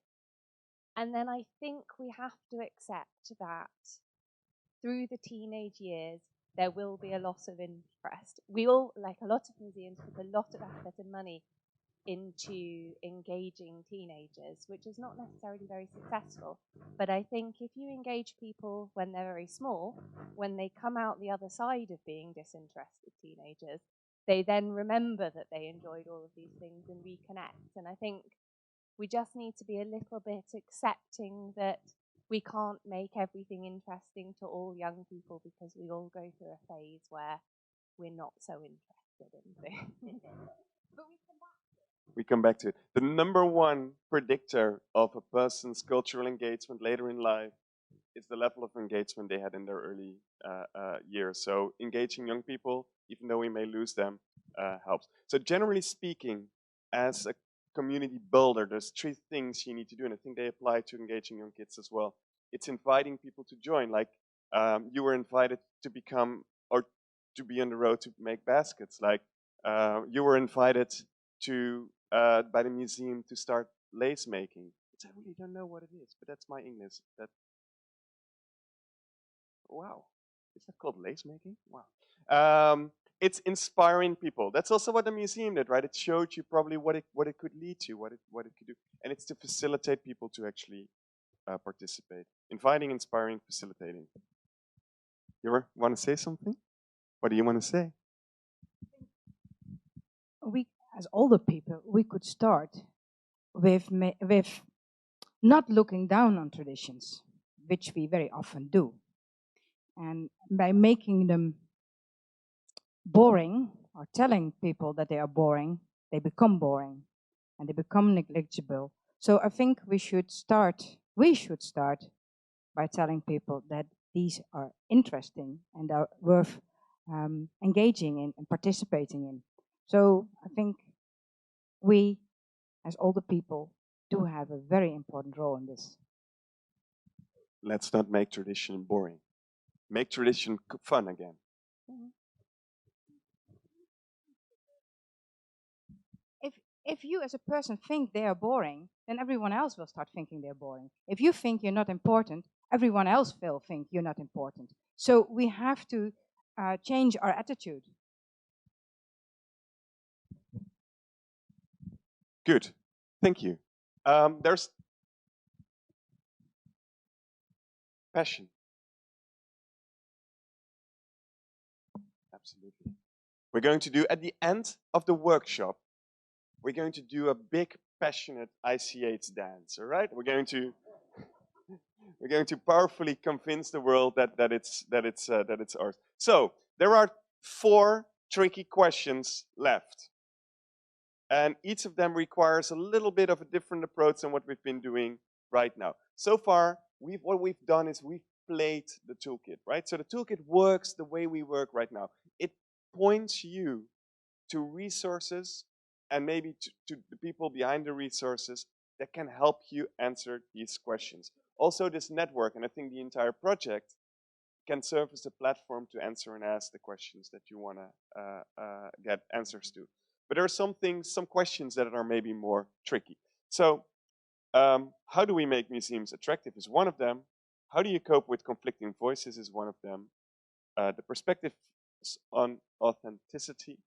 And then there's the question, how to proceed from where museums already are. And it inconveniently for that question is on a separate sheet, so probably we're not going to address it one. How do we cope with conflicting voices? We need a conflicting theme. What is something that we all have very different opinions about? Anyone? What is a thing that we feel passionately about, yet have conflicting opinions about? Yes? What is a thing we feel passionately about, yet have conflicting opinions about? Well, from the general ICH discussions, I know the topics that relate to gender or to the rights of animals always are very controversially discussed, such as hunting. Should hunting be considered an ICH, or should yeah? Beautiful. So let's just to see if this is conflicting, right?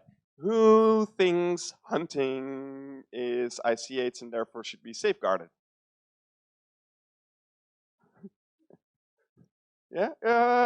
Okay, yeah. Who thinks hunting is evil and should be stopped? Can be both also. Nobody thinks hunting is evil. You don't like it. We need a, because now we can just kick you out of the room and then the pro hunters win. We need a strong group of anti-hunters. No? Yeah? So who thinks hunting is not ICH and should not be safeguarded then? Maybe make it less explicit. I think it's not as conflicting. In this room, generally there seems to be an agreement that hunting is.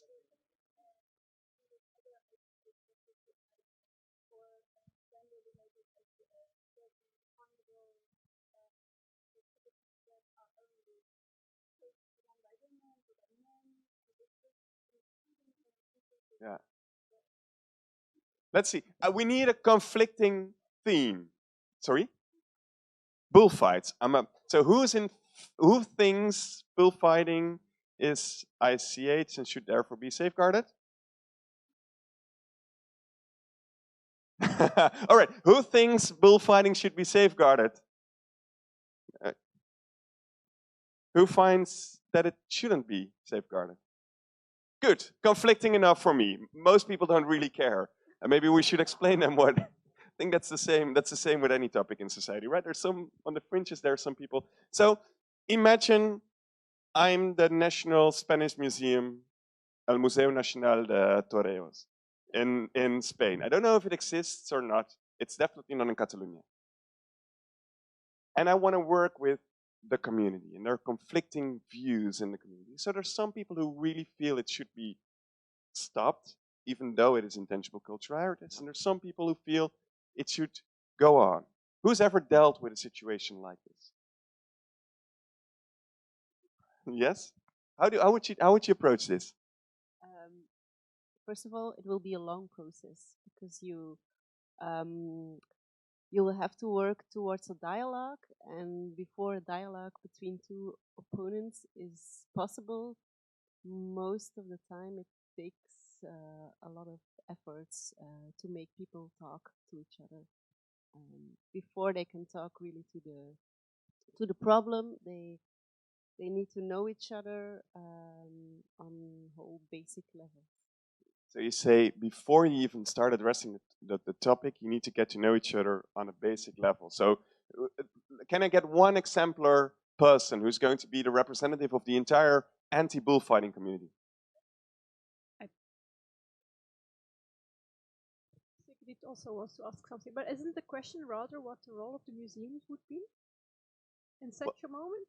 Well, I think that is, yeah. How to deal with conflicting. Yeah, or which role to play as a museum. Which role to play as a museum, all right, yeah? And then again, you ignored that a lot of people didn't have a voice. So I think it's important. That's one of the important things, to listen to the voices you don't hear. So you just go one to the, and you go to the other opposites, which makes you get opposites. But you need to get more information going, get the voices of the people who aren't heard, before, just as one of the acts in trying to change the perspective of opposites. Yeah. So, yeah. Because I think it's indeed a very different position. If you are in favor of bullfighting as a tradition, you can say I'm not, but you could also say, but I would rather make an exhibition on it, because because of that I want to make to inspire dialogue. I want to see to present the different communities and their voices. So it's a really different outcome. Whether your question is, should it have a place in a museum, or should it be a tradition we want to support? It's a very different question. True, true. Yeah. Maybe another thing in case of museums is like not whether it's ICH or not, but like how do you represent it? I guess that can cause conflicts as well. Like say one tradition, okay, we agree it's ICH and we're doing something in the museum, we want to represent it. But then two groups who practice the same thing kind of start disagreeing on how to do that. Maybe that's part of this question as well. So I think the question was, and I'm going to tell you a little story. The question was how to deal with conflicting views in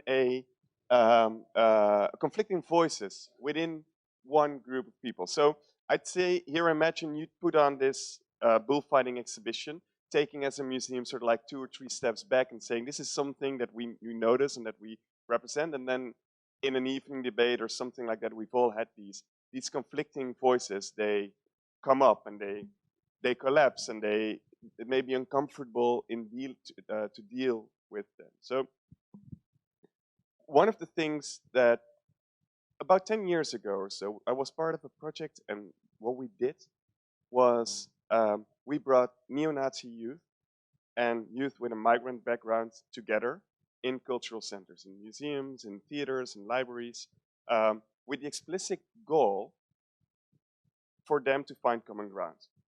So we'd have on one end of the room, literally there, we'd have the neo-Nazi youth, which in Holland at the time were one brand of clothing, Lonsdale, so they were called Lonsdale youth.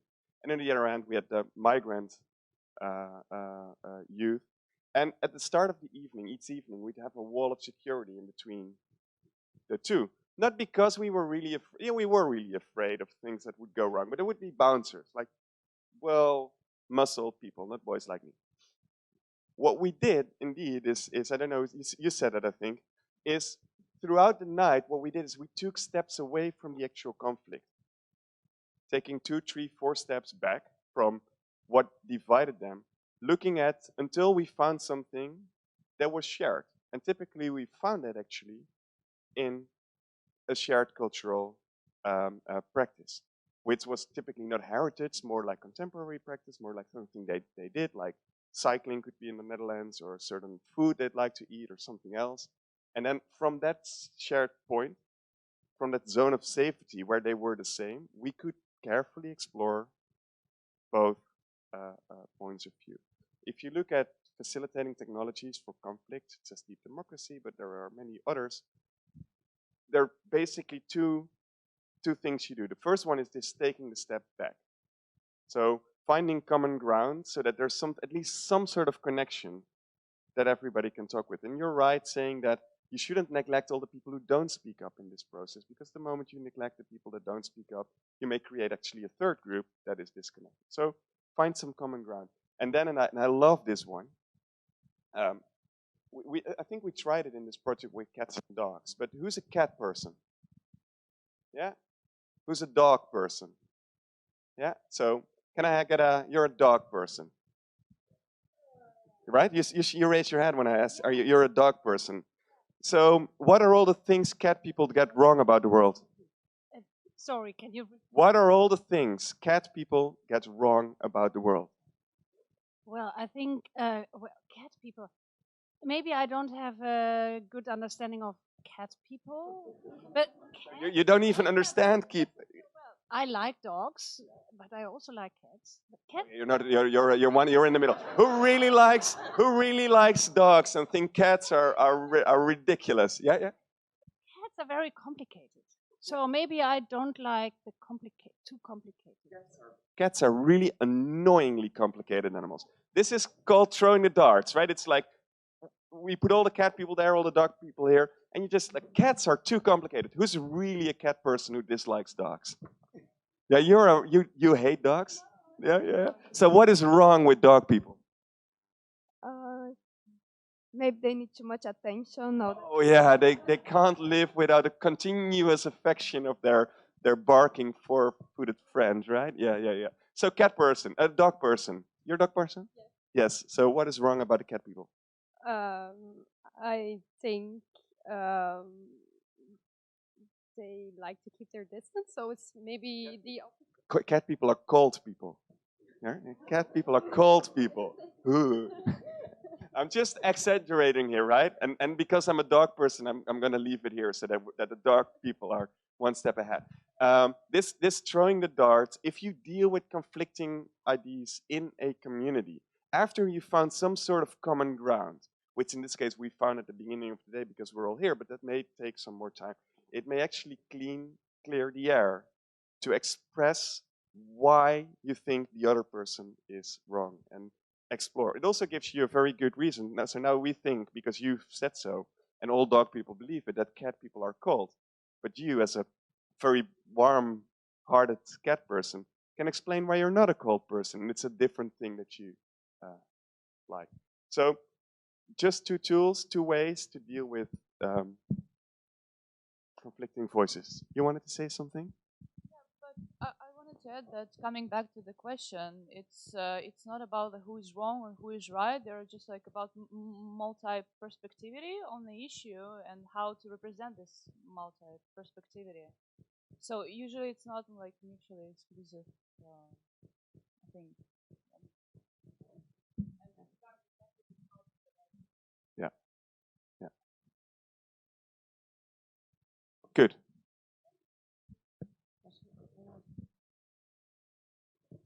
Yes. I just want to add a little bit on the question before, on the position of the museum itself, because you can try to find common ground, but if you work as a museum with tradition bearers around bullfighting, for example, you get an image of the society of sort of museum, but which position do you want to take yourself, and which image you want to spread around? Is it a neutral one? Is it a position in favor of ICH?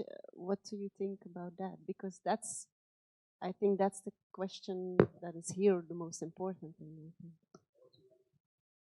I want to ask it. So your question is: as a museum, do you advocate for, regardless of the topic, a position where you say ICH is important, and therefore this is a topic that we may want to investigate and so is that who feels that position as a museum is valid? Yeah. Oh, you have a microphone. I said, little by little, we arrive to the question why. Because about conflict, what is the position of museum? Is it only safeguarding, so work for the interconnaissance, inter-knowledge between diverse communities and so on, and prepare the dialogue, or it is the museum try to resolve the conflicts? So I think we have to go further the simple safeguard of the past, but to build the future. And so the question is how to interest political decision makers to the subjects which are treated in the museum. about communities, for instance. It is very important because communities not ask only for recognition, reconnaissance, but also to get some citizen rights and so on, and equality for citizen rights. So how to make political decision makers inside the museum and make the bridge between communities and political makers by the museum. I think answering the question, what is the role of the museum in these topics, is a question that's being a continuous debate, and it's definitely not something we try to burn our fingers on in the toolkit. I think there's a very lively debate going on about a new museum definition, and a lot of these issues are at the heart, I think, of that discussion. So the toolkit references the ICOM definition, and I think it also references the discussions around the ICOM definition. But generally speaking, and then we go to you, there are we've identified in the project 4 obvious opportunities. There are many more, 4 obvious opportunities where museums and intangible cultural heritage together can make a difference in the world if you choose to do so. And I have to know them by heart, of course. One of them is sustainable development. A very popular topic which also policymakers and governments are emphasizing. So if as a museum you feel that you should play a role in that regard, the toolkit gives you tools to work on sustainable development. Another is sustainable cultural entrepreneurship, and I'm looking at you right now. There is participation, right? The big push for cultural institutions to be more participatory, actually until tangible cultural heritage can give this a context and be more meaningful than having a Facebook quiz about which duck you like most or something like that. And the 4th one is innovation. Well, teaser, go to the toolkit and you'll find the 4th one. All right. So we're not here to answer it, but it's there in the toolkit. I know we didn't answer this, but again, it's like a full workshop. So done. How do we make museums attractive? So who hates museums? Yeah? Wow, fantastic. No, that's great. You're excluded from this next exercise, but you'll be somewhere. We'll go to you to answer it. I'd like you. Did you all rip down out a paper and write some recommendations for a friend here? 4. Okay. So rip out another paper, and you don't have to. You don't have to. I'd like you to turn to your neighbor. And in 1 or 2 minutes, one of the two of you is going to tell you the very first moment in your life you understood that museums are more than places where you spend a rainy Sunday afternoon, and they actually have a meaning in your life. The very first moment you were touched by a museum. Then after a minute, we turn the other, and the other tells the same story, and then we'll see if there are some trends we can use to make museums more attractive. All right? Go.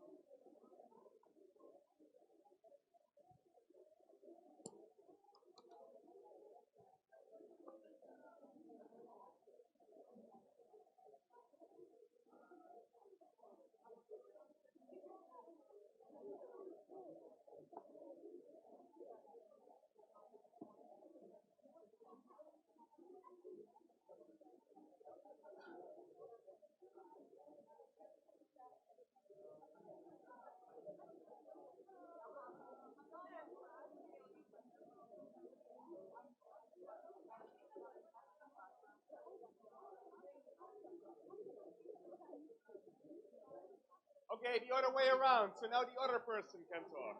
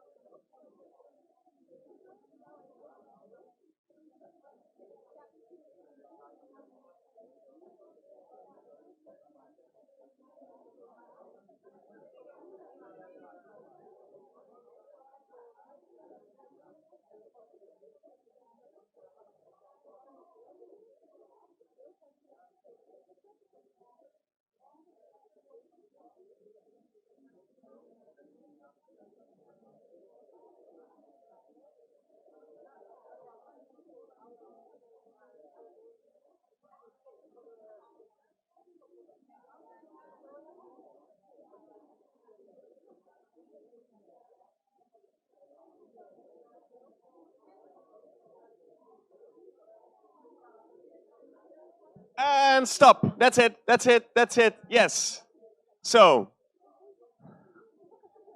if you listened to your neighbor, and the question is, how do we make museums attractive to ICH practitioners? And we assume that the people who do ICH are humans just like us, so that we can learn something from our experience about their experience. Listening to your neighbor, some keywords. How do we make museums attractive for intangible cultural heritage groups, communities, and individuals? Some keywords. Just shout up. I'll repeat them in the microphone for the people at home. Tactile. Touching.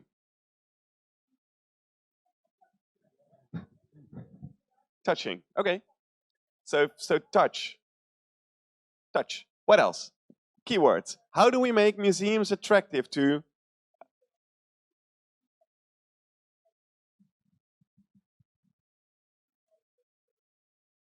involve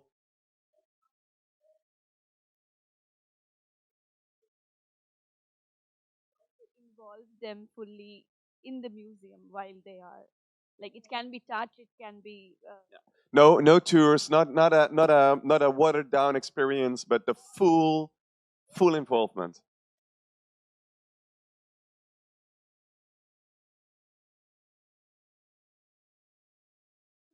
Yes.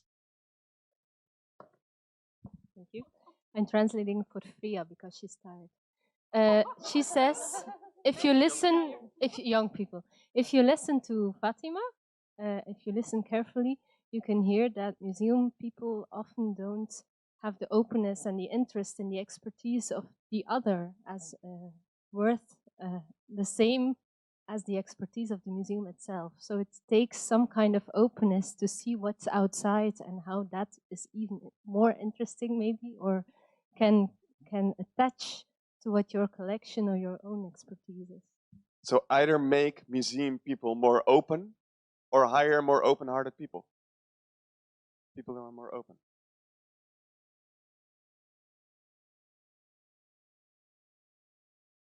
More keywords. So one way is for the community, and where the community feel reflected on the things that, for example, are in the intangible, in the ICH museum. If they feel them reflected, is the attractive. And for the others, the foreigners, tourists, or so, they have to have the last technology of nowadays. So interactive, and how they say touch, and playing around, creating, not creating the musealia self. So for communities themselves, show that they're represented, and for the tourist, make it sexy. Well, we're both sharing the idea that our first experience was triggered by recognition. You know a work of art, for example, from a children's book or from a postcard, and then suddenly you have the sensation of seeing it in reality. And that is also linking to what you are saying, that people like to recognize something of themselves in the museum and then see it in a broader context, see it in reality, see it respectfully displayed. I think that's very important lesson. So respectful display, but also making it make it recognizable. Yeah, linked to people themselves. Yeah, yeah. Providing opportunities for co-curation and also maybe more importantly co-creation. So you're working together to create something. So I guess that goes into the full representation, full involvement and that kind of thing. So it's about working together equally.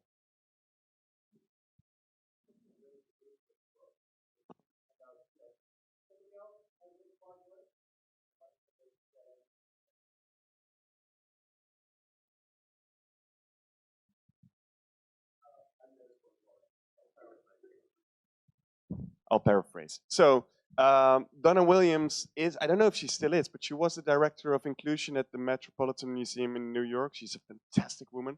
And her motto in her work is you cannot be welcoming if you don't know who you're welcoming.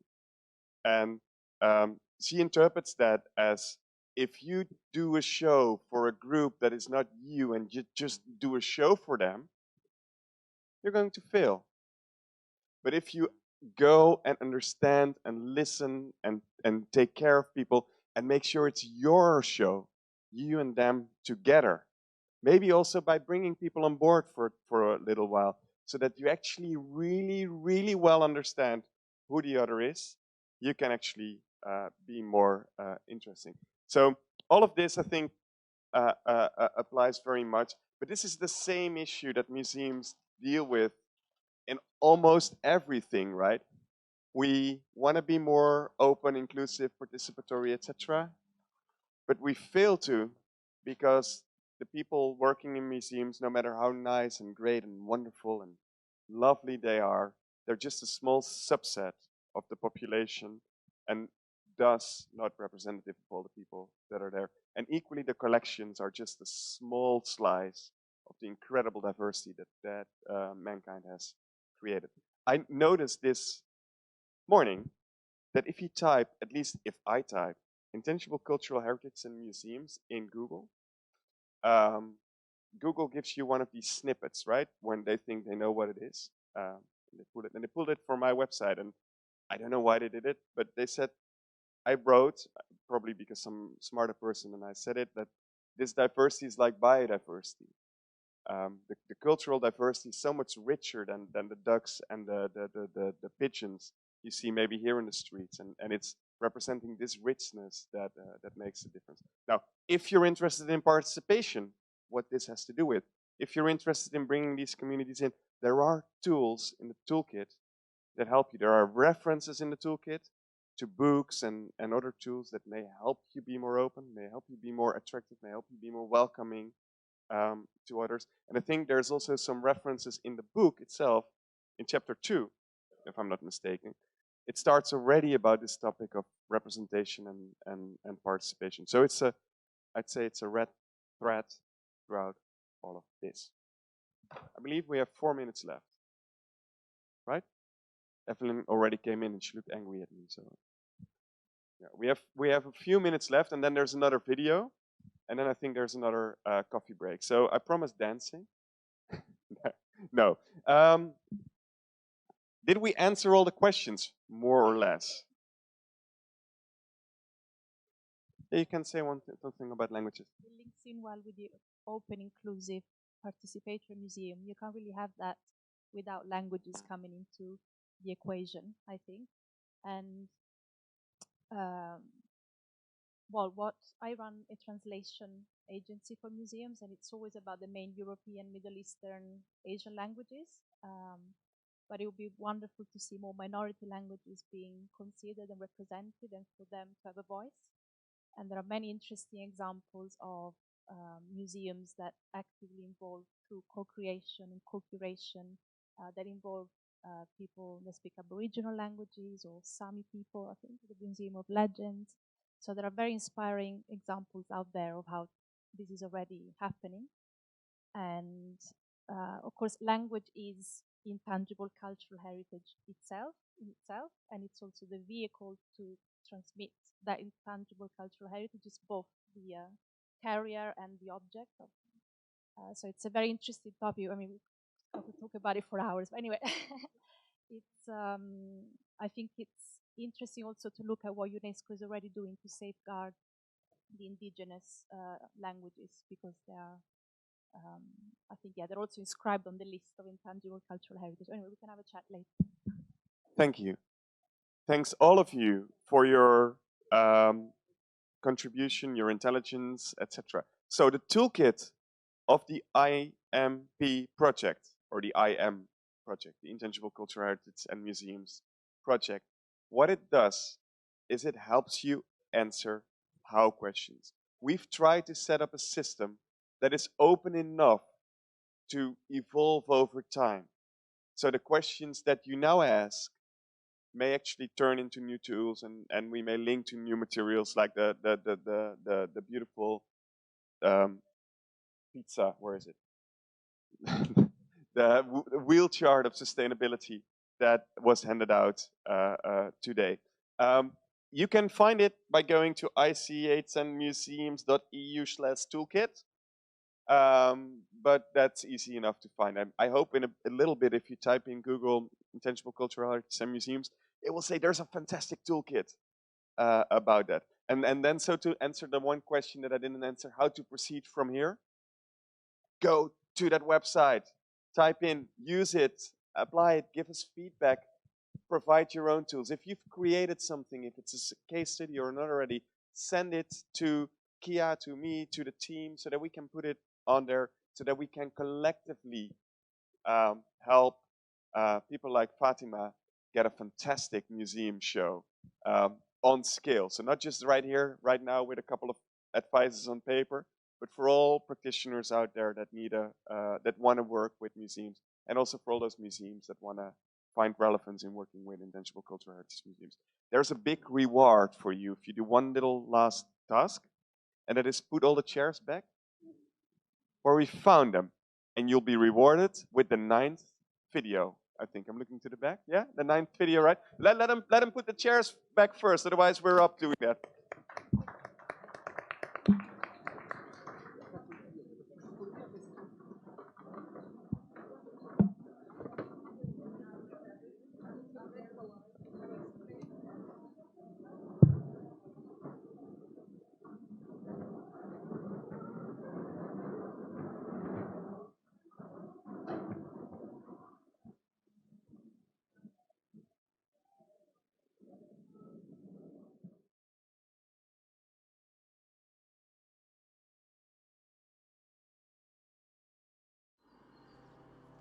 We're standing in front of the Hofambuslade, the residence of 16th century humanist Hieronymus van Buslade. Today, this building is a museum, and it actually still works in the same way.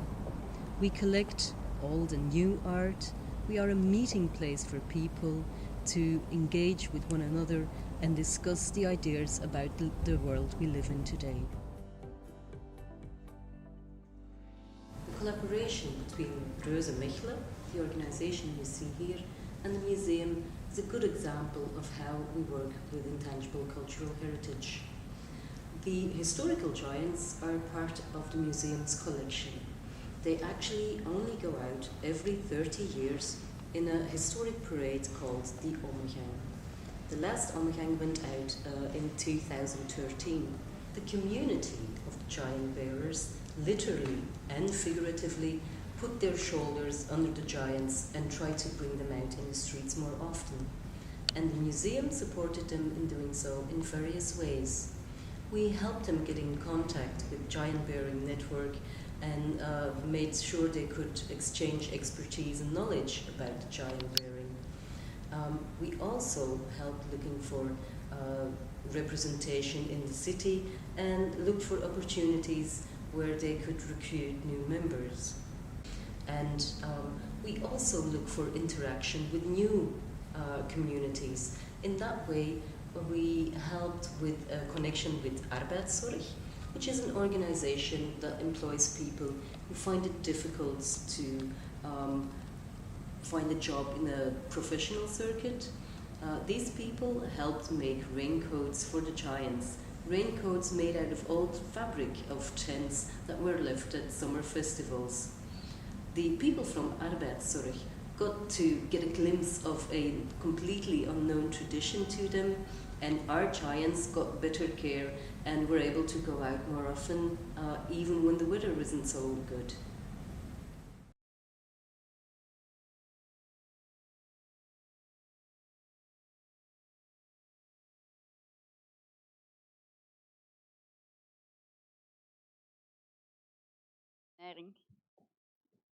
So we are about to present you a declaration that we wrote the past few weeks. And it's called the Declaration between the Dynamic Engagement between a Multiplicity of Actors from the Fields of Museums and Intangible Heritage.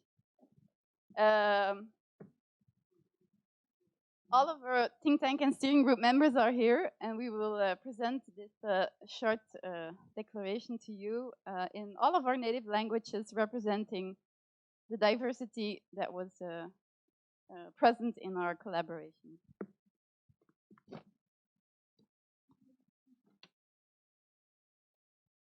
So I will start in English.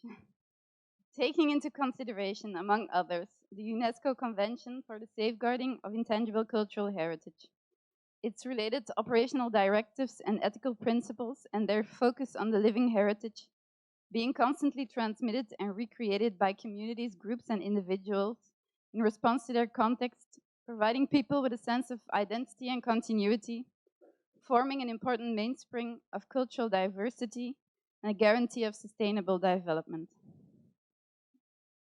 The ICOM Code of Ethics for Museums and the professional standards and principles it sets, as well as the emphasis on the use of museum collections to promote human well-being, social development, tolerance and respect by advocating multi-social, multicultural, and multilingual expression.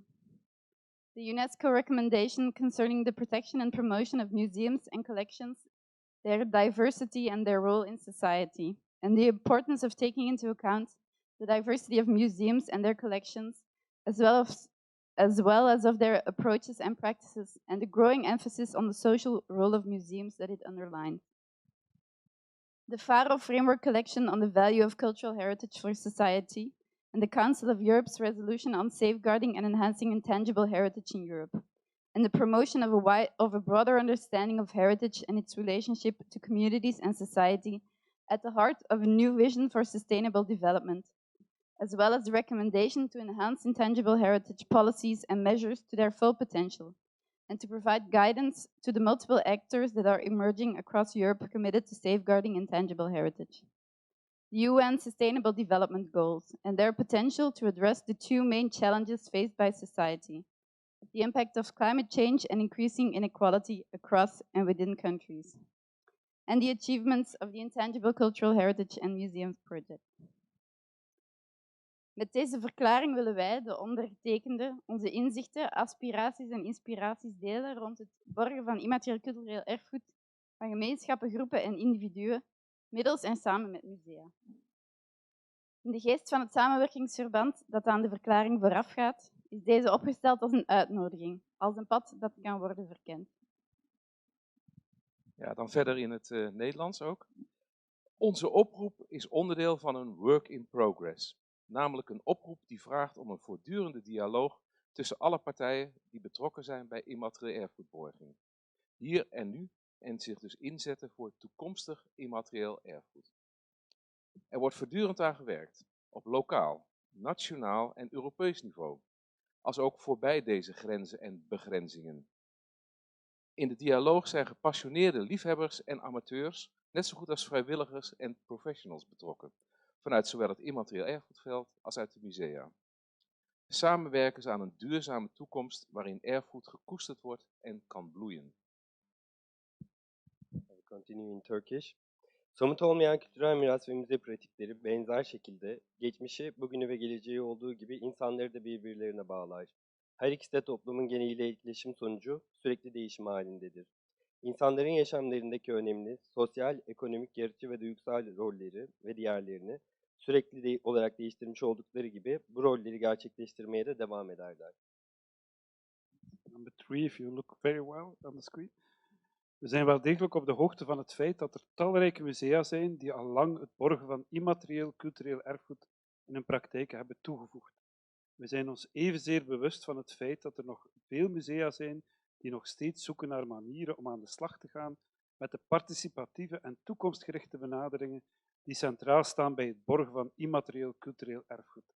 Dit zou kunnen neerkomen op het verrijken van de bestaande museale vaardigheden om ze aan te passen aan de noden van gemeenschappen, groepen en individuen die immaterieel cultureel erfgoed belichamen.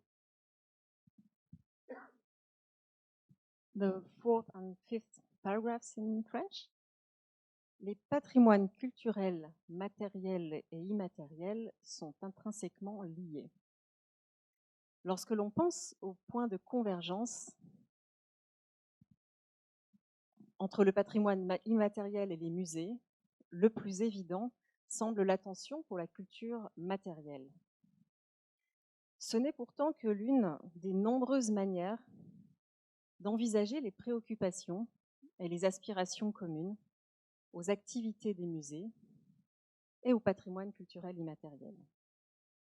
Les opportunités sont multiples, du renforcement des liens avec la société par l'exploration de nouveaux thèmes, à la décolonisation des approches du patrimoine, en passant par l'innovation des systèmes, dans les systèmes de gouvernance, l'échange d'expertise et le développement de coopération dans le champ de la conservation, ou encore l'usage collectif de ressources matérielles. Toutes les parties engagées sont certes différentes, mais égales et complémentaires dans leur capacité et leur attention au patrimoine immatériel. Par conséquent, il est d'autant plus profitable de partager les acquis et savoir-faire éprouvés dans l'objectif de sauvegarder ce patrimoine et, ce faisant, de développer de nouvelles expertises pratiques. Swiss German, Schweizerdeutsch. 6. Das Zusammenhalten, gemeinsame Experimentieren und Entwickeln von Interaktionen und Engagement zwischen Museen und dem immateriellen Kulturerbe bietet ein grosses Potenzial. Drängende Probleme und Fragestellungen von der heutigen Welt können so auf innovative Weise angegangen werden, was zur Identifizierung und Umsetzung von nachhaltigen Lösungen beiträgt. Gleichzeitig fördert eine solche Kooperation die kulturelle Vielfalt und trägt dazu bei, Brücken über und zwischen den Sektoren zu bauen. 7. Wir glauben, dass Museen privilegierte Räume sind und zum Schutz vom immateriellen Kulturerbe beizutragen.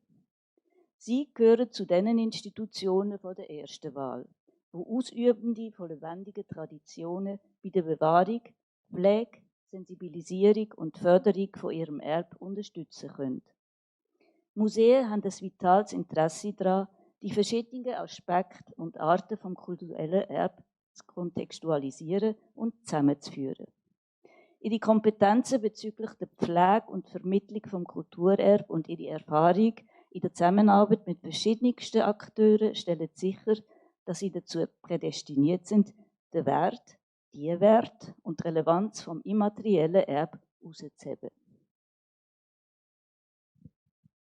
En français de France. Parce qu'il y a des Français de la francophonie, hein, tout différent. Le point 8.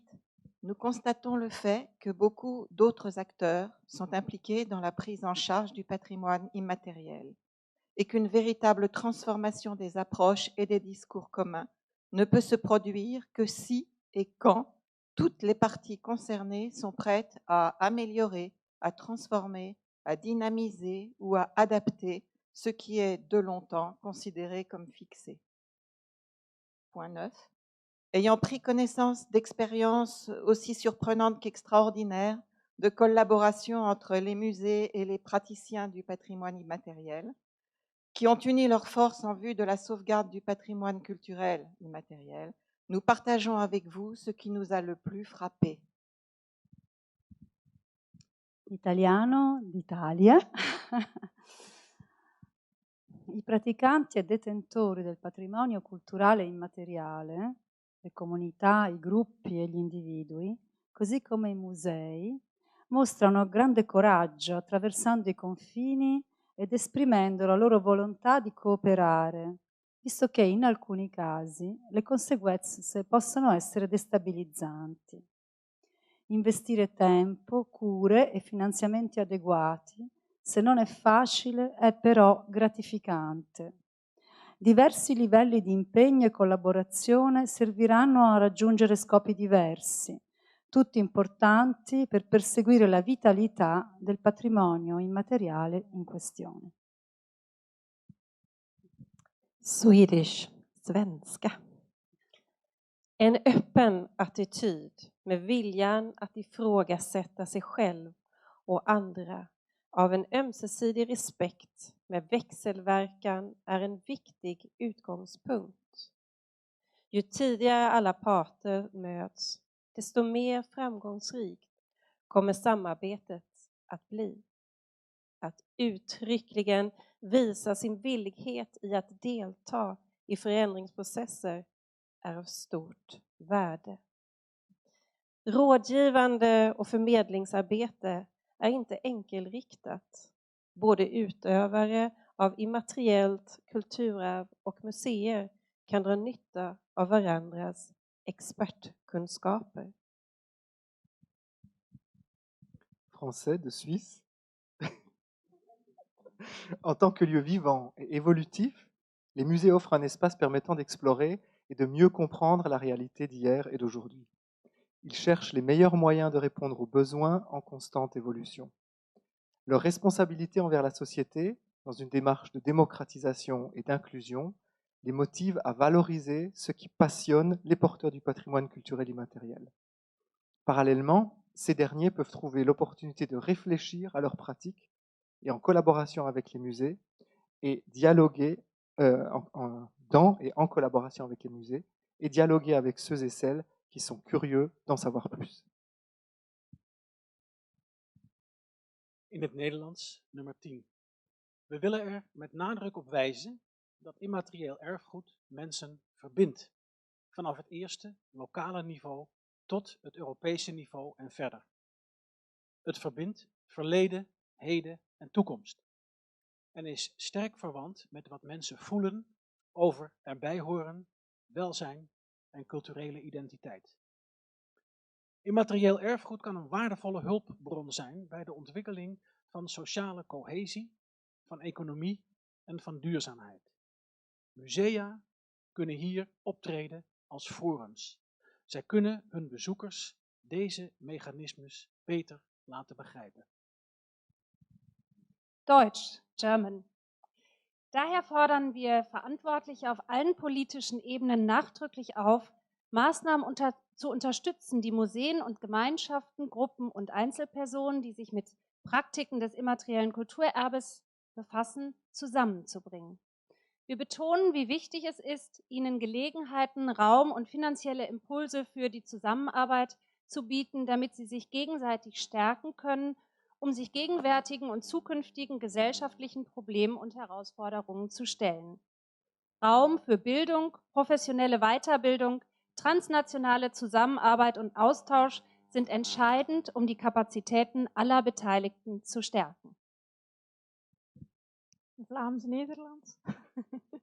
Op onze weg naar groeiende verbindingen en samenwerkingen, divers in vorm, complexiteit en intensiteit, tussen beoefenaars van immaterieel erfgoed, gemeenschappen, groepen en individuen en musea, nodigen we alle mensen en organisaties die betrokken zijn in het borgen van dit erfgoed uit om dit traject verder samen te lopen.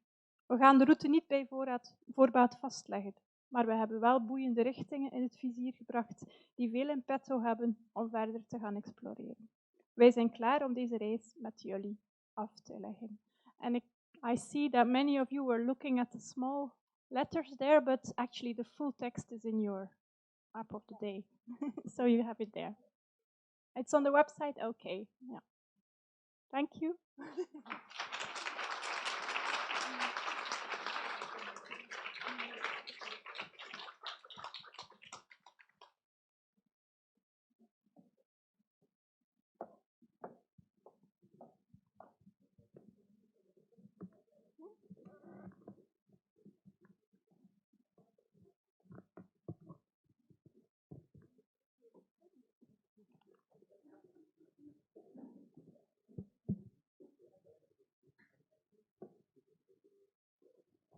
So we have a final video for you, which features Paul Terral from France. He is representing his organization Far West. And after that, I will give the microphone to Mark Jacobs, who will present to you the concluding remarks of this day. Thank you.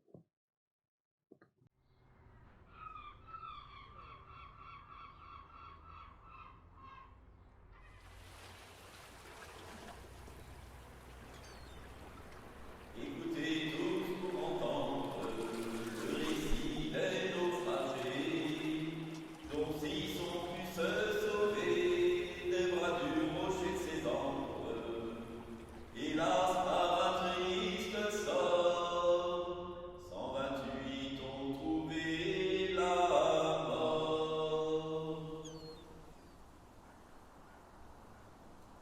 Je m'appelle Paul Terral, donc je suis responsable et cofondateur de l'association Far West, qui travaille pour la transmission des chants marins traditionnels.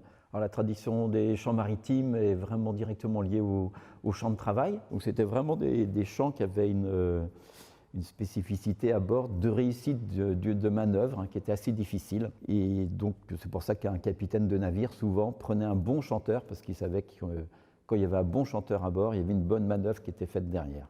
Voilà, on voit bien les barres d'aspect. Donc c'est ce cabestan-là que nous allons bientôt avoir dans le musée de Cancale. C'était un capitaine de Nantes, c'était un capitaine de Nantes qui partait pour le Levant, l'Est. Donc on a vraiment le rythme de la marche. On adaptait ce rythme de marche pour tourner et pousser sa barre de cabestan, ce qui faisait que les matelots poussaient tous avec la même force sur leur barre de cabestan. Et ça permettait d'enrouler une corde autour du treuil qui permettait soit de hisser des voiles, soit de remonter l'ancre du navire.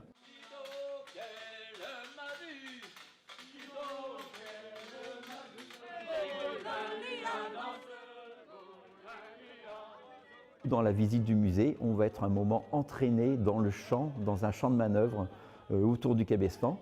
Donc je dirais une pratique vivante muséale qui va être vraiment intéressante.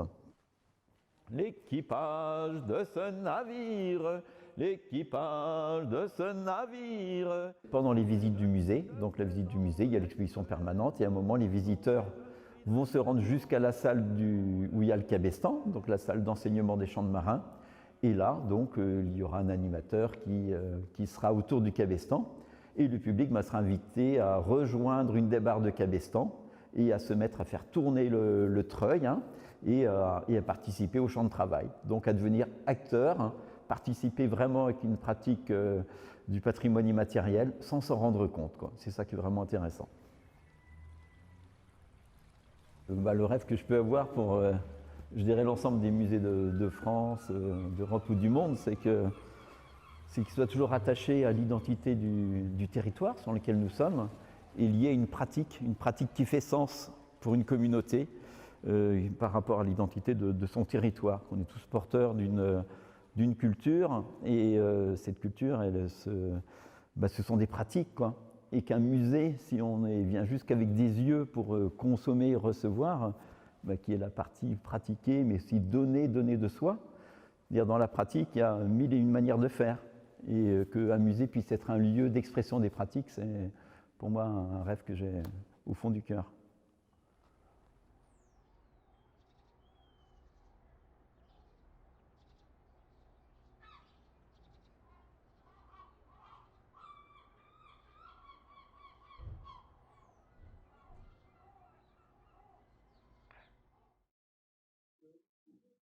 Well, now have the opportunity and the honor to make the concluding remarks.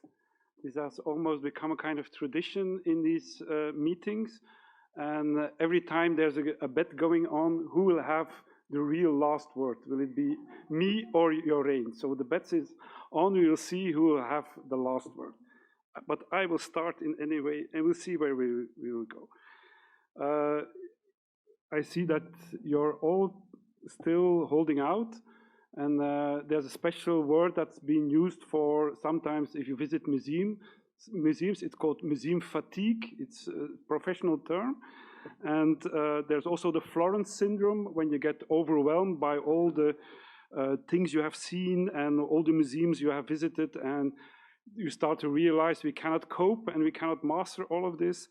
Well, even after a very rich day where you saw and heard a lot of interesting things, you still look quite energetic. And so we will launch the term of IMP energy to when you go home. I will try not to claim too much of your time. I will make a few brief remarks. It has been an interesting journey the last 3-4 years. A lot of things changed and happened, both in the museological field, also in my life. And I liked that they programmed this video referring to a light tower, Faro, in a number of languages. Actually, I left that lighthouse to go explore not the Far West. I really liked the joke, but to go to the academic world, where I tried to set up a new master and PhD program on heritage.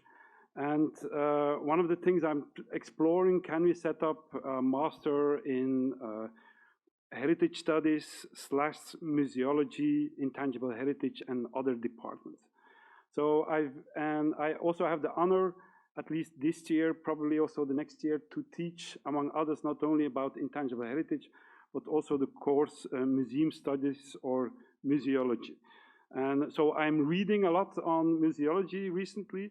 And one of the books I recently read was a book published by François Marès, a well-known museologist, Nouvelles tendances de la muséologie, published in 2016. And in that book, there's an article by Serge Chaumier, another famous museologist, and the title is Pourquoi la muséologie ne devra plus être une composante du patrimoine? Why museology or museums should no longer be part of heritage. And when I read the title and I started reading, I got very alarmed, so I'm setting up a new program, and actually one of the museologists is saying we should get out of this heritage paradigm. But then I started reading, and well, I will tell you which statement Serge Chaumier tries to make.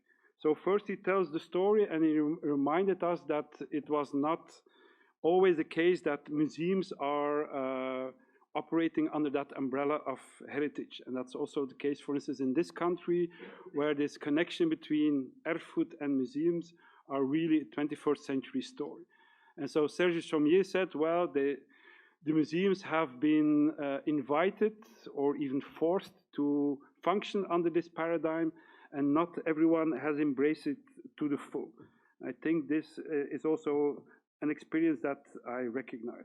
On the other hand, and that was one of my jobs in Faro, I really had to promote the heritage idea, and I think it's useful that this policy decision was made to connect the two and to put the umbrella of heritage on top of it. And the same was, for instance, dealing with popular culture, with traditions, the notion of intangible heritage. That's also a political and conceptual revolution and evolution, where this concept is working as an umbrella to embrace everything.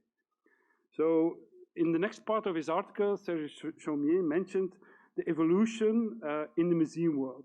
And he actually pointed at the elements that David Villaume from Nemo earlier today called a mega trend. And you have all the important buzzwords you should know. And that's what I try to tell to my students. These are the buzzwords you should know and use: participation, co-creation, involving, engagement, and so on, stakeholder involvement. So all these concepts were there, and in so-called new museology, but there have been many new museologists since then, these are the words that are being used. Next to the very strong focus on collections and collection management, this is the mega trend that is evolved. In the next part of his article, and that's where the title comes from, Chaumier says, well, he's a bit worried that this mega trend is not so stable and not so not as certainly as some people might think. And he points out that there can be a number of policy evolutions, budget cuts, political decisions that try to turn back the clock and to refocus on collections. And that's where he got his title from. For him, patrimoine is basically about collections, and he is afraid that this emphasis on collections by using the word patrimoine will actually influence the evolution and will blow away that whole participation idea. So, so his advice is, well, let's, as museum professionals who embrace these participation, co-creation, etc., let's try to get out of the heritage game and to either rename the whole field and try to escape. And so I said, wait a minute, as a specialist in intangible heritage, what is he talking about? Do I get this right? That's not how I perceive what heritage is. Another element that Chaumier hints at, it's a sensitivity for issues like climate change and the fact that the world still can be improved, that there's a lot of inequality. Since he published this article, the Agenda 2030 is getting momentum, and it is in the sensitivity for all these issues that we should concern, both for the planet and people. This is influencing also the museum world. And I refer here to the important discussions that the museum sector, especially ICOM, has been doing, especially the last year, about the museum definition, challenging the older definition with a lot of emphasis on the collection. And actually, and Professor Gala mentioned it, this new manifesto definition, pointing at all those challenges, that this discussion is going on in the museum world. And in Kyoto, unfortunately, they decided not to decide anything and to postpone the discussion. So that's the good news, the discussion is still going on. So if I look at these evolutions and I look what is happening in the world of intangible heritage, and to see all the previous conferences focusing on diversity, participation, urbanized society, innovation, and how this affects culture policies, there all these elements that Chaumier was worried about were put on the agenda under the label of intangible heritage and how it can be influenced. So in today and in the previous meeting and in the book, you have all the emphasis on communities, groups, and individuals, stakeholders, and so on. And a discussion was going on about the difference between tangible and intangible heritage. And I even heard the notion that tangible and intangible heritage are two sides of the coin.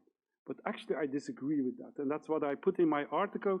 I think it's a false dichotomy, and it's a dangerous dichotomy. And that's why I like that, for instance, the word living heritage is introduced to try to escape. A lot of emphasis was put on so-called transition and transition phases, the notion of third space, which is on the title of the book.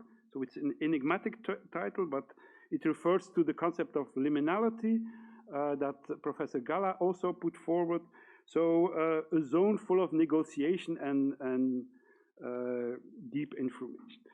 So what I see here, luckily I can say I do no longer agree with the proposal by Chaumier, said, oh, let's not give up the heritage concept already. And apparently there are zones of connection between what is discussions in the museum world and what intangible heritage is doing in the whole heritage field. And in the book, there are a lot of interesting elements that can be read. What I particularly like, and I discovered it today, is what you find on page 110 to 119. And it's titled The Reference Framework, Key Text and Networks. And especially page 110 and 111 are interesting because to go forward strategically, a lot of the levers and things one could do are identified in that scheme.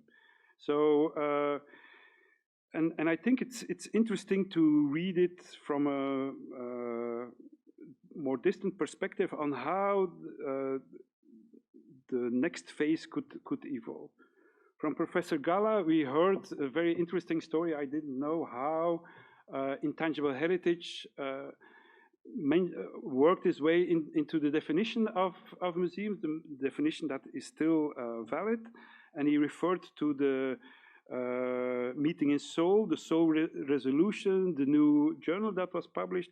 I think it's a very important phase in the discussion between museums and intangible heritage. Today, and with the IMP project, we're going for the next phase. And I think it's relaunching a debate. In UNESCO, a lot of things happened, and that's what you find on that page 110. The 2003 convention, it got reinforced with a number of operational directives, especially the 6th chapter linking it to the Agenda 2030 on sustainable development goals, the ethical principles, and now the new kid on the block, the overall results framework. On the other page, page 111, you find another ingredient of the recipe, and that's focusing on the Faro Convention, the Convention on the Value of Cultural Heritage for Society, holding a lot of interesting keys to work with.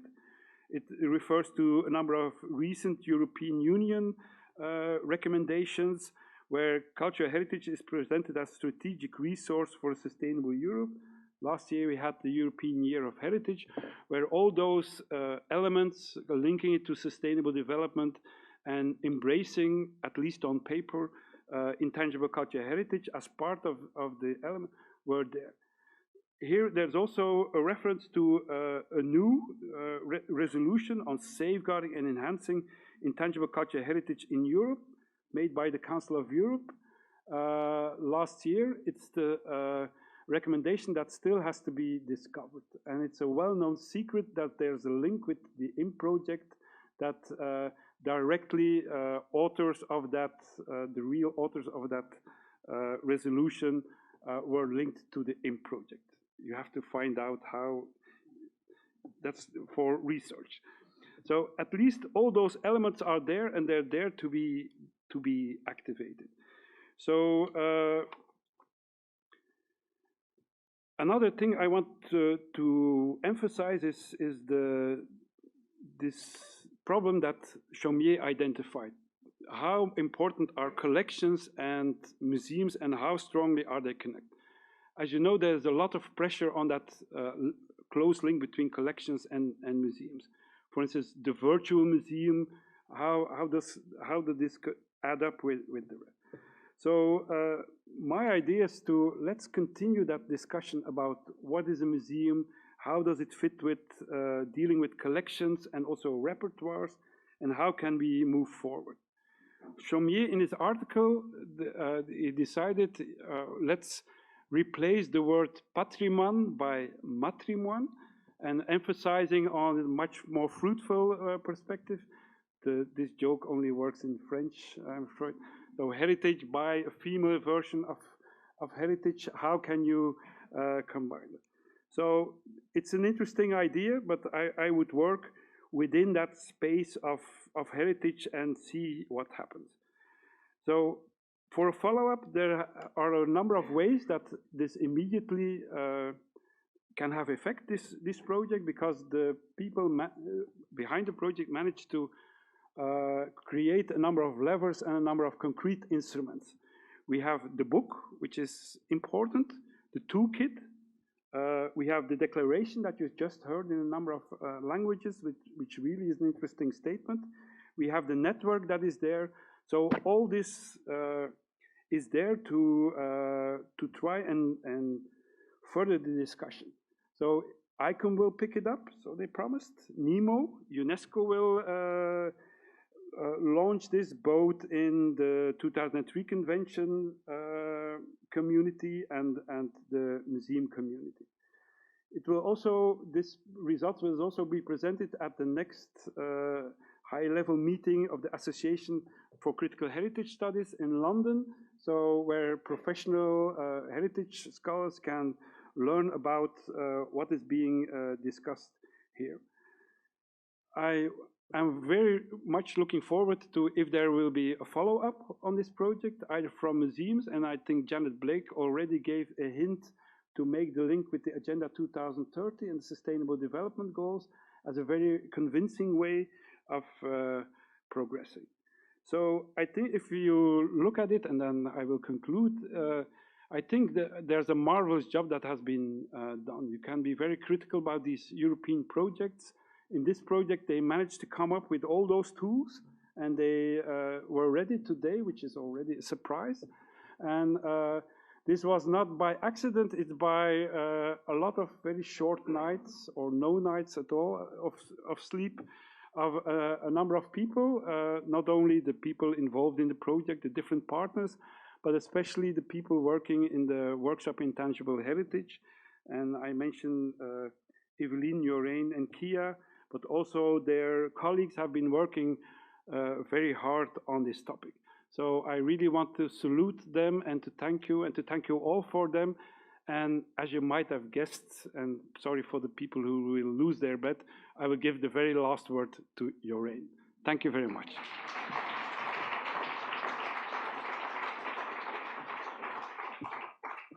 Of course, I have the last word, as always. But because it's all about people, and it was already well introduced by Mark, I think it's a good moment to finish, to say a special thank you to two persons, and that's on the one hand Evelyn, and on the other hand Kia, and to give them a big applause and many flowers. So come here, please, come here.